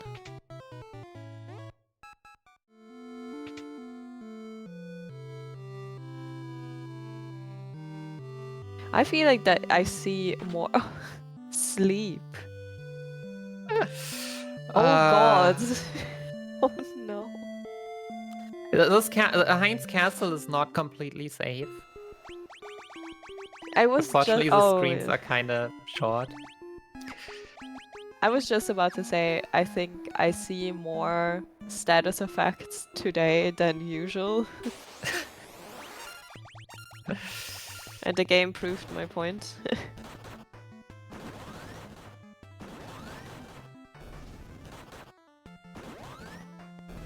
Team Orc also now completely changed the party setup to 2 fighters and 2 Vikings. Yeah, Vikings are a very tanky class, but most importantly, they are one of the 2 classes with the highest HP gain per level. I was talking very early at the beginning of how like mages get like less HP and like more spell charges and all that. Yeah, Vikings are the opposite, but Vikings are like HP pool for everything.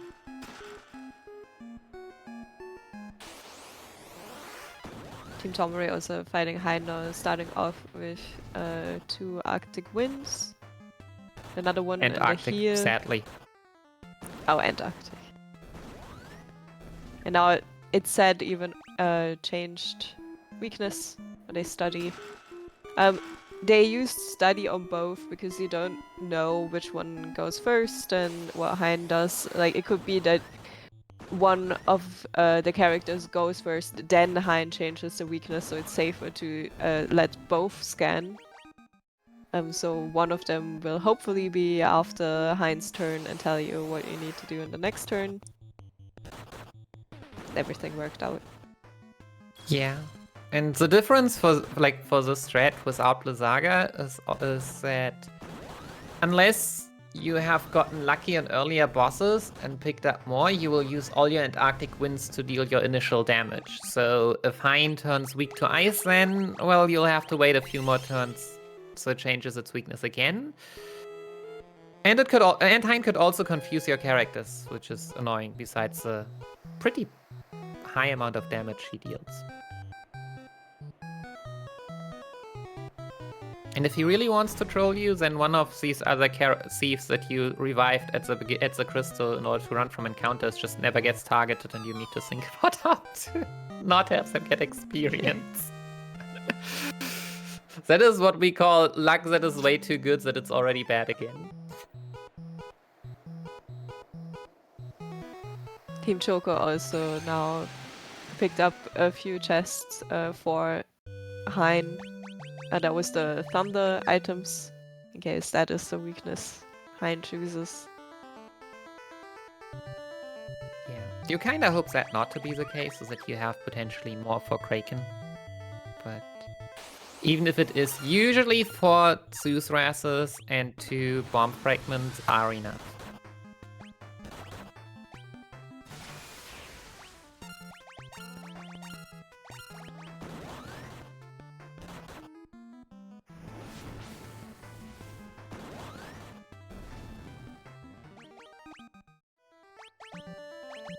You see Team Hamatet for Team Orc fighting basically everything here right now to get some experience. Only exception is a rare 5% Vulcan encounter, which is a giant fire dragon, which just you don't want to fight yet. But fortunately, running away is not that bad. Especially yeah, since the whole party is alive now and you have 3 thieves. Yeah, there you saw him turn one of the Vikings into a thief in order to open the door. As I mentioned earlier. The other 2 runners have picked up the 1 key that you can get from one of the NPCs. After defeating Salamander. Alright. And we have a Thunder weakness, and that is Hein going down for Team Choco. Very clean.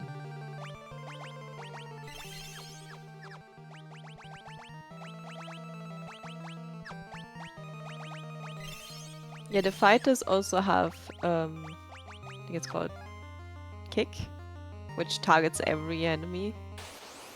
That's pretty strong at this point, because they deal enough damage. Don't have to deal with magic slots anymore to kill a lot of enemies at once. Yeah.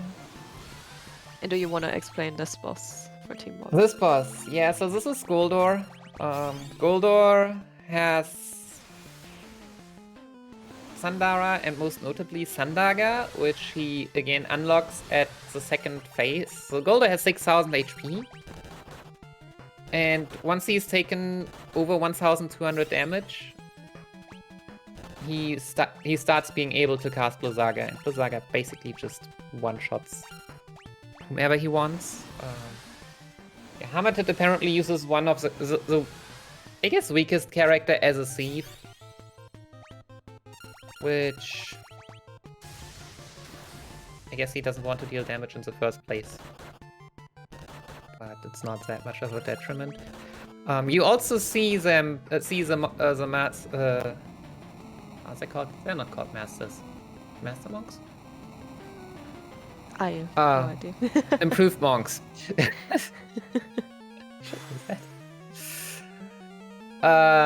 Use the boost ability. What that does is, yeah, basically black belts, of course. Oh yeah. Yeah, so basically you can use boost up to twice in a row. And then your next attack will be deal at least 3 times the amount of damage. Have you ever boosted 3 times, Earinor? Yes, I think. Did you ever dare? Yes. So do you know what happens then? No, I forgot. Then you might have not done it, because then the black belt explodes. Oh, I didn't do it then. I think. Probably. I would say it is something that you don't necessarily forget once you've seen it, but yeah.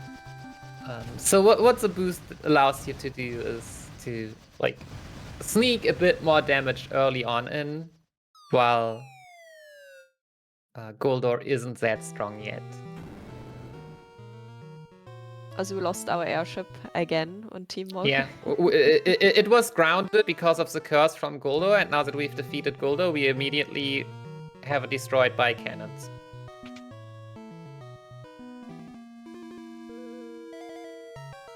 Yeah, also Team Choco, as mentioned, didn't do it at Team Tonberry. Picking up, going to Geisel just to pick up the Shuriken because the money is just too important.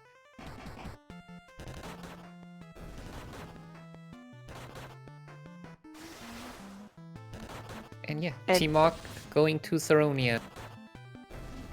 Now all of them also left the floating continent.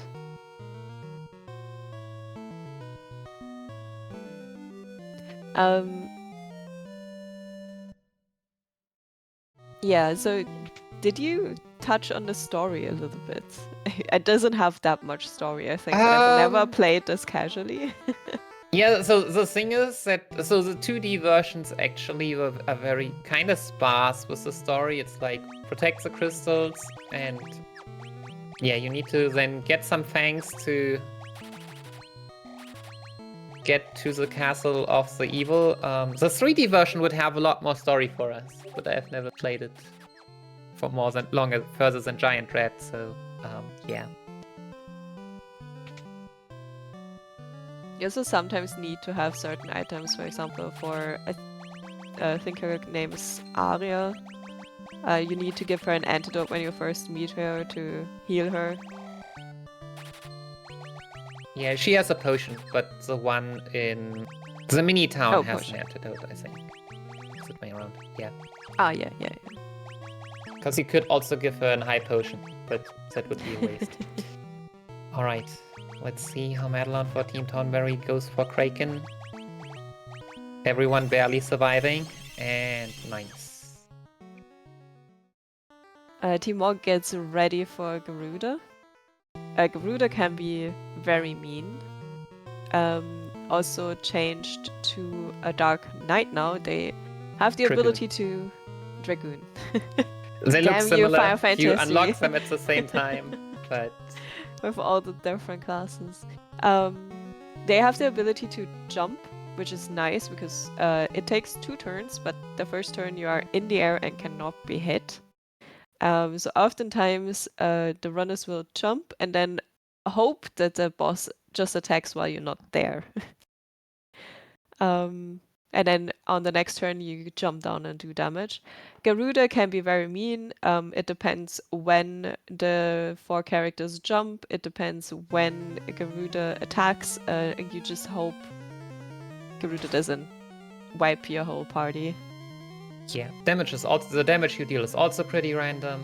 And yeah, this fight again really wants you to use 4 dragoons and wind spears that you can buy and just cost 8,000 each. But I mean, you could get one in an optional dungeon around here.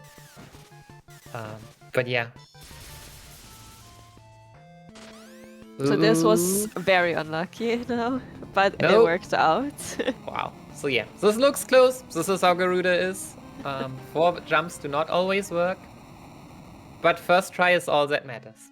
Yeah, but it's definitely a fight that more often than not is like, I would say it's like 50-50 if you manage to do it first try or not, and there is nothing you can do about it. By the law of anti-probability, in which everything is 50-50, I agree. It happens or it doesn't. First, I would say it's probably a slight bit better, but you yourself as a runner do not have that much influence anymore. Like, no more than maybe grinding a level more in Goldor's Castle, but... I think the past few runs I did of this, if I remember correctly, I always died to Garuda at least once. So And that is also totally fair. I was getting very annoyed by this boss. You should have watched my one D-Rest that I did, just in order to be able to back up for this. Yeah, I just missed it. It was magical. My last death was to Kraken and everything else worked first try. I wish that luck to everyone here. Yeah, the time the runners are apart means nothing, considering that we have FF3 here right now. There is so much time you can lose or save over the other team at the end. It's like we cannot say by how close the runners are still together who will come up first out of this. There's no chance. Even if they all execute everything perfectly, we don't know. We have a good start. No one has even died to Kraken yet. Everyone is past Kraken, and we only had 1 reset because of root random encounters. That doesn't count.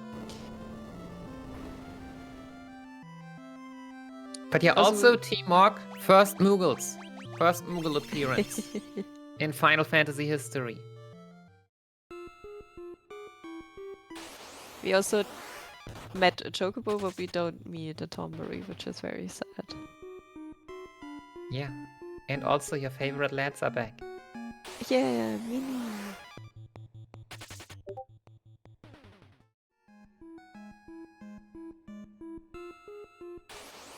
So Mini gets a bit more annoying because when you're Mini, magic still works fine, but we're not using magic anymore. So we can't do much to anything.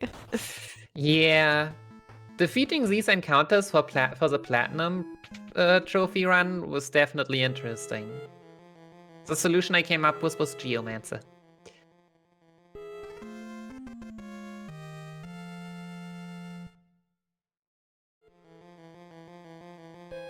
But yeah, for the any % speedrun, you just run through and have fun.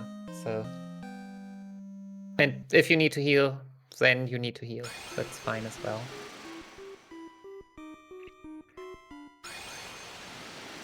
And I think now it is time for route divergence. Yeah, we saw this last year too, where there's multiple dungeons here we go through, and different runners do different things. Never mind, not yet.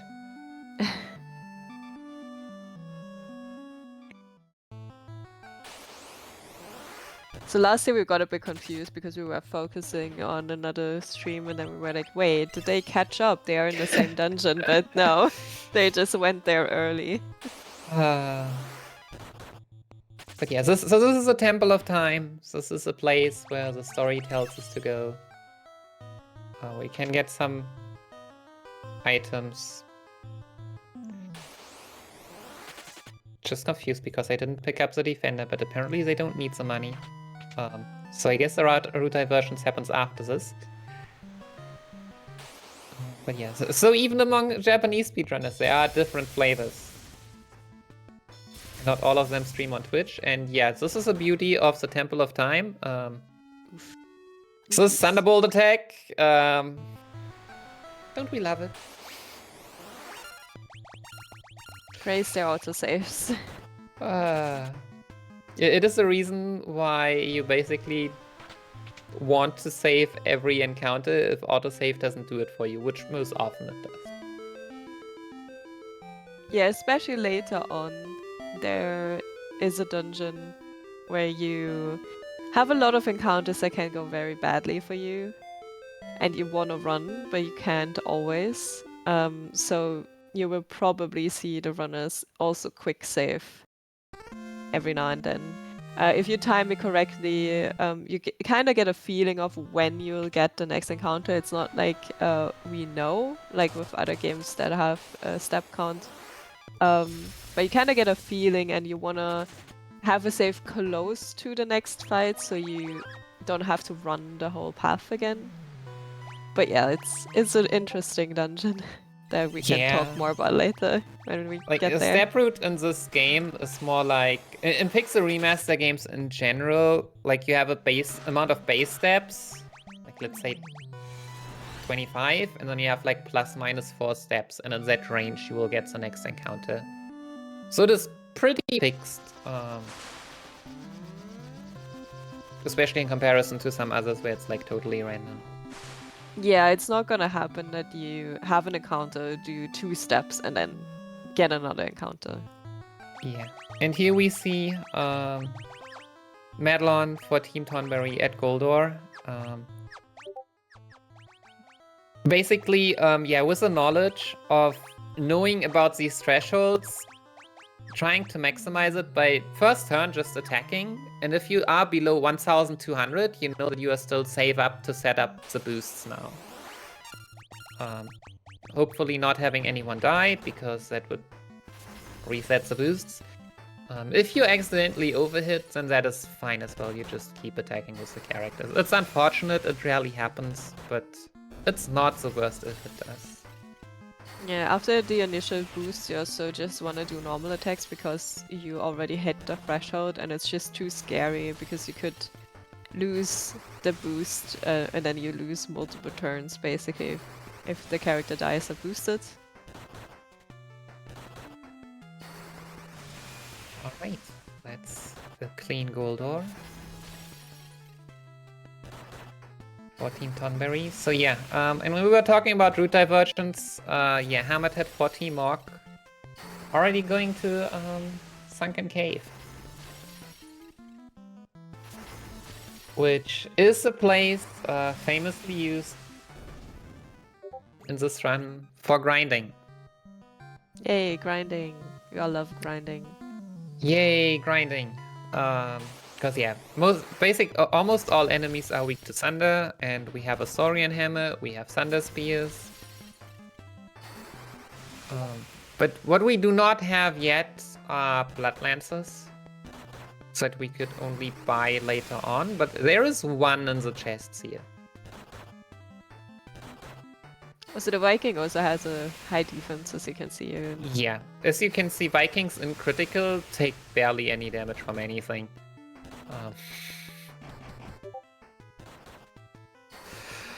They will be chilling here for a long time. Yeah, so these fights take a long time to beat.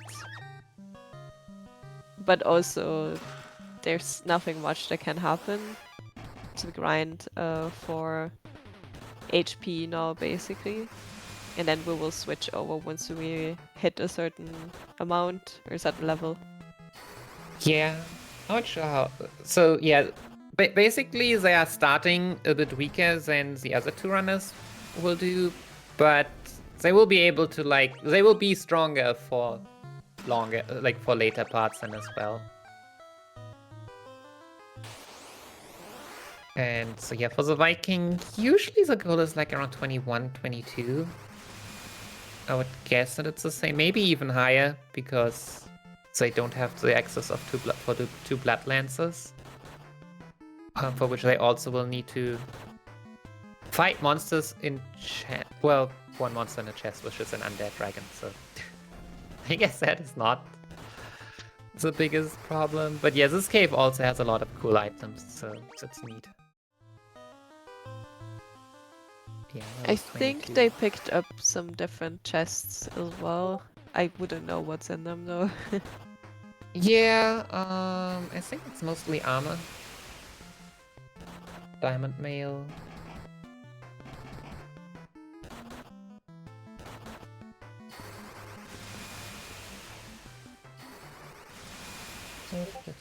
Probably Also- did not write it down.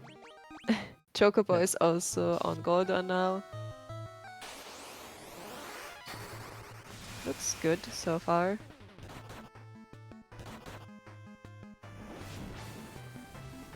Yeah, having one of the weaker black belts just being occupied with healing is totally fine. Yes. So this is probably the most Now that he hit annoying the confused part character. right now for Team Mark, because in the third floor, these birds, they exist in the first and third, but not in the second. They are not weak to thunder, so it takes a bit longer. I was just confused why Team Tonberry reset, but yeah. Probably a small hiccup in the shopping, which can happen. I mean, so these are huge shopping menus that you have to do, and it's really nice just having an autosave. Also picked up an elixir by the tree randomly being there. Yeah. Which Team Mog immediately picks up and uses here for that undead dragon. Which, now that they have turned into Dragoon, what you will also see, so besides experience level, they are also job level. And but what you need are 5 actions, 5 actions give you 1 job level, and you can accumulate at most 5 actions in 1 fight, so everything above that doesn't matter. But so usually they will defend if needed in order to ensure that you get 5 actions within 1 fight. To get these job levels in, which, unless anything unexpected happens, they will end up at job level 99 at the final boss.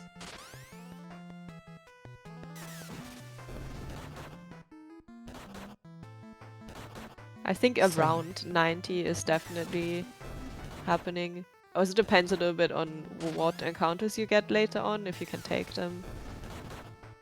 Usually Team in the- Tonberry. Yeah, Sorry, World of Darkness, yeah, they will grind up until they have gotten it, especially in a marathon, I would think, where a level more is nicer to have some max HP. But we'll see when we get there. But yeah, go ahead. Team Tonberry is on Garuda now, so we'll see. Hopefully this is also first try. So far, 1 character died. A physical attack is also favorable to lightning. And there we go, first try, nice. Wow. Was surprised that even needed 5 hits with those damage rolls. Must have been very close, but yeah, they didn't even get hit.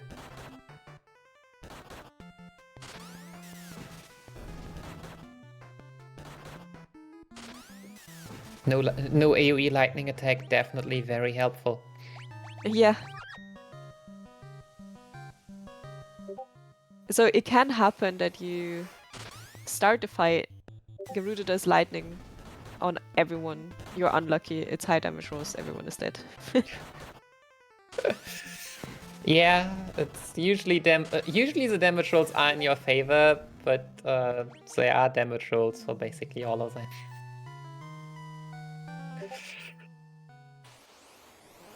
It is tragic.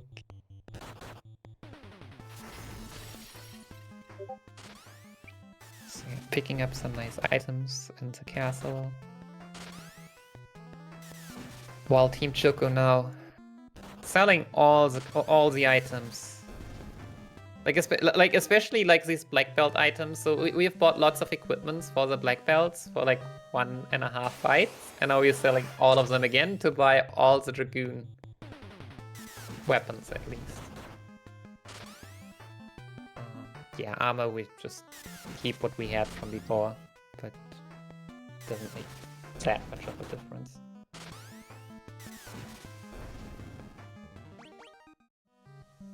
Also buying some otter shrooms. Do you like otter shrooms?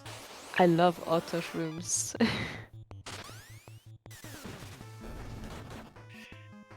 Yeah. The only mushrooms I would consider eating. Are you sure? You would consider eating mushrooms that beam you somewhere far away? Yes, if they beam me out of a dungeon, I would.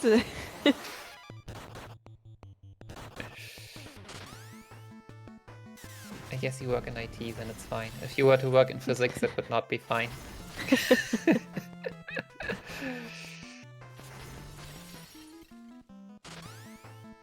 Right, Team Tonberry meeting the Mughals, while Team Choco Coming now up to going to Garuda. face off with a big jerk bird. Hopefully we get another first try. That would be amazing.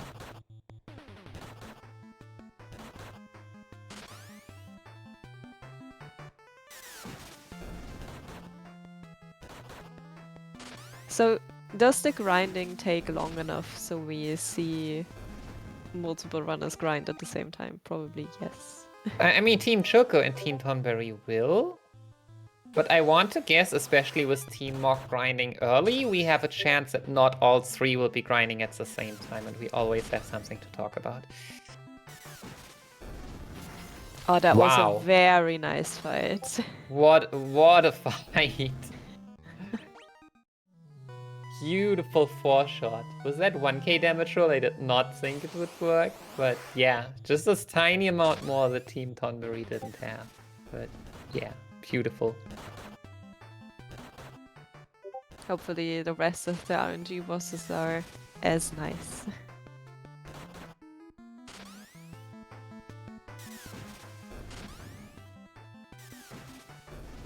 Also, Tonberry Mini again, but not for very much longer.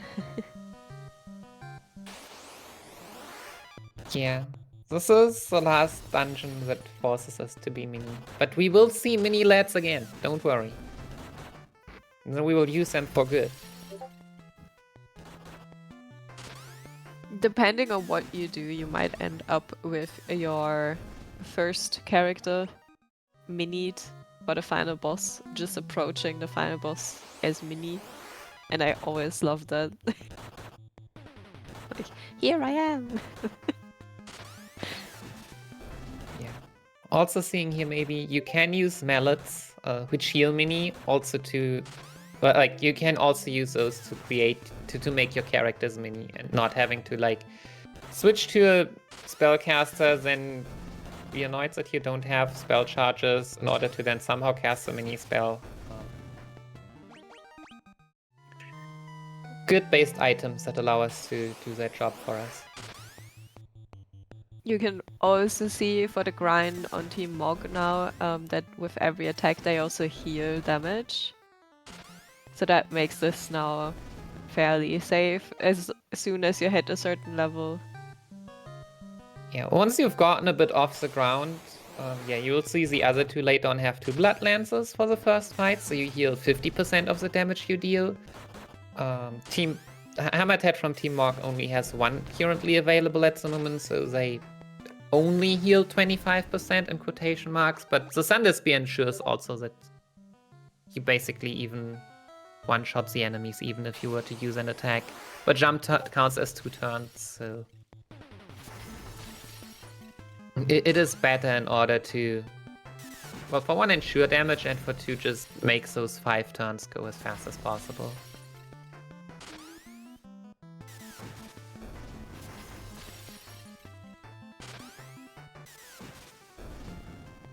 And maximize the damage for more healing, I guess.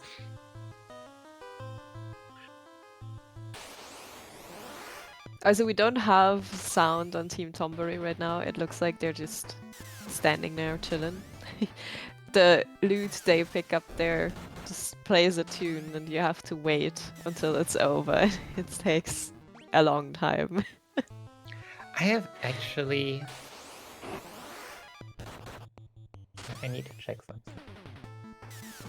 Yeah, so one of the Pixel Remaster things, or gimmicks, is that I'm not sure, like, you had one job, Square. But for some reason, the classic music is faster than the modern one, because apparently the fanfare you get when, like the victory fanfare is shorter on the classic music, and... why?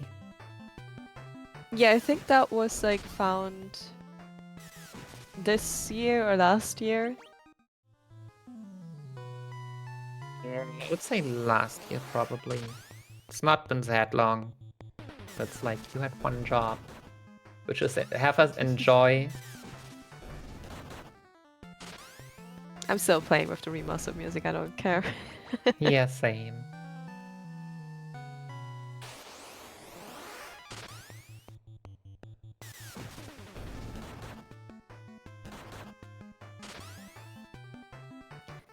Also, so you saw Team Mog flash multiple jobs. They're just bored, so you can press a button and switch your main character. Basically, you can choose which is visible. So they just switched around a little bit. So you saw fighter, thief, dragoon.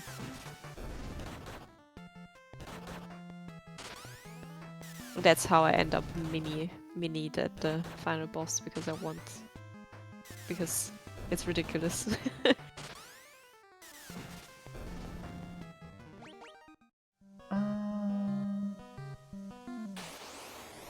Okay, everything worked?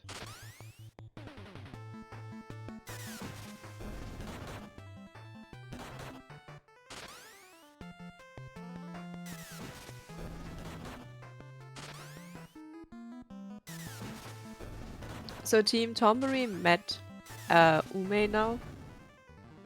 Did Team Mog already go there? I don't remember. No. Team Mog did not.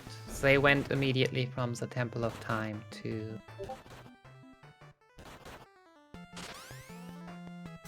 So here too, there plays a tune.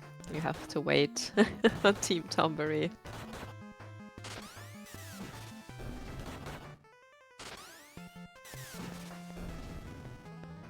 Oh, what happened to Mog? Did something happen to Mog? I would guess they are in the air, and then Yep. that is the image that we wait. All games are frozen. Never mind, okay, we're it works back. again. Okay. I was. All good, we're back. I was afraid for a second. I just kind of soft locked in the air or something. There's another zombie dragon for Team Tonberry. Oh, it froze again for me. Oh no. Yeah.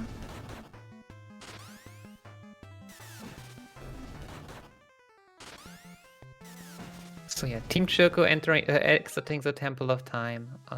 Team Tonberry getting the reflective mail for better magic defense. So one of them is only also in the cave, but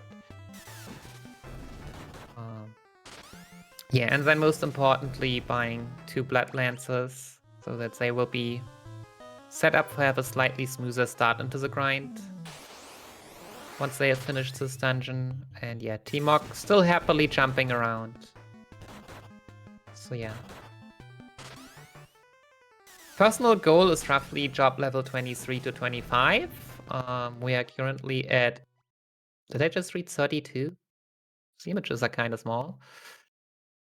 Can I? No. Ah, okay. And they just finished, so...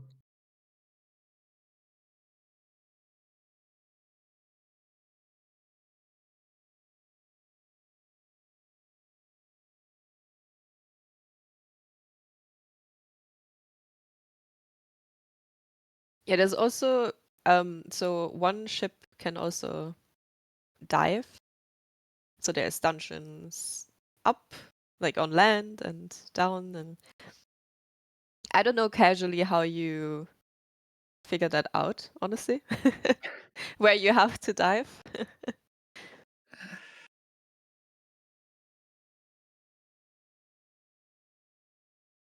Yeah, I mean, it's fine in this game, I think, but...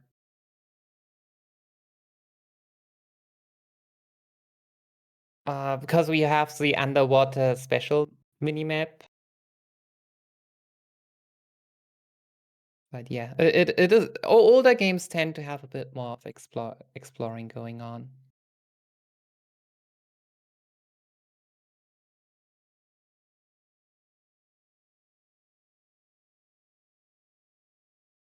And yeah, so hamatet for T-Mog, just going to Saronia Catacombs for some more grinding. Getting some items.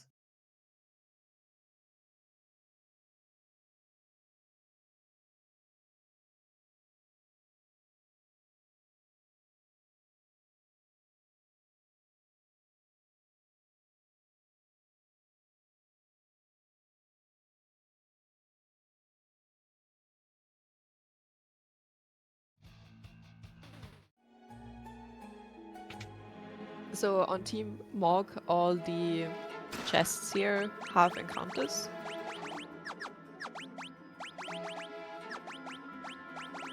We take them for a bit more levels and for what's inside. Oh, only for the levels? I'm not sure.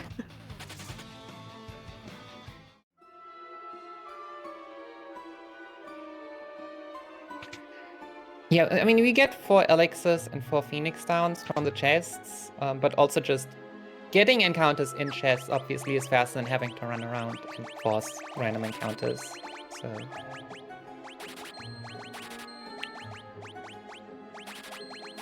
You also just... see...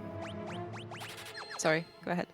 Yeah, it's just a very nice, fast way of getting things. And also, like, yeah, 4 elixirs is pretty huge. You also see the defend there. As Nicky has explained before, you want to get 5 turns. So they will defend 3 times, so as 3 actions, and then jump counts as 2 actions and cumulates into 5 turns for the maximum jump experience.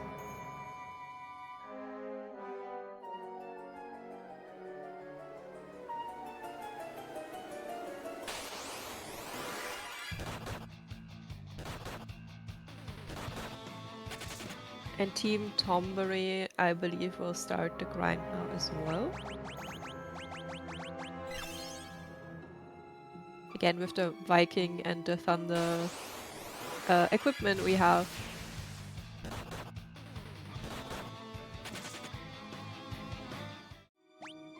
The beginning is always very slow when you start to grind and just don't do a lot of damage. It gets faster and faster.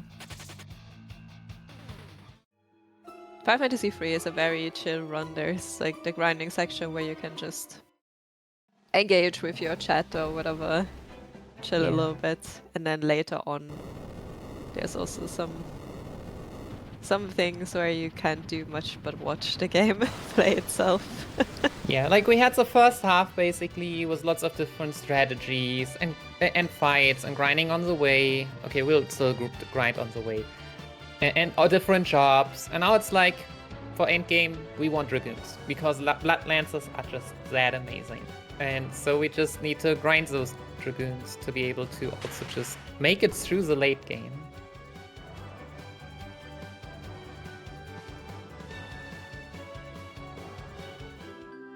And yeah. And FF3 late game, as we all know, pretty it's a wonderful challenging. time. No, it's Pretty challenging. Especially if you play older versions without like being able to save in the final dungeon.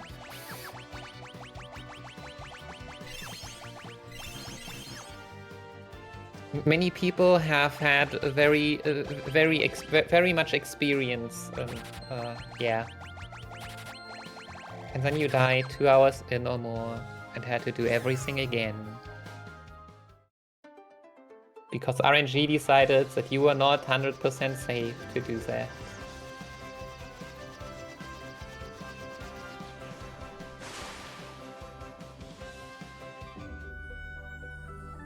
Now Timok also met Ume.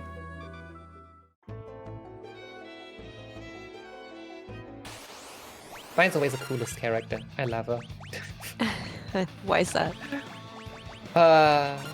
She is just so lively and happy, and like she has slept for so long, and the first thing she is doing is like bringing in all the good vibes and good energies. And Like, having she a has pet the greatest of moods. parrot.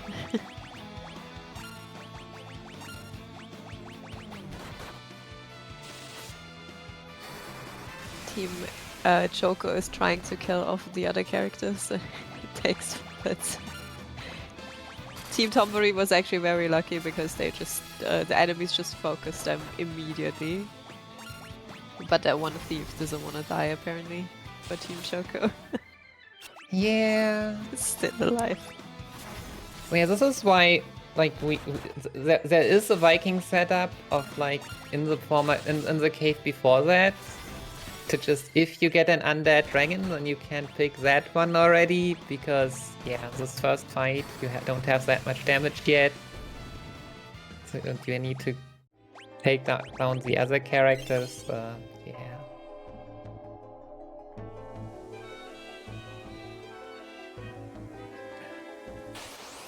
But after the first fight, it's usually everything alright. The Sandara deals more damage.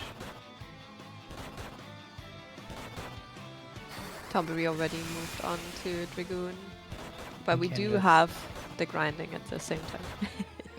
Yeah, I mean those two, that was a given. Team Choco and Team Tonberry have been close all the time. While Team Mark now getting also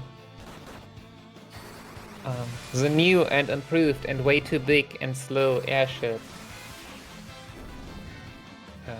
Invincible airship, but I mean... Its only ability is that it is able to hop mountains. I am so glad that this never came back.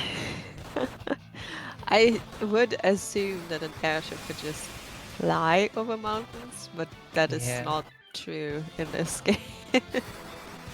Like, I'm fine with mountains being too high to fly potentially, but mountain hopping is like, what the heck?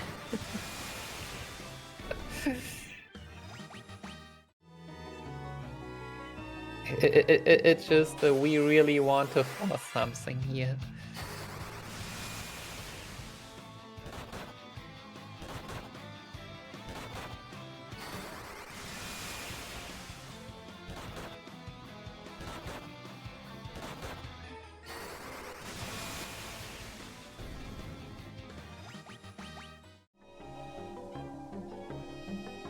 But yeah, since he has already finished the grind, can I even move on directly to the next dungeon? We even see the mountain hopping right now. So this is kind of a labyrinth.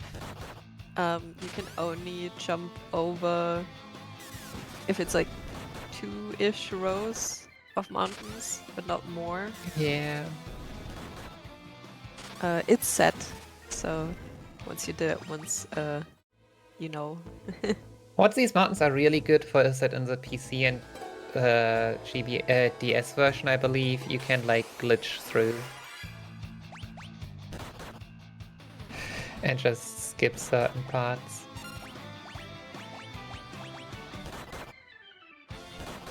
But yeah, there's also a lot of airship switching involved. I don't know if Team Mog has the route so they don't have to switch as much, or if... Yeah, they didn't need to switch for the grinding just now. For the later grind, you would have to like switch to the Nautilus because only that one can go underwater. Yeah, so the smaller one can go underwater and also is small enough to go through certain passages. And the big one is for hopping over mountains, and yeah, that means oftentimes you have to go back to where you parked it and switch around.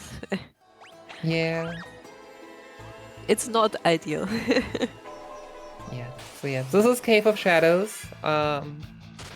Most notably known for like enemies that divide themselves if they do not get one shot, and then both have the same remaining HP as the original one after taking the hit. Because of that, enemies don't give that much XP. And what you casually, quote-unquote, are supposed to do against that is use Dark Knights, because they have an ability that like stops the splitting and is able to just deal damage. Yeah, we're just, as I said, we don't get that much experience from enemies, but we just fight them on the way to increase our job levels. Because, yeah, for 99 job level 99, you need to fight 99 enemy encounters at least. So that is quite some work. Yeah, and also later on, there are many encounters you can't take because they're just too scary or the enemies have too much HP. So I don't know what you're talking about. In my practice run, I fought a green dragon and got the onion gauntlets. It was magical. honestly, Don't do that. It is not fair. I mean, do it if you're playing casually and go for that very slow odd drop. But in a speedrun, it is not advised. It takes a bit long. honestly, the undead dragon is the scariest one because the dragoon has the blood lens equipped. If you attack it because you didn't pay attention to what the encounter is and just have auto fight on, you just die. You just kill yourself. Yeah, having a drain ability against an undead is just not a good idea. And you only have yourself to blame for that death.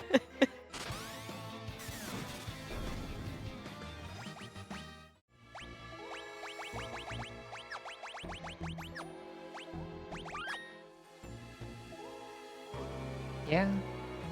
I should run this game again. It's cute and it's fun. It's not that long. Yeah. It's a very chill run compared to other runs I did. So. If you wanted even more chill, you could run all bosses. How long is that? Maybe it's like 250, 255? Like, at most 20 minutes more.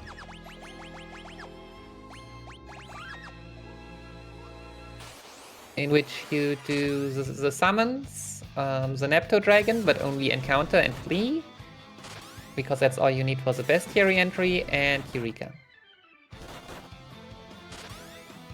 Well, and I guess Titan for the last crystal, but... Maybe we should get that run in the next relay. That would be fun.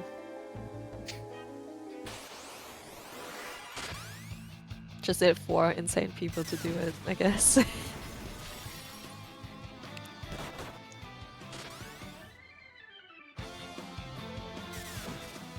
I'd be down. I'd be down if I get the notes.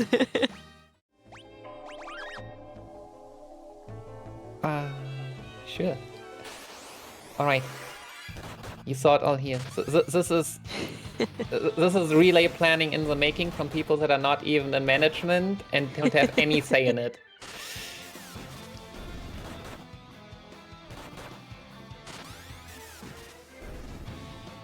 But yeah, slowly but surely, yeah, T-Mog going through the depths of Cave of Shadows to the famous boss.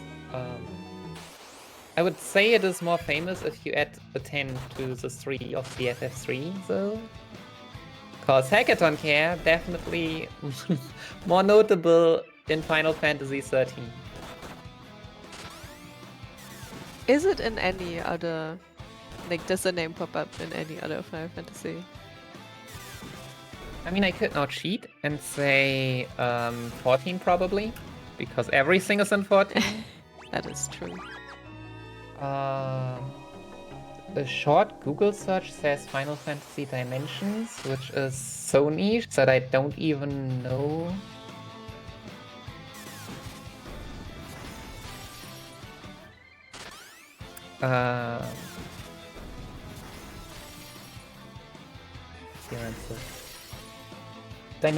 Dimensions to Dissidia 12, Pictologica, and Portal app. There are so many obscure Final Fantasies. Racket Keeper, Brave Exvius, Mobius. Yeah, so I would say there is something about lightning returns.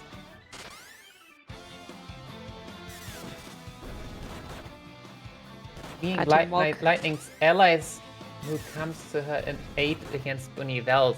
Alright. T-Mog entered the fight. Yeah, we have grinded a lot, and Hackathon Care is the first boss, so this fight is about as difficult as you can imagine it. Poor Hackathon Care does not stand a chance.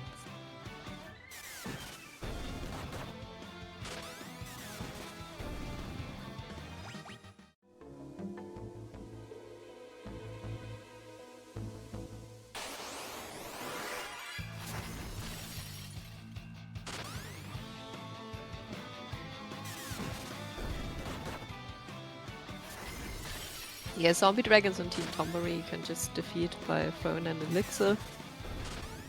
Do not attack.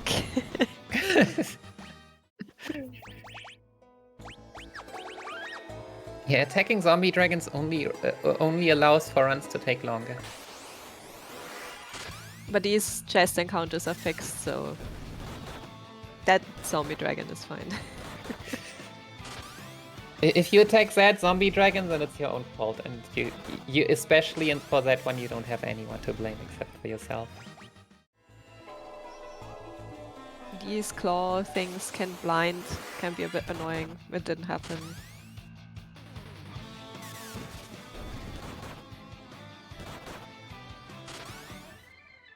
Also get some nice equipment.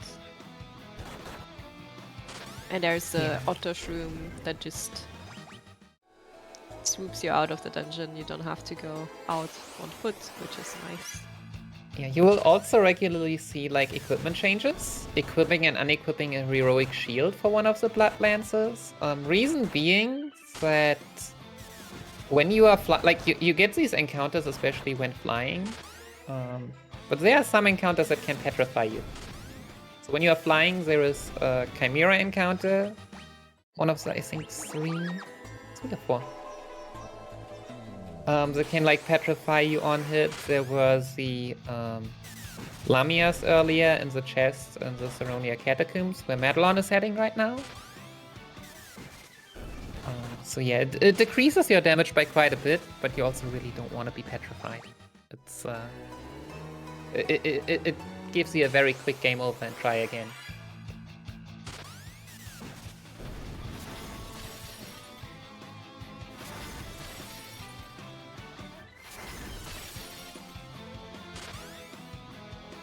Forest encounter.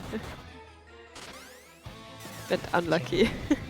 No, actually, that one was... So, as we mentioned with the step route, that you get, like, an encounter every, like, 25 or so steps. You like want to force an encounter there, so because the encounters in the forest are way nicer than the ones that we get in here, at least many of them. I don't think I've ever done that. I didn't know about this. So I can't tell you like how likely it is to actually like move an encounter from within that cave to that place.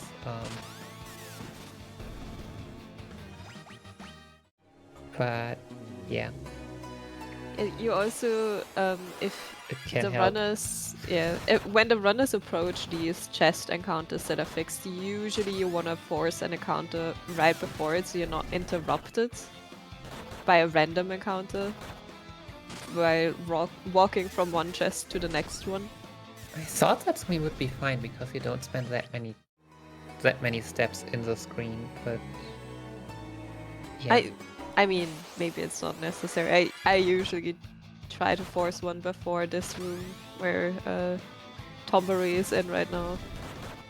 Yeah. Team Mark also in a very special place right now. Does it have a name? Names?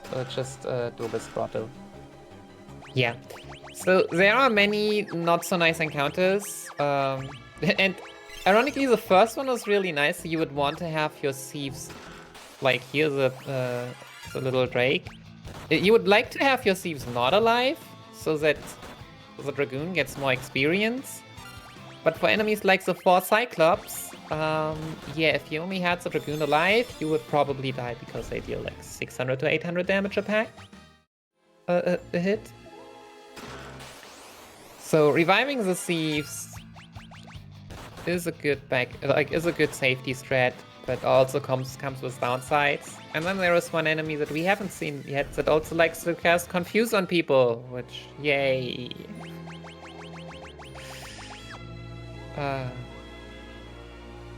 Very helpful, especially when your dragoon is confused.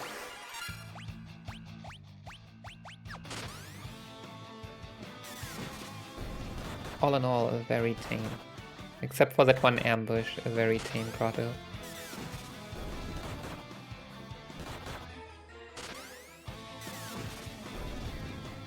Yes, Team Mog now has to fight their friends, I guess. They turn into monsters for reasons. I didn't play this casually. I think they are like cursed and to unlock like some kind of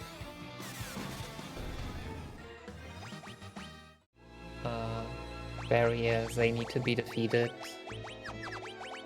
Yeah, these are 2 bosses right after each other.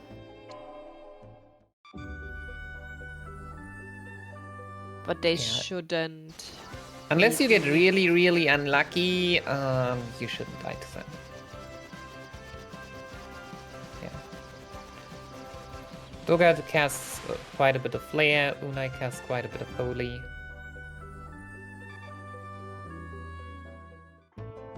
Two in a row.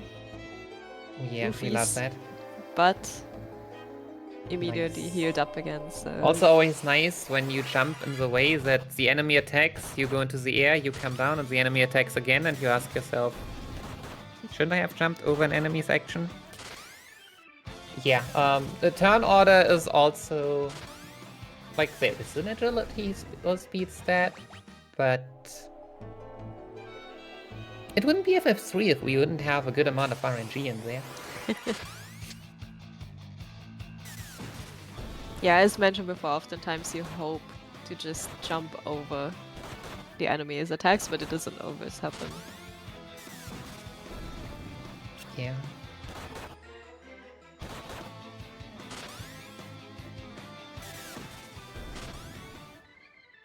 Alright, that...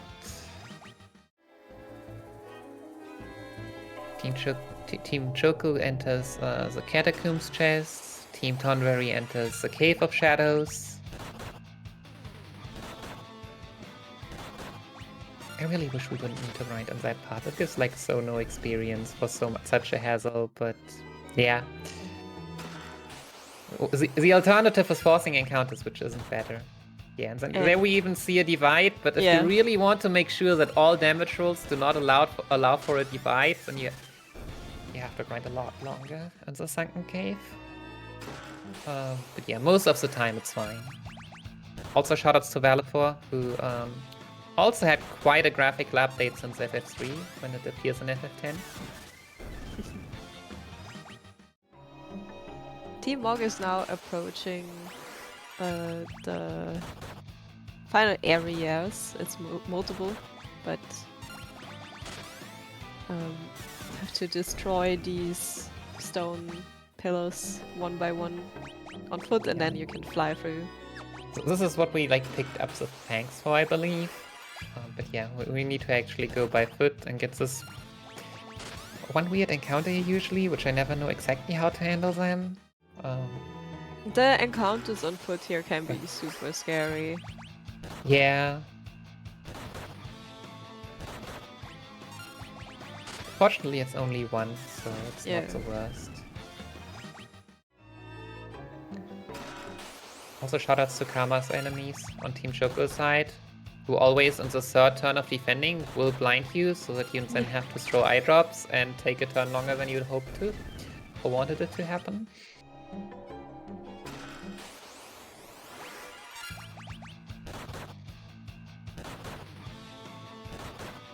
Aside from not taking damage if you jump over an attack, the animation is also shorter if you jump over the attack. Like the enemy will just blink a little bit instead of your character being hit as well. Yeah. Now we're getting to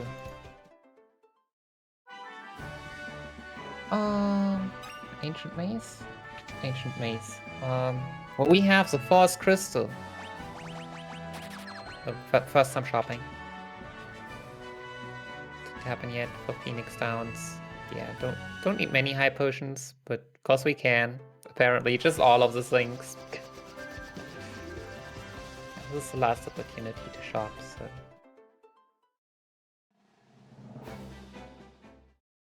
But yeah, here's Titan, and we run around Titan. Bye bye Titan. So yeah, we do not need to like release all 4 crystals. We're fine, we don't need the drops behind them. We have our trusty Dragoon. We do not need access to Eureka. We just ignore it. And head directly to the Ancient Maze.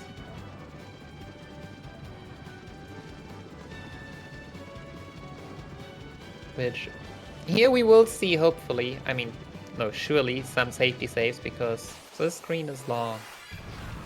Probably the biggest screen in the game. Yeah.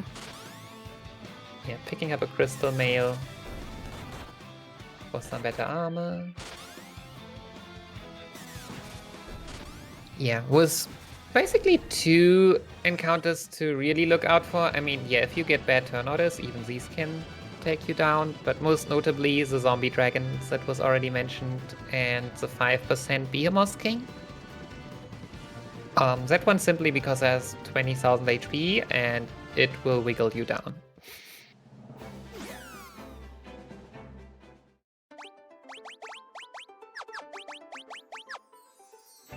Alright, we are soon getting to the next status updates on how the teams are doing compared to one another.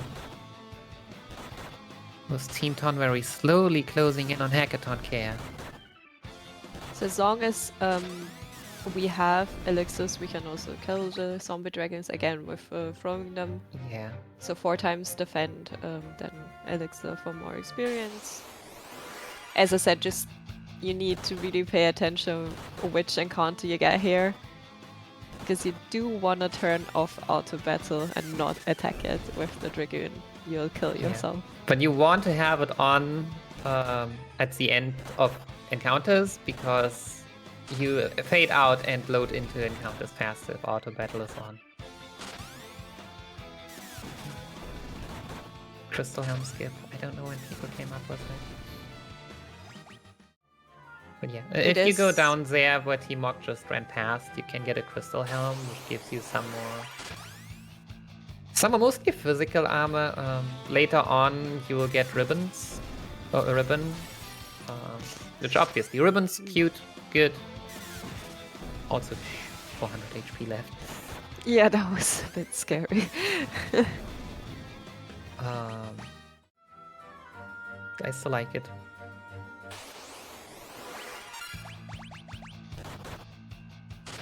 I think there was like a lot of changes because the game also changed, right?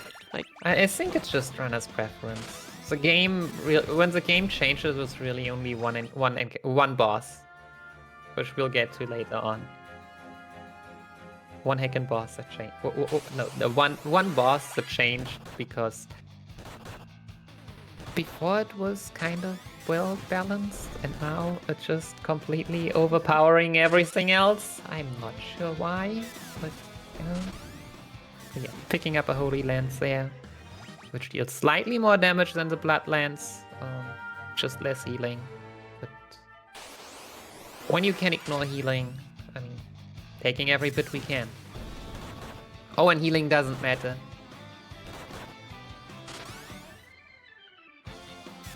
Oh yeah, and the Hackathon, blink and you miss it, Hackathon care, Yeah. already going down for Team Tonberry.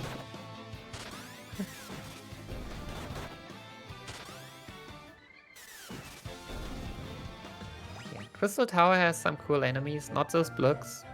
They summon Kumkums, and Kumkums are bad. They divide to turn into... No, they don't divide, but they have death and other high damage spells. Don't want those.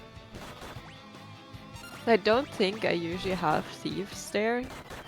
Yeah, me neither. I'm kind of surprised. I mean, I can see it as a safety measure, but personally, I'm a bit scared about the levels that the Triton will have at the end. But it already Yeah, has that's what I was 2,817, so it might still be working out with the grinding. I think they grinded a bit longer in Sunken Cave, so it might work out that way. Didn't revive again, though. Yeah. Maybe it was also just for the first screens because they are longer.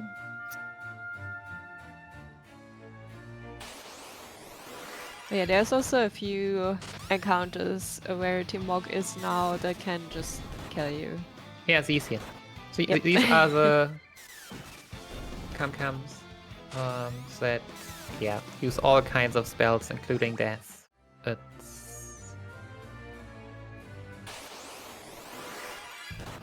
There's also the Shinobis. I think if it's free, Oh yeah, it yeah. can be scary too. Should be fine. Well, the problem is that they're dealing quite good damage, and are usually damage rolls for yourself, and they like their physical attacks can inflict blind, and if you are blinded, your damage is just not there.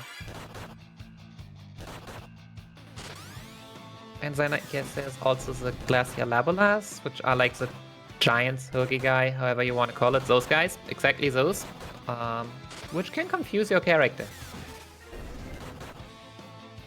So, defending on them, I think is not a move I would have made, but worked out. So Yeah, so some bosses, I say, some enemies you can sacrifice like the 5 turns in order to just be safer. Just kill them. yeah, like this one. This one you would not want to defend. Let's have a look at the others. Madelon going into Unai's Grotto. Doga's Grotto.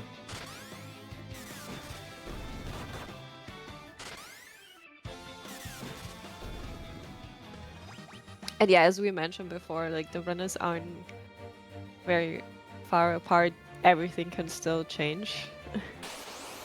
Okay, apparently choosing to run from everything. That's interesting. Probably just means that they will have to grind a bit more on the World of Darkness, which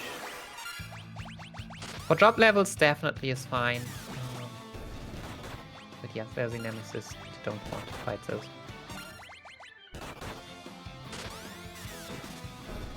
But yeah. So dragons, think- I'm always a bit sad because they are so nice. Like, you really want to fight those. For these guys, the Cyclops, you wanna have the thieves, I think. Yeah, like some meat shields are nice because if you get bad turn orders, then you will definitely not be able to heal enough. Yo, If yellow I- dragon. If I Since the remember dragons are correctly, 10%. Yeah. It's, yeah. I needed to, well, not needed, but like, I got good data when I went to root the Platinum Trophy run, and the Behemoth King is the only one that you are forced to take at 5%. Yeah, you can also see why the Shinobis are a bit scary. It was only Yep. 2, so but yeah, poisoned and blind and everything. Alright, so we have one jumping on Doga and Unai and one jumping on Hackathon Care.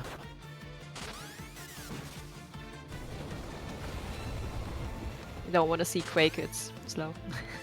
Yeah, we are done with the time of carefully strategizing our plans. Now it's just raw damage and jumping. You're gonna jab down.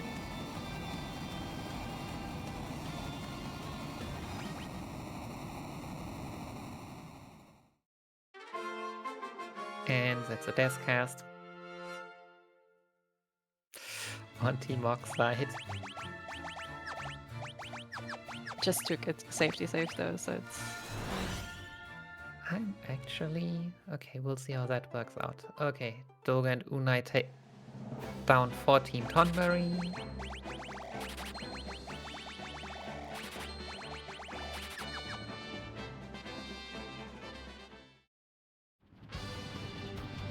And Team Choco... no. What else do we have that does not involve mountain hopping? So yeah, I'm actually waiting right now for Team Tonberry to do this thing. There we go. Okay, one floor later than I usually do it, but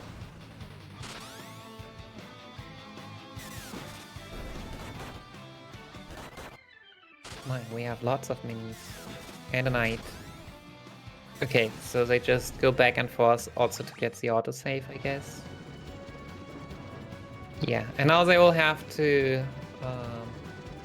They're looking for an encounter that does not uses physical attack, so that the knight can actually block those. Because in that setup, yeah, you can't protect against spells.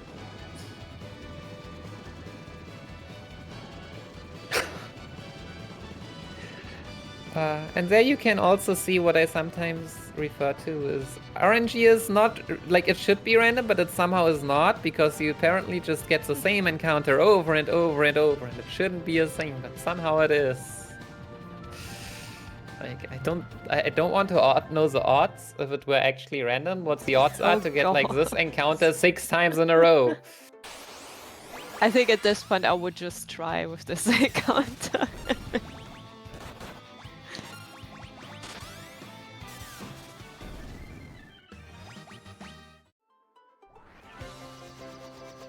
Wow, and now you're using the yellow dragon for it. But yeah, here you see some statues in the making. Apparently also... Oh, just one.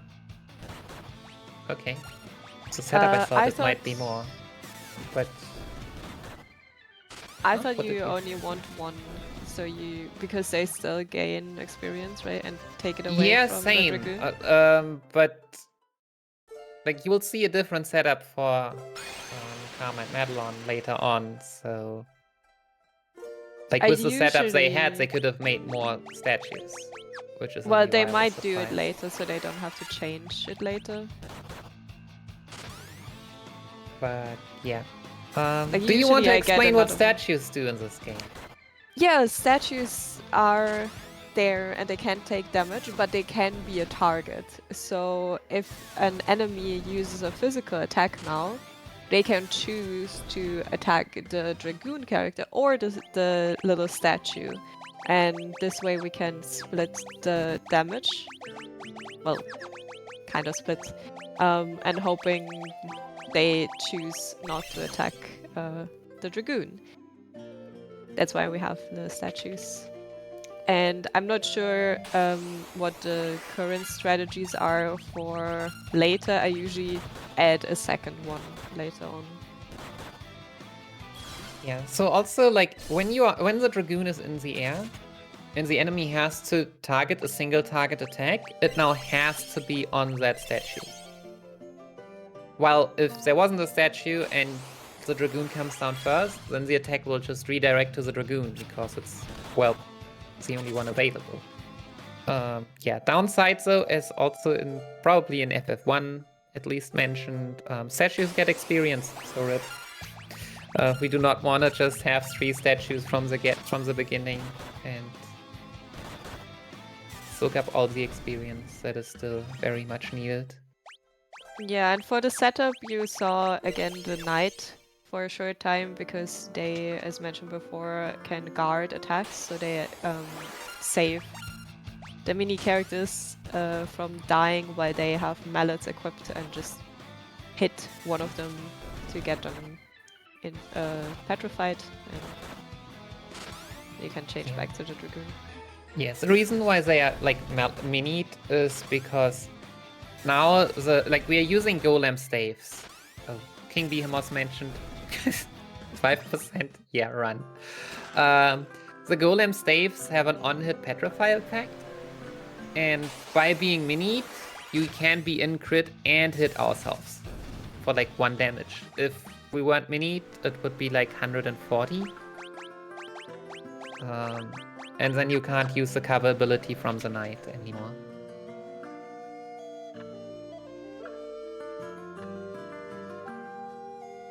Alright, and Teamwork has reached the top of Crystal Tower. Do you want to explain how Xander works? You jump, he dies. Hopefully. Well, you first attack once, because Xander, like many actually late game bosses, run by a script in which the first attack is single target and the next one is AoE, and then single target and AoE, and single target and AoE. And by attacking the first time in turn 3, we are in the air while he targets a single target attack. And so after that, we will never be hit by a single target attack ever again. You can usually also choose in these following fights if you want to go with a Holy Lens or rather go for 2 Blood Lenses. Depending on if you want to do more damage or you want to do more healing. Good point.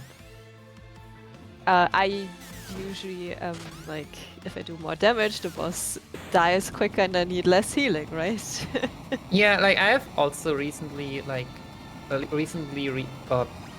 ever since the Holy Lens came into existence, like I have not felt that Xander is dangerous enough that I can't equip the Holy Lens. But I do see that hamatet is using the double Black Lance, which, I mean, as you can see, ensures basically that he always has maximum HP. Which otherwise is not the case. If like he reset the fight, I'm not sure if he changed that because he before had the Holy Lance, I'm not sure. Maybe. But yeah, like for a marathon setting, like also totally viable. Like I would say that it decreases the chance from maybe 5% to 0 or something. And these fights take a while. Like Xander alone, already down, has I think 38,000 HP.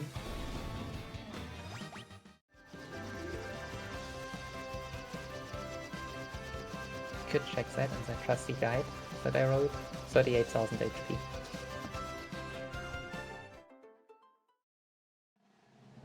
Oh yeah, and then there is Cloud of Darkness and Particle Beam. Oh, that was a Came logo. over. Oh no! What? Not even 6k, usually she deals 7k. But yeah.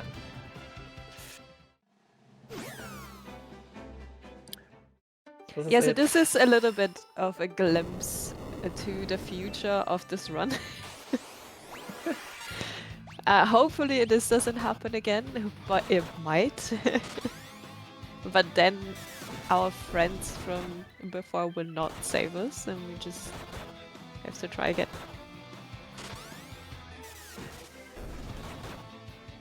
Yeah. So basically, yeah, Cloud of Darkness is currently way too powerful for us. We got saved once, will not be saved again. But we'll be sent basically into her world, in which there are people that can help us and make her weaker. But yeah. In order to do that, we have to fight more bosses. Yeah, so this is kind of a boss rush now. I've not seen white mages there before, ever. Yeah. I mean, white mages and red mages are the two classes that can equip golem staves. I don't know why you would pick one over the other completely. I see. Yeah. Maybe it just look cute. There are 4 chests in here, which in all 4 corners with the same chest, with the same enemy, and the ribbon inside. Obviously for the Dragoon to look cute, but also because, as we all know, ribbons are good against status effects, good for magical defense. Yeah, this is just a reskinned Xandu now, again. It's called Xander's clone. It is allowed to look to just be recolored.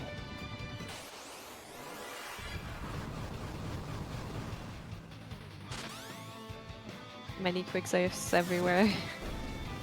Very important. Yeah, definitely, especially in Crystal Tower. But also, you don't want to die after defeating Xander's clone. Yeah, because you have to do it again if you die. That is, I would not reset after every save after every fought encounter in here. But oh, we're actually even forcing one more. Okay. Also, I love that their second character has 777 HP. For me, that would stay like that, yeah.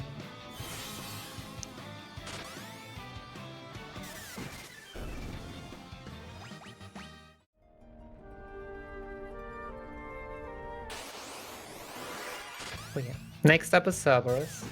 The weakest of the 4 bosses we'll have to fight here.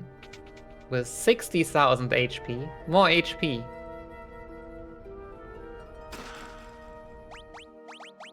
Which also works like Xande. So why are we attacking twice?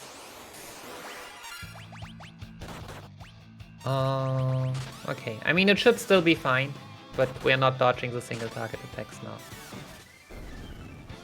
And those are actually single target physical attacks are the ones that can hurt. But for that still, the Dragoon would have to be outsped and then be targeted, which is still 50% chance in that case. Yo, another King Behemoth? What is going on?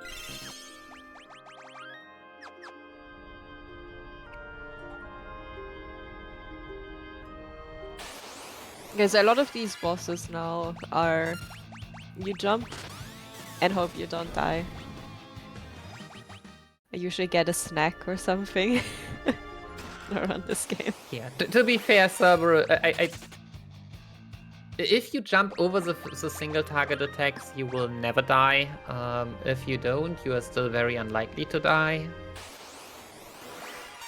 Some people unequip parts or pieces of their armor to be even faster, but yeah.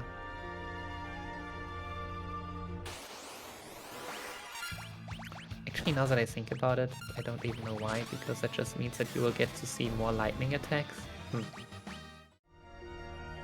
Anyways, TLDR, Cerberus is just a big meatball. I mean, a nice little dog that we can pet on all 3 heads. From above with a lance. We have 2 lances and a head. I think we might need to pick up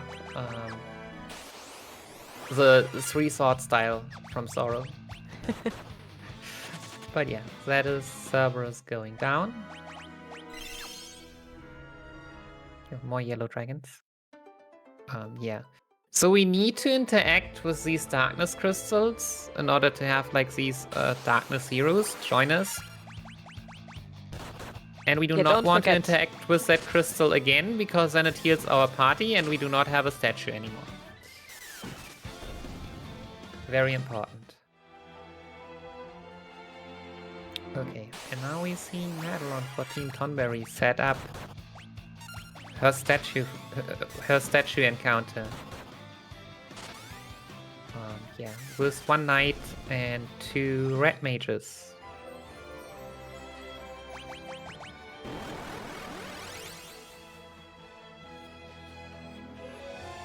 Okay, Shinobis should be fine.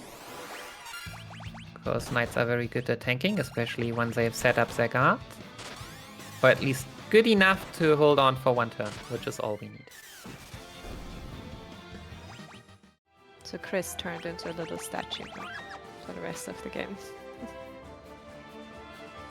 I mean, he is very important.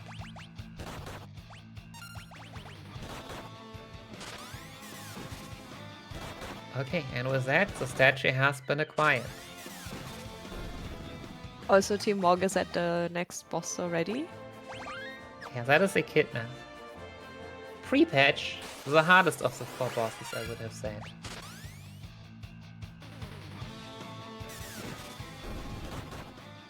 Yeah.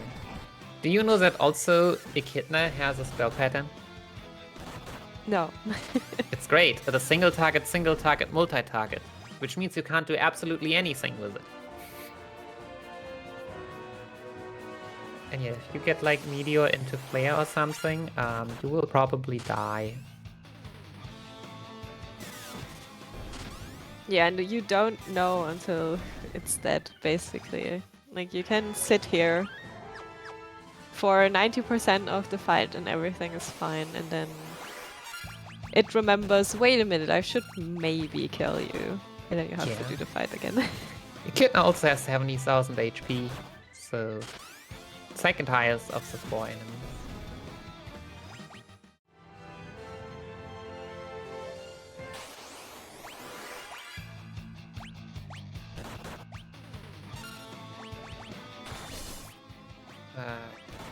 Yeah.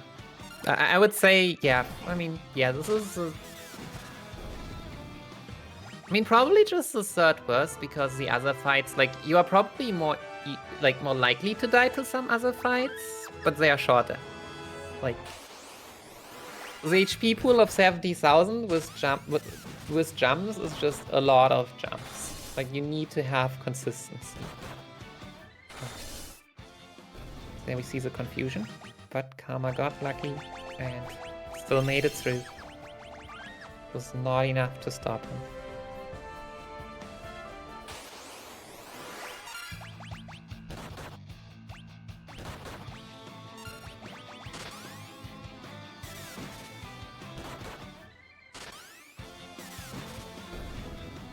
And Madelon now, after having gotten the statue, also on the way to Xander after a short cutscene.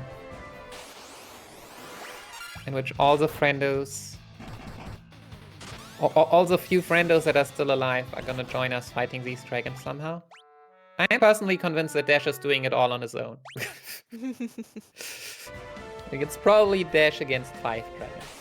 But Team Orc successfully one-shot Echidna. The weird Hulk Hogan kind of, I don't know, pink haired dudes are probably strong as well. Not sure about the prince, to be fair. I don't think he ever does anything. He's probably stronger than the old man, but yeah, I wouldn't trust the old man either. Or the prince either much.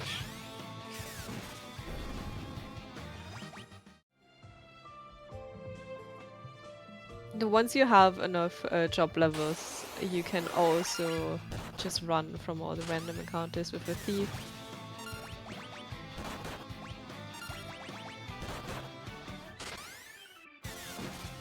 And yeah, I think it's a white mage because Team Mog just decided they wanted to see a white mage, which is totally fair. Even that is completely valid. Yeah, coming next to Ahriman. Ahriman is the one of the 4 bosses with the highest HP pool. For one, the highest starting HP pool was 70,000 HP. And for 2, it knows the spell Kiraja, which heals like for another 5,000 and happens probably on average 5 times, so effectively more like 100,000 HP. But has the same nice spell rotation as Sunday and Cerberus. Oof, Team Choco just died to Shinobi's. That was very unlucky turn order there. It happens way too often.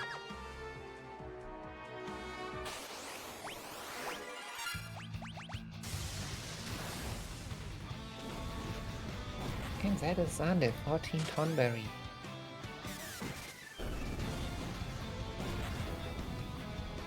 Very nice.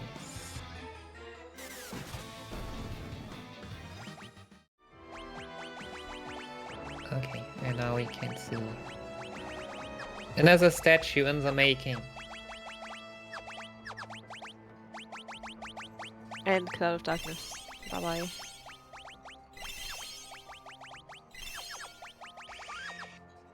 Oh yeah.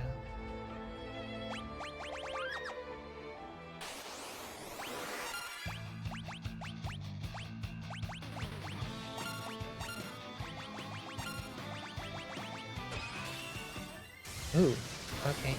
So, you see Karma for Team Tonberry actually doing this fight on these Kumkums, which use spells. What you could do is in Doga's Grotto, there is, what is the name again? An item that you cast Reflect on one of your characters, which you can use that in this setup on, like, with the Dragoon, on one of the on the minis in order to, well, make them immune against all those spells. But it seems like they haven't picked it up. I'm not sure. People have started skipping it. Which, yeah. I mean, I've also seen hamatet not picking it up, so... Which is why it seems they would go for more. Also, they have defeated Ahriman, and now it's, yeah, it's time for that boss.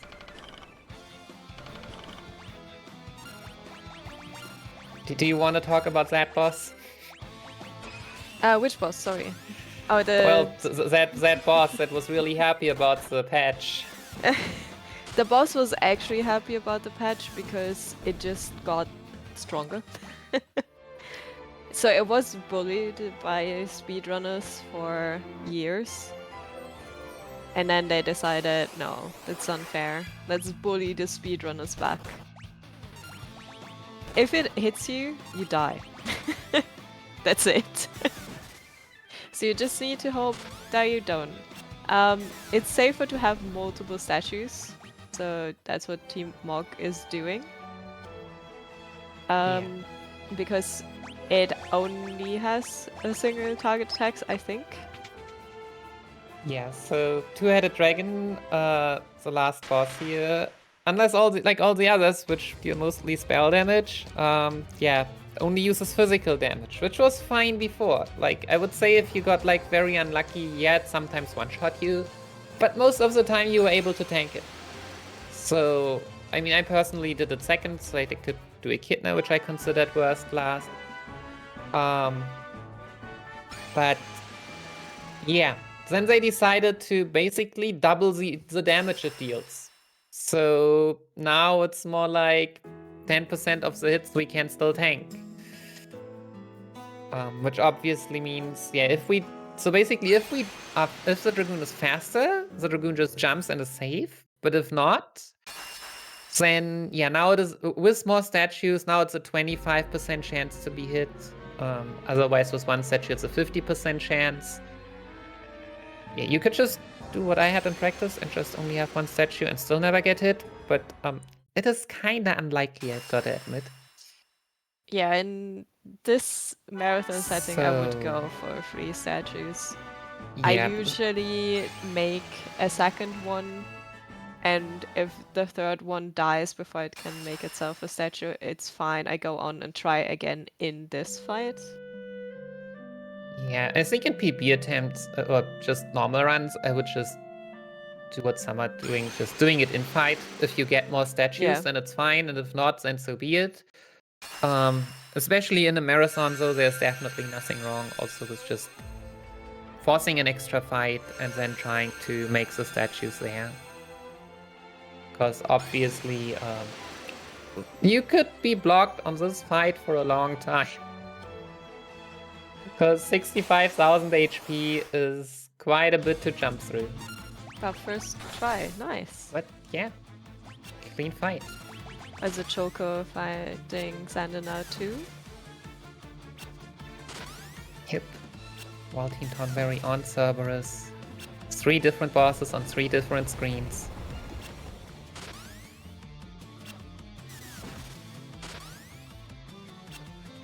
It's like they are basically all in one place, and the fact that the timer says that they're actually surprisingly far apart. I don't know, feels wrong.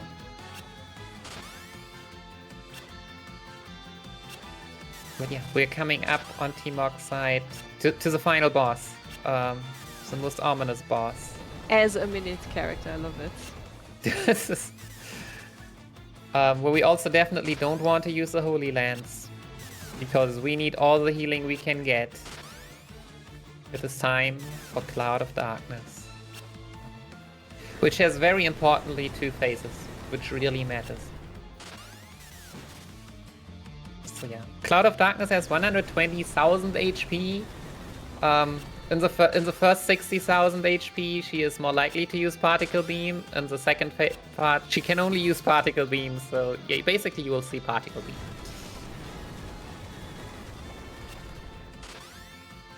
Yeah, this is a lot of luck. It depends on the damage rolls of Cloud of Darkness. It depends on the turn order. Zande took one. Zande, until now, by far the most dangerous boss. This is the second one, and that one actually kinda late even. I did not see what happened, I just saw that the HP were low and then Meteor happened. Yeah, I was focused I guess it on just Team Morgan. accumulated from not having healed as much during the jumps with the Holy Lance. Yeah, so this shows the advantages of 2 Blood Lances. Because the 2 Blood And Lances again, will almost heal you full. Almost certainly every jump you do. You can still be unlucky if the turn order is bad and you get hit 2 times in a row and that's high damage rolls, but... Yeah, so for Cloud of Darkness, you can see, I think the max roll, I think 1555 is the second highest. I think there's one in the 1600s. So if you get bad damage rolls and hit like high damage rolls and I hit twice in a row, you can get really low. What you could do then is throw an elixir. And then hopefully get hit for less, and then you are just at like, I don't know, 1800 again, maybe 1600 if it's bad. I know there are some people that just don't want to believe in throwing an elixir, but I believe that this is actually a viable option. If you get outsped while you are low, I mean, you die anyways. A certain runner told me to not use them. A certain runner? Wait, since when would you listen to Chris? I'm sure Chris is one of them, but I'm not sure who else is in on the propaganda. Chris is the only person I would throw under the bus like this in commentary, so... That's okay.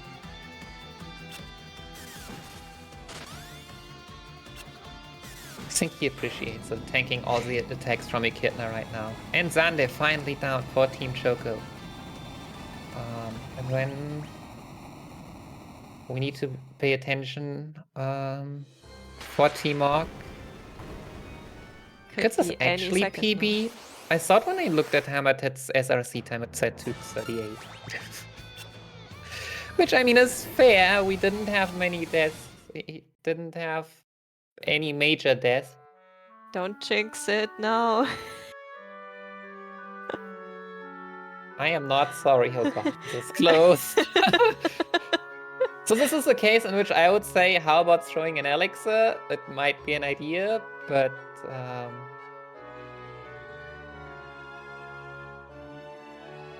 yeah. I did Come not on. count damage, so we'll Me just have to neither. see when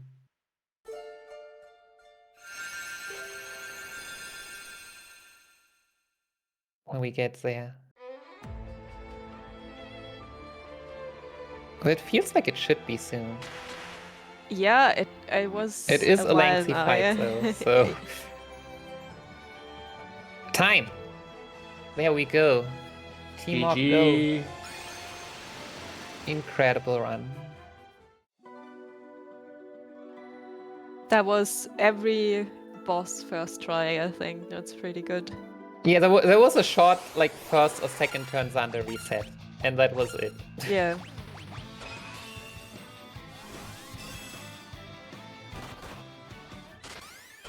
Sets.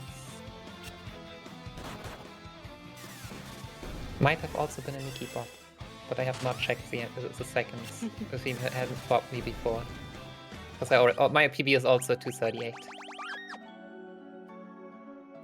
Team Tonberry is going to two-headed dragon, if I have the dungeon layout correctly in my head. That looked like lower right, so it would be Ahriman. Oh, I don't have the dungeon layout in my head correctly then. Yeah, a lot of learning this run is also knowing where to go and which shortcuts to take, basically. Like these little cracks in the walls. At the first Yeah, so few runs, I fortunately got in this lost game, so much. once you are in a crack, they will show you all the others. Yeah. So that is nice. Okay, Ahriman should be fine, hopefully. Yeah, Ahriman I is think- usually... Yeah, it's the least scary of them all. It already healed, wow. Yeah, there is still RNG. I mean, it could use Kuraja once, or it could use it 6, 7, 8 times. And Choco fighting Cerberus.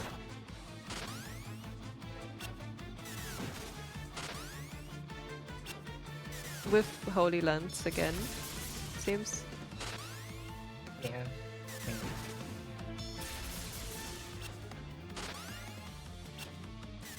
Honestly, at this point, I fight all except Cloud of Darkness with Holy Lance. Either Yeah. because I feel I don't need it, or because I just... It won't help me either way. I just wanted to get it over as fast as possible. I think it's for Cerberus, Ahriman, and Echidna you can debate. But two-headed, it doesn't help. You die when you get hit, so... Just use the Holy Lance.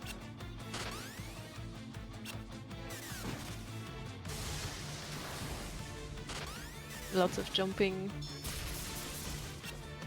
Do we want to let the FF12 crew introduce themselves, though? Yeah, let's Okay. do that. That's the time. Alright. Hello everyone. You might have heard me yesterday during the FF Forum. I am Harvey, and I'm joined with... Hi, I'm Roosta. You might have heard me yesterday in 13. Ready, you might have heard me from, no, this is my first one, sorry, never mind. Oh, I'm muted, aren't I? No, I'm not. you're fine. Hello? Probably some RPG limit break. Probably, somewhere.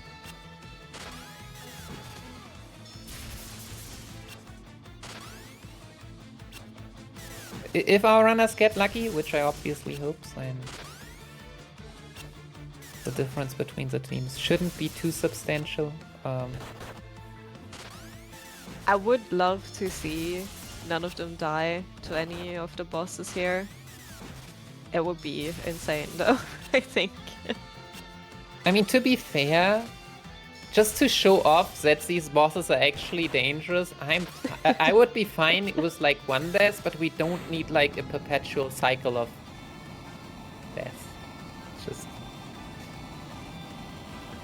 So Cerberus is down.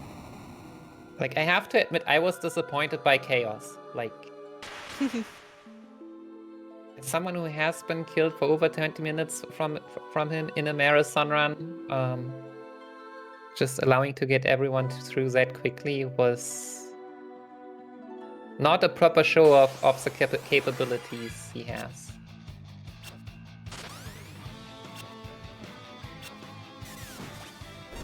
But yeah, that's Ahriman down for Madelon, so it's time to see how they will tackle the further statues that will most certainly be made. Pretty sure normal runs she does do them in the fight.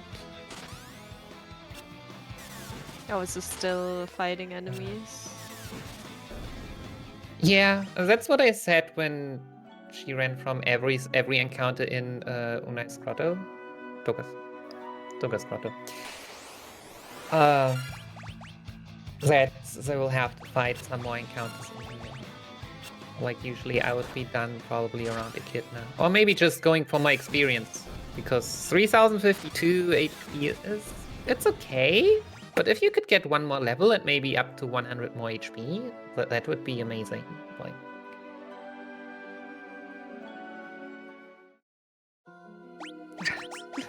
and then you find a random encounter that spends... Oh no, this was also only drop level 97. So 97, 98, yeah, she actually needs that one to get to 98, to hit a dragon to get to 99. Provided that these 4 turns actually do the job now. They do. Wait.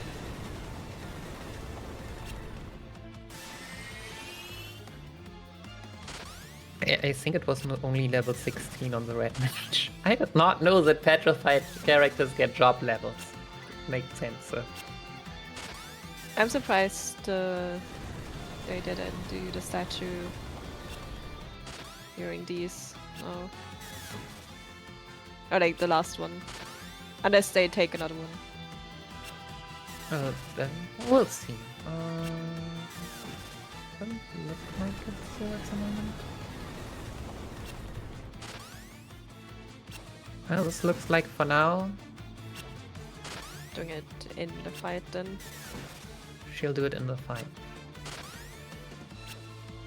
I mean, and if it doesn't work, then she can still do it outside afterwards, right? So.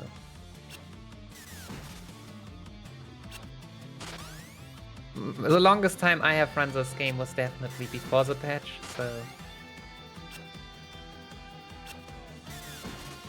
Ah, okay. I don't know how the odds are, actually. But yeah, by doing it in the fight, it's a bit faster. You don't have to force an encounter.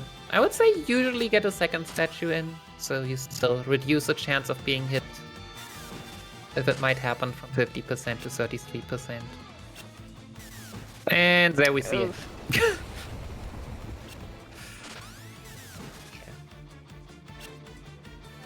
It was nice that it was an early death. It hurts much more if you die like a minute in. For sure. No statue. But immediately resetting after not getting a second statue.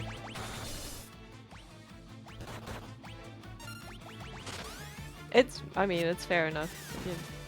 The chances of you surviving dropped drastically like this, so maybe rather reset than waste time. Karma and critical HP, but looking better again. I forgot that it like and death. another hit. Okay, we have enough deaths now to hit a dragon. We understand what you can do, and now you can stop. Yeah, Choco also died to meteor into a flare. Yep, that's just the killer combo. We're good on deaths, thank you, game. We can now finish it, hopefully. Alright, but Madelon gets 3 statues. Nice. Hopefully that stays like that. Sadly, the statues don't help you against Cloud of Darkness, really. Because the particle beam hits everyone.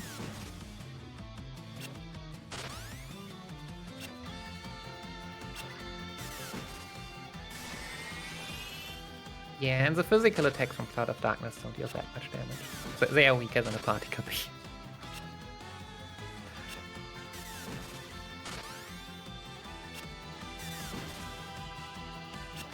Okay, two-headed, come on, be nice.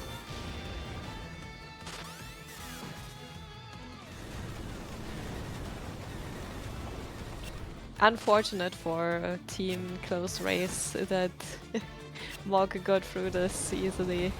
And now we see the deaths on the other two teams.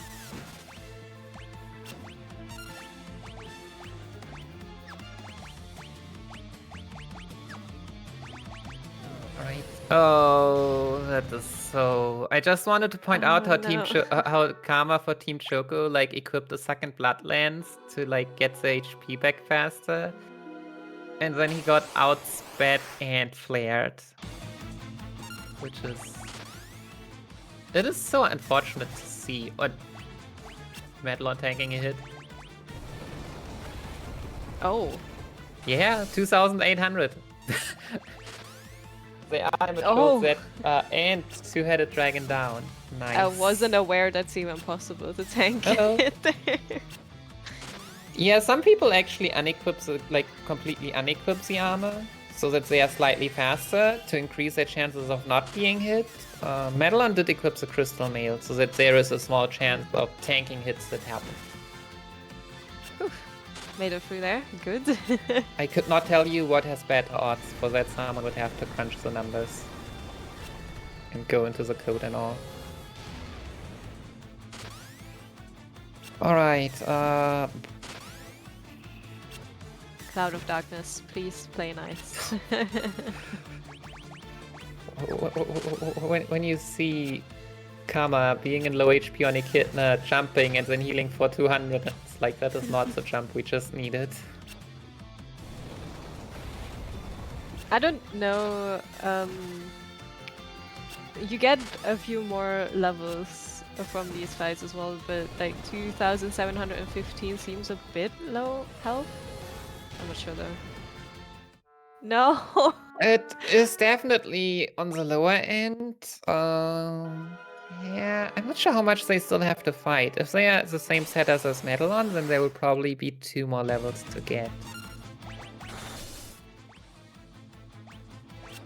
Which still ends up at around 2,900, I would guess.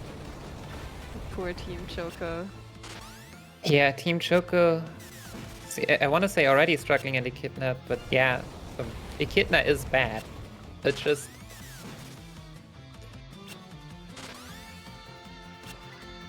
something that is easy to forget now that two-headed dragon exists, and I mean Cloud of Darkness being Cloud of Darkness as per usual.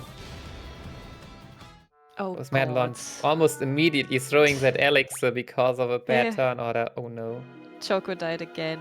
Another flare. That's yeah, I feel like we might almost get into the like perpetual cycle of we are at a part of the RNG where like it is random, but it gives you a randomly bad fight.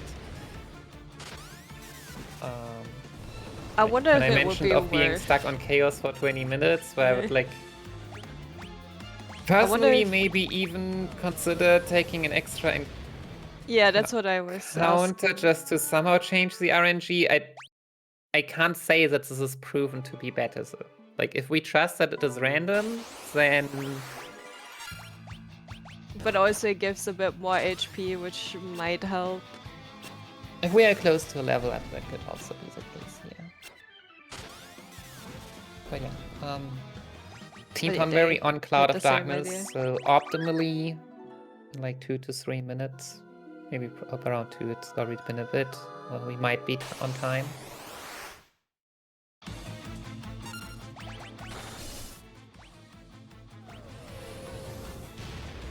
Starting off with a flare even.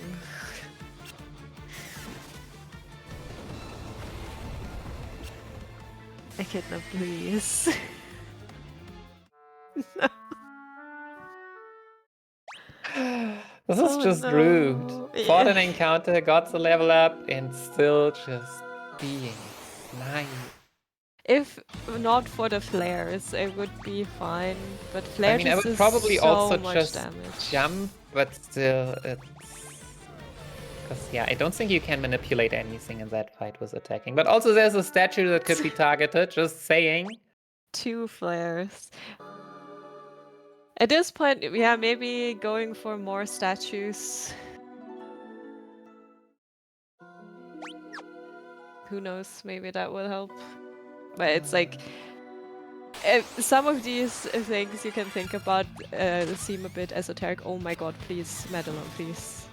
Madelon Don't die. using an elixir just to then again be screwed by turn No. order, and again, that was so evil. Like, this was almost 3 times in a row being outsped on the wrong turns, when sometimes, like, you don't even get 3 times poorly outsped in a whole fight. Final Fantasy III, why are you doing this? It looked like such a nice game, you know? It was behaving for so well so long, and then the first person finish, and then it was like, yeah, Yeah, Team Morg just had no holding all the back luck. anymore. I mean, as long as Team Morg was in FF3, the rest was also looking fine. And yeah, it is... Like, the amount of things you can do with execution here is very limited. Madelon was also fairly close to finishing the fight, I think. Like Cloud of Darkness couldn't have much more HP. I'm not sure. But it's always... I mean, I did not check the timer, so... I mean, in the fight, they fought Cloud of Darkness, I think, while Karma was on the 4th try of Echidna, so I feel like there was some damage done already. Yeah, like 80 to 90,000 would have been my guess, but... oh. No. Okay. Good damage roll on the heal though.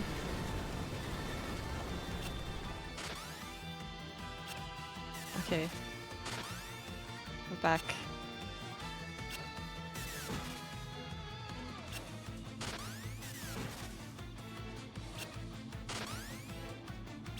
Also, Echidna, please just lay off on the flares.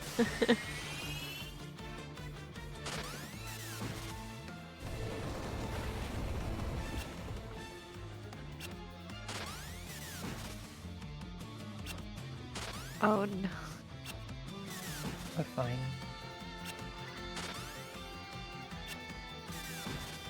The fact that the damage rolls can be so vastly different is also a thing in Final Fantasy III. Like sometimes, even with the 2 blood lances equipped, you attack and you just get like 700 HP back. And you're like, yeah, why? And now, for example, it was 2,600 HP, which was very good in this. Yeah, just a very high damage roll. But Echidna is down for Team Choco. Yay! Finally. One of the evil menaces is gone. Yeah, I did sign up for Final Fantasy III this year. I don't know if I want to run this in a marathon. Also pop-off moment for the FF12 people. Poggers. Of course, the human lead gets the good luck. The leader gets the best luck. So yeah, Tachibana just saved like what, 40 seconds with the 2 crystals? Yeah, about 40 seconds. Yeah. Yeah. Good times, good times. Yeah, I think we can give over once Madelon has been done it for most of it. But 2 crystal is a very rare occurrence that is always nice to see. Yeah, we can get into the math. It's about 7%, so...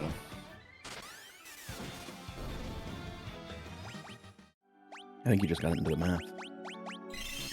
No, I have to explain all of the calculations, okay? Oh, okay.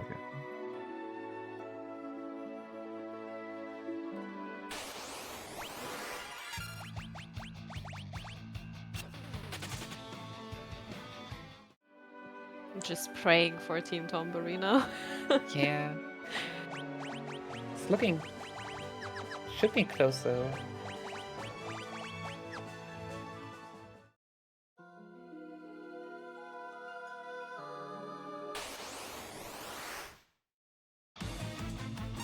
The one high roll was really nice. You saw Madelon even pause Time. reaching. Oh, Nice. time. Go Team Tonberry. Go, go, go, go, go! Bring it back. Alright, yeah, and I think with the FF3 fights, yeah, we have talked a lot about them, there is not as much going on. And FF12, at least Tachibana on Timok having progressed quite a bit. Yeah, we can start to do it. Thanks. We'll take over then for the end, maybe for the last minute or so, but you can have the main stage on the commentary. All right, great. Perfect. Thank you. Great Thank you, commentary Nicky. on that. That You. looks like a stressful run. It looks like Yeah, gambling, RNG, but in RNG. speedrun format. Alright, so welcome to Final Fantasy XII. As we saw, Tachibana earlier got pretty good RNG. So what we refer to as 2 crystal, to go a little bit into the future with where Zero is going to be in like 10 to 15 minutes from now. There will be a small little fetch quest where we have a Shadow Stone and we have to turn it into a Sunstone. But we have to interact with these obsidians, I think they're called. But we're just referring to them as crystals. And whenever you touch them, you get a percentage between 25% and 55% energy. And you need 100% energy to get a fully charged Sunstone. However, because you can't get either 25% or 55% or anything in between, there's a chance you can do the entire thing either in 3 crystals, which is the regular one, in 4 crystals, which is the slow one, which loses over a minute, and then there's the fast one, which Tachibana got, which saves 40 seconds. Yeah, so you can pretty much just do the math really easily. Like 25 to 55, what's the chance of 2 of those numbers adding to over 100?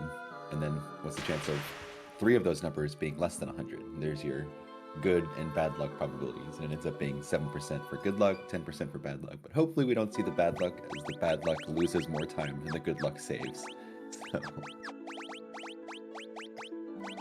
Kind of crazy. I think it's like a minute 15 you lose on 4 crystals. Like Yeah. it's a lot. It's Even a more lot. if you're, a top tier runner who doesn't know where the 4th crystal is and you always reset, as we've seen happen in the past. Is that a Pitted reference? Maybe. Maybe. I'm so early enough that we may as well restart if you get a 4 crystal. Oh, absolutely. It's just funny. You lose the Yeah. basics with the fundamentals and you don't have to worry about it anymore. Hmm. But we put the Meanwhile, cart before the horse a going little to bit. trend, So. Yeah. where it's usually a 4 crystal. Yep. But I just want to talk a little bit about what's going on right now. So right now Zero's going through the opening sort of tutorial area. I like to make a joke about Rex being the main character, but he's not. He's not long for this game. He's pretty much introducing the mechanics.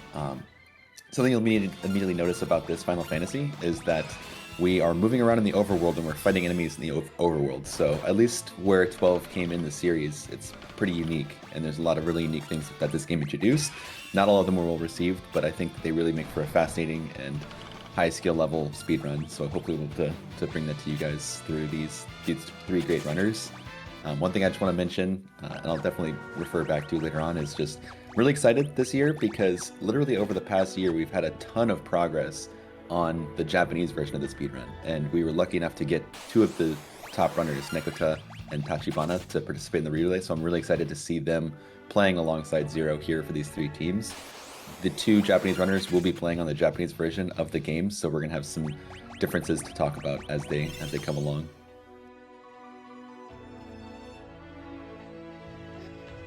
And as we are now seeing on Tachibana's feed, he did touch a crystal earlier because we are saving this run, because this run is notoriously known for being incredibly unforgivable, meaning, oh, you did one mistake or one bad RNG thingy there, and you have to reset. And one such thing where it can get really bad RNG is Dustia.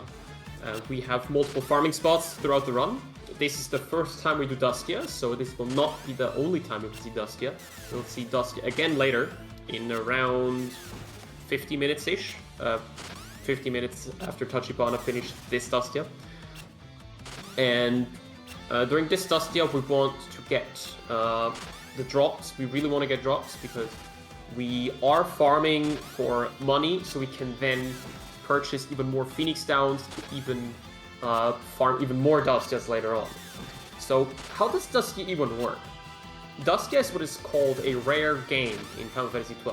Those rare games are strong enemies, which are not hunts or not particularly bosses, but strong enemies which spawn under very specific conditions. Dustia's condition is one character in your party needs to be at less than 10% of their max HP. So what we do is we damage the Vaughn down with a certain set of actions and make sure that Vaughn is less than 10% of his HP. However, the issue is when we use the Phoenix Down to kill Dustia, which works because Dustia is an undead enemy, and we just kill him like that and then collect the treasure, he doesn't respawn. But how do we make Dustia respawn in our case? So the reason why Dustia despawns, and I don't know why, is if you do not see the EXP and or LP when going out of the zone line when killing your enemy, if you then go back into the zone, Dustia will respawn. For some reason that causes that, and to this day I don't know why, but that's just it. And as we just saw, Tachibana reset because I think he did get a single drop. Yeah, 0 drops. I don't think he did either. Yeah. Resetting. So 5 in. Yeah. Importantly, why we're doing so many, or doing the 8 Dustias right now is to get Vaughn pumped up in levels to a certain level, which I believe is 11 or 12. 11. Yeah, 11. Which then the level that your characters join at is based off of Vaughn's level at the time. In Balthier and Fran's case, which will be the first couple characters that join, they will then join at level 12, and we need them at that specific level for some manipulations later on. Yeah, so one thing that's really cool about Final Fantasy XII is that it really introduces a lot of freedom in terms of what you're capable of. Like, you can freely control all 3 of your party members' positions and actions at all times, and you can control their levels a lot more than you could in previous games. And so, specifically here, we get Vaughn down so we can get this farm going, and this specific time is the only time we can really do this farm because 2 people are going to join the party, as Freda mentioned, Balthier and Fran, and they're going to be really, like, the levels we get here are going to help us through the entire first hour of the run, but it's not enough levels to actually do the rest of the run, so we're going to need to farm more later. Luckily, we lose party members and get this benefit back again, which is basically, when you only have 1 character in the party, that character gets all of the experience. If there's more, it gets distributed in this game. And so we will have another chance where Vaughn is the only party member, and we can do more Dustia leveling. And then Balthier and Fran will not benefit from that, but the characters we will eventually use that we get later will benefit from that. So that's why we have 2 Dustia farms. And also, this is the earliest we can do it because we've just progressed through the story enough that Phoenix Downs become available in the shop. And so as soon as the shop opens, we pick them up and then level Vaughn as much as we need to, which is 11 levels right here. 11 levels just being a good balance between how long it takes, it's about 20 seconds per Dustia, and the benefit of getting through the next dungeon with these extra levels and the extra gil that we should be getting. I'll also mention runners are nothing if not superstitious, and I would definitely expect people to be like, oh, classic 2 crystal luck. I get the 2 crystals, but then 0 drops from Dustia. So.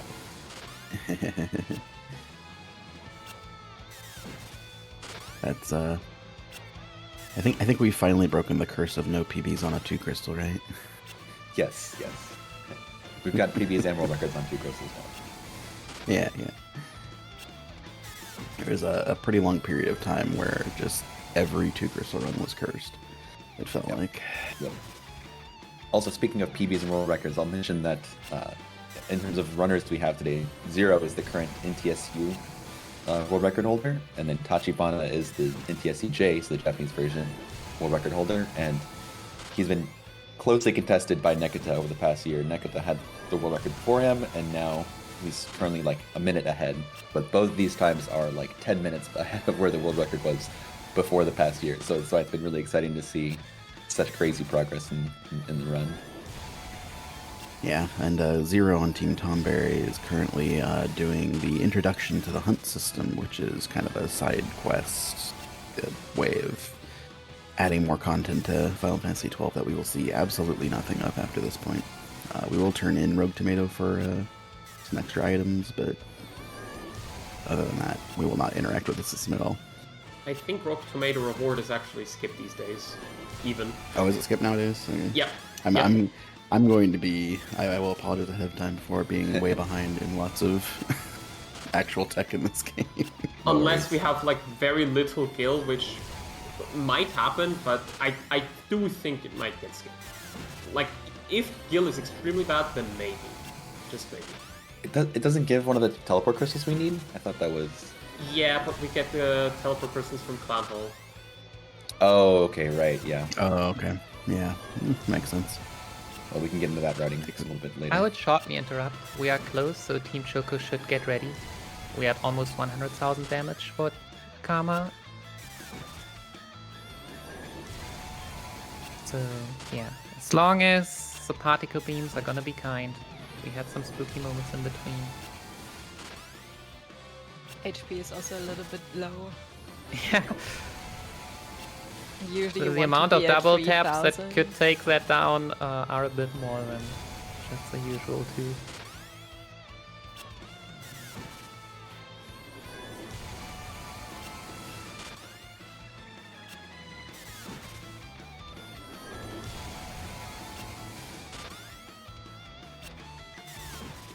But yeah, as long as we get the normal turn order of jumping first, everything is gonna be fine.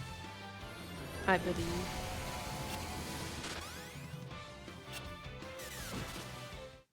And time! GG. GG. Jeez. I cannot stop popping my head to GG's. this theme. This theme is so good. It's so good. Nice to see that at least after Echidna, FF3 was kind to Team Choco. Yeah,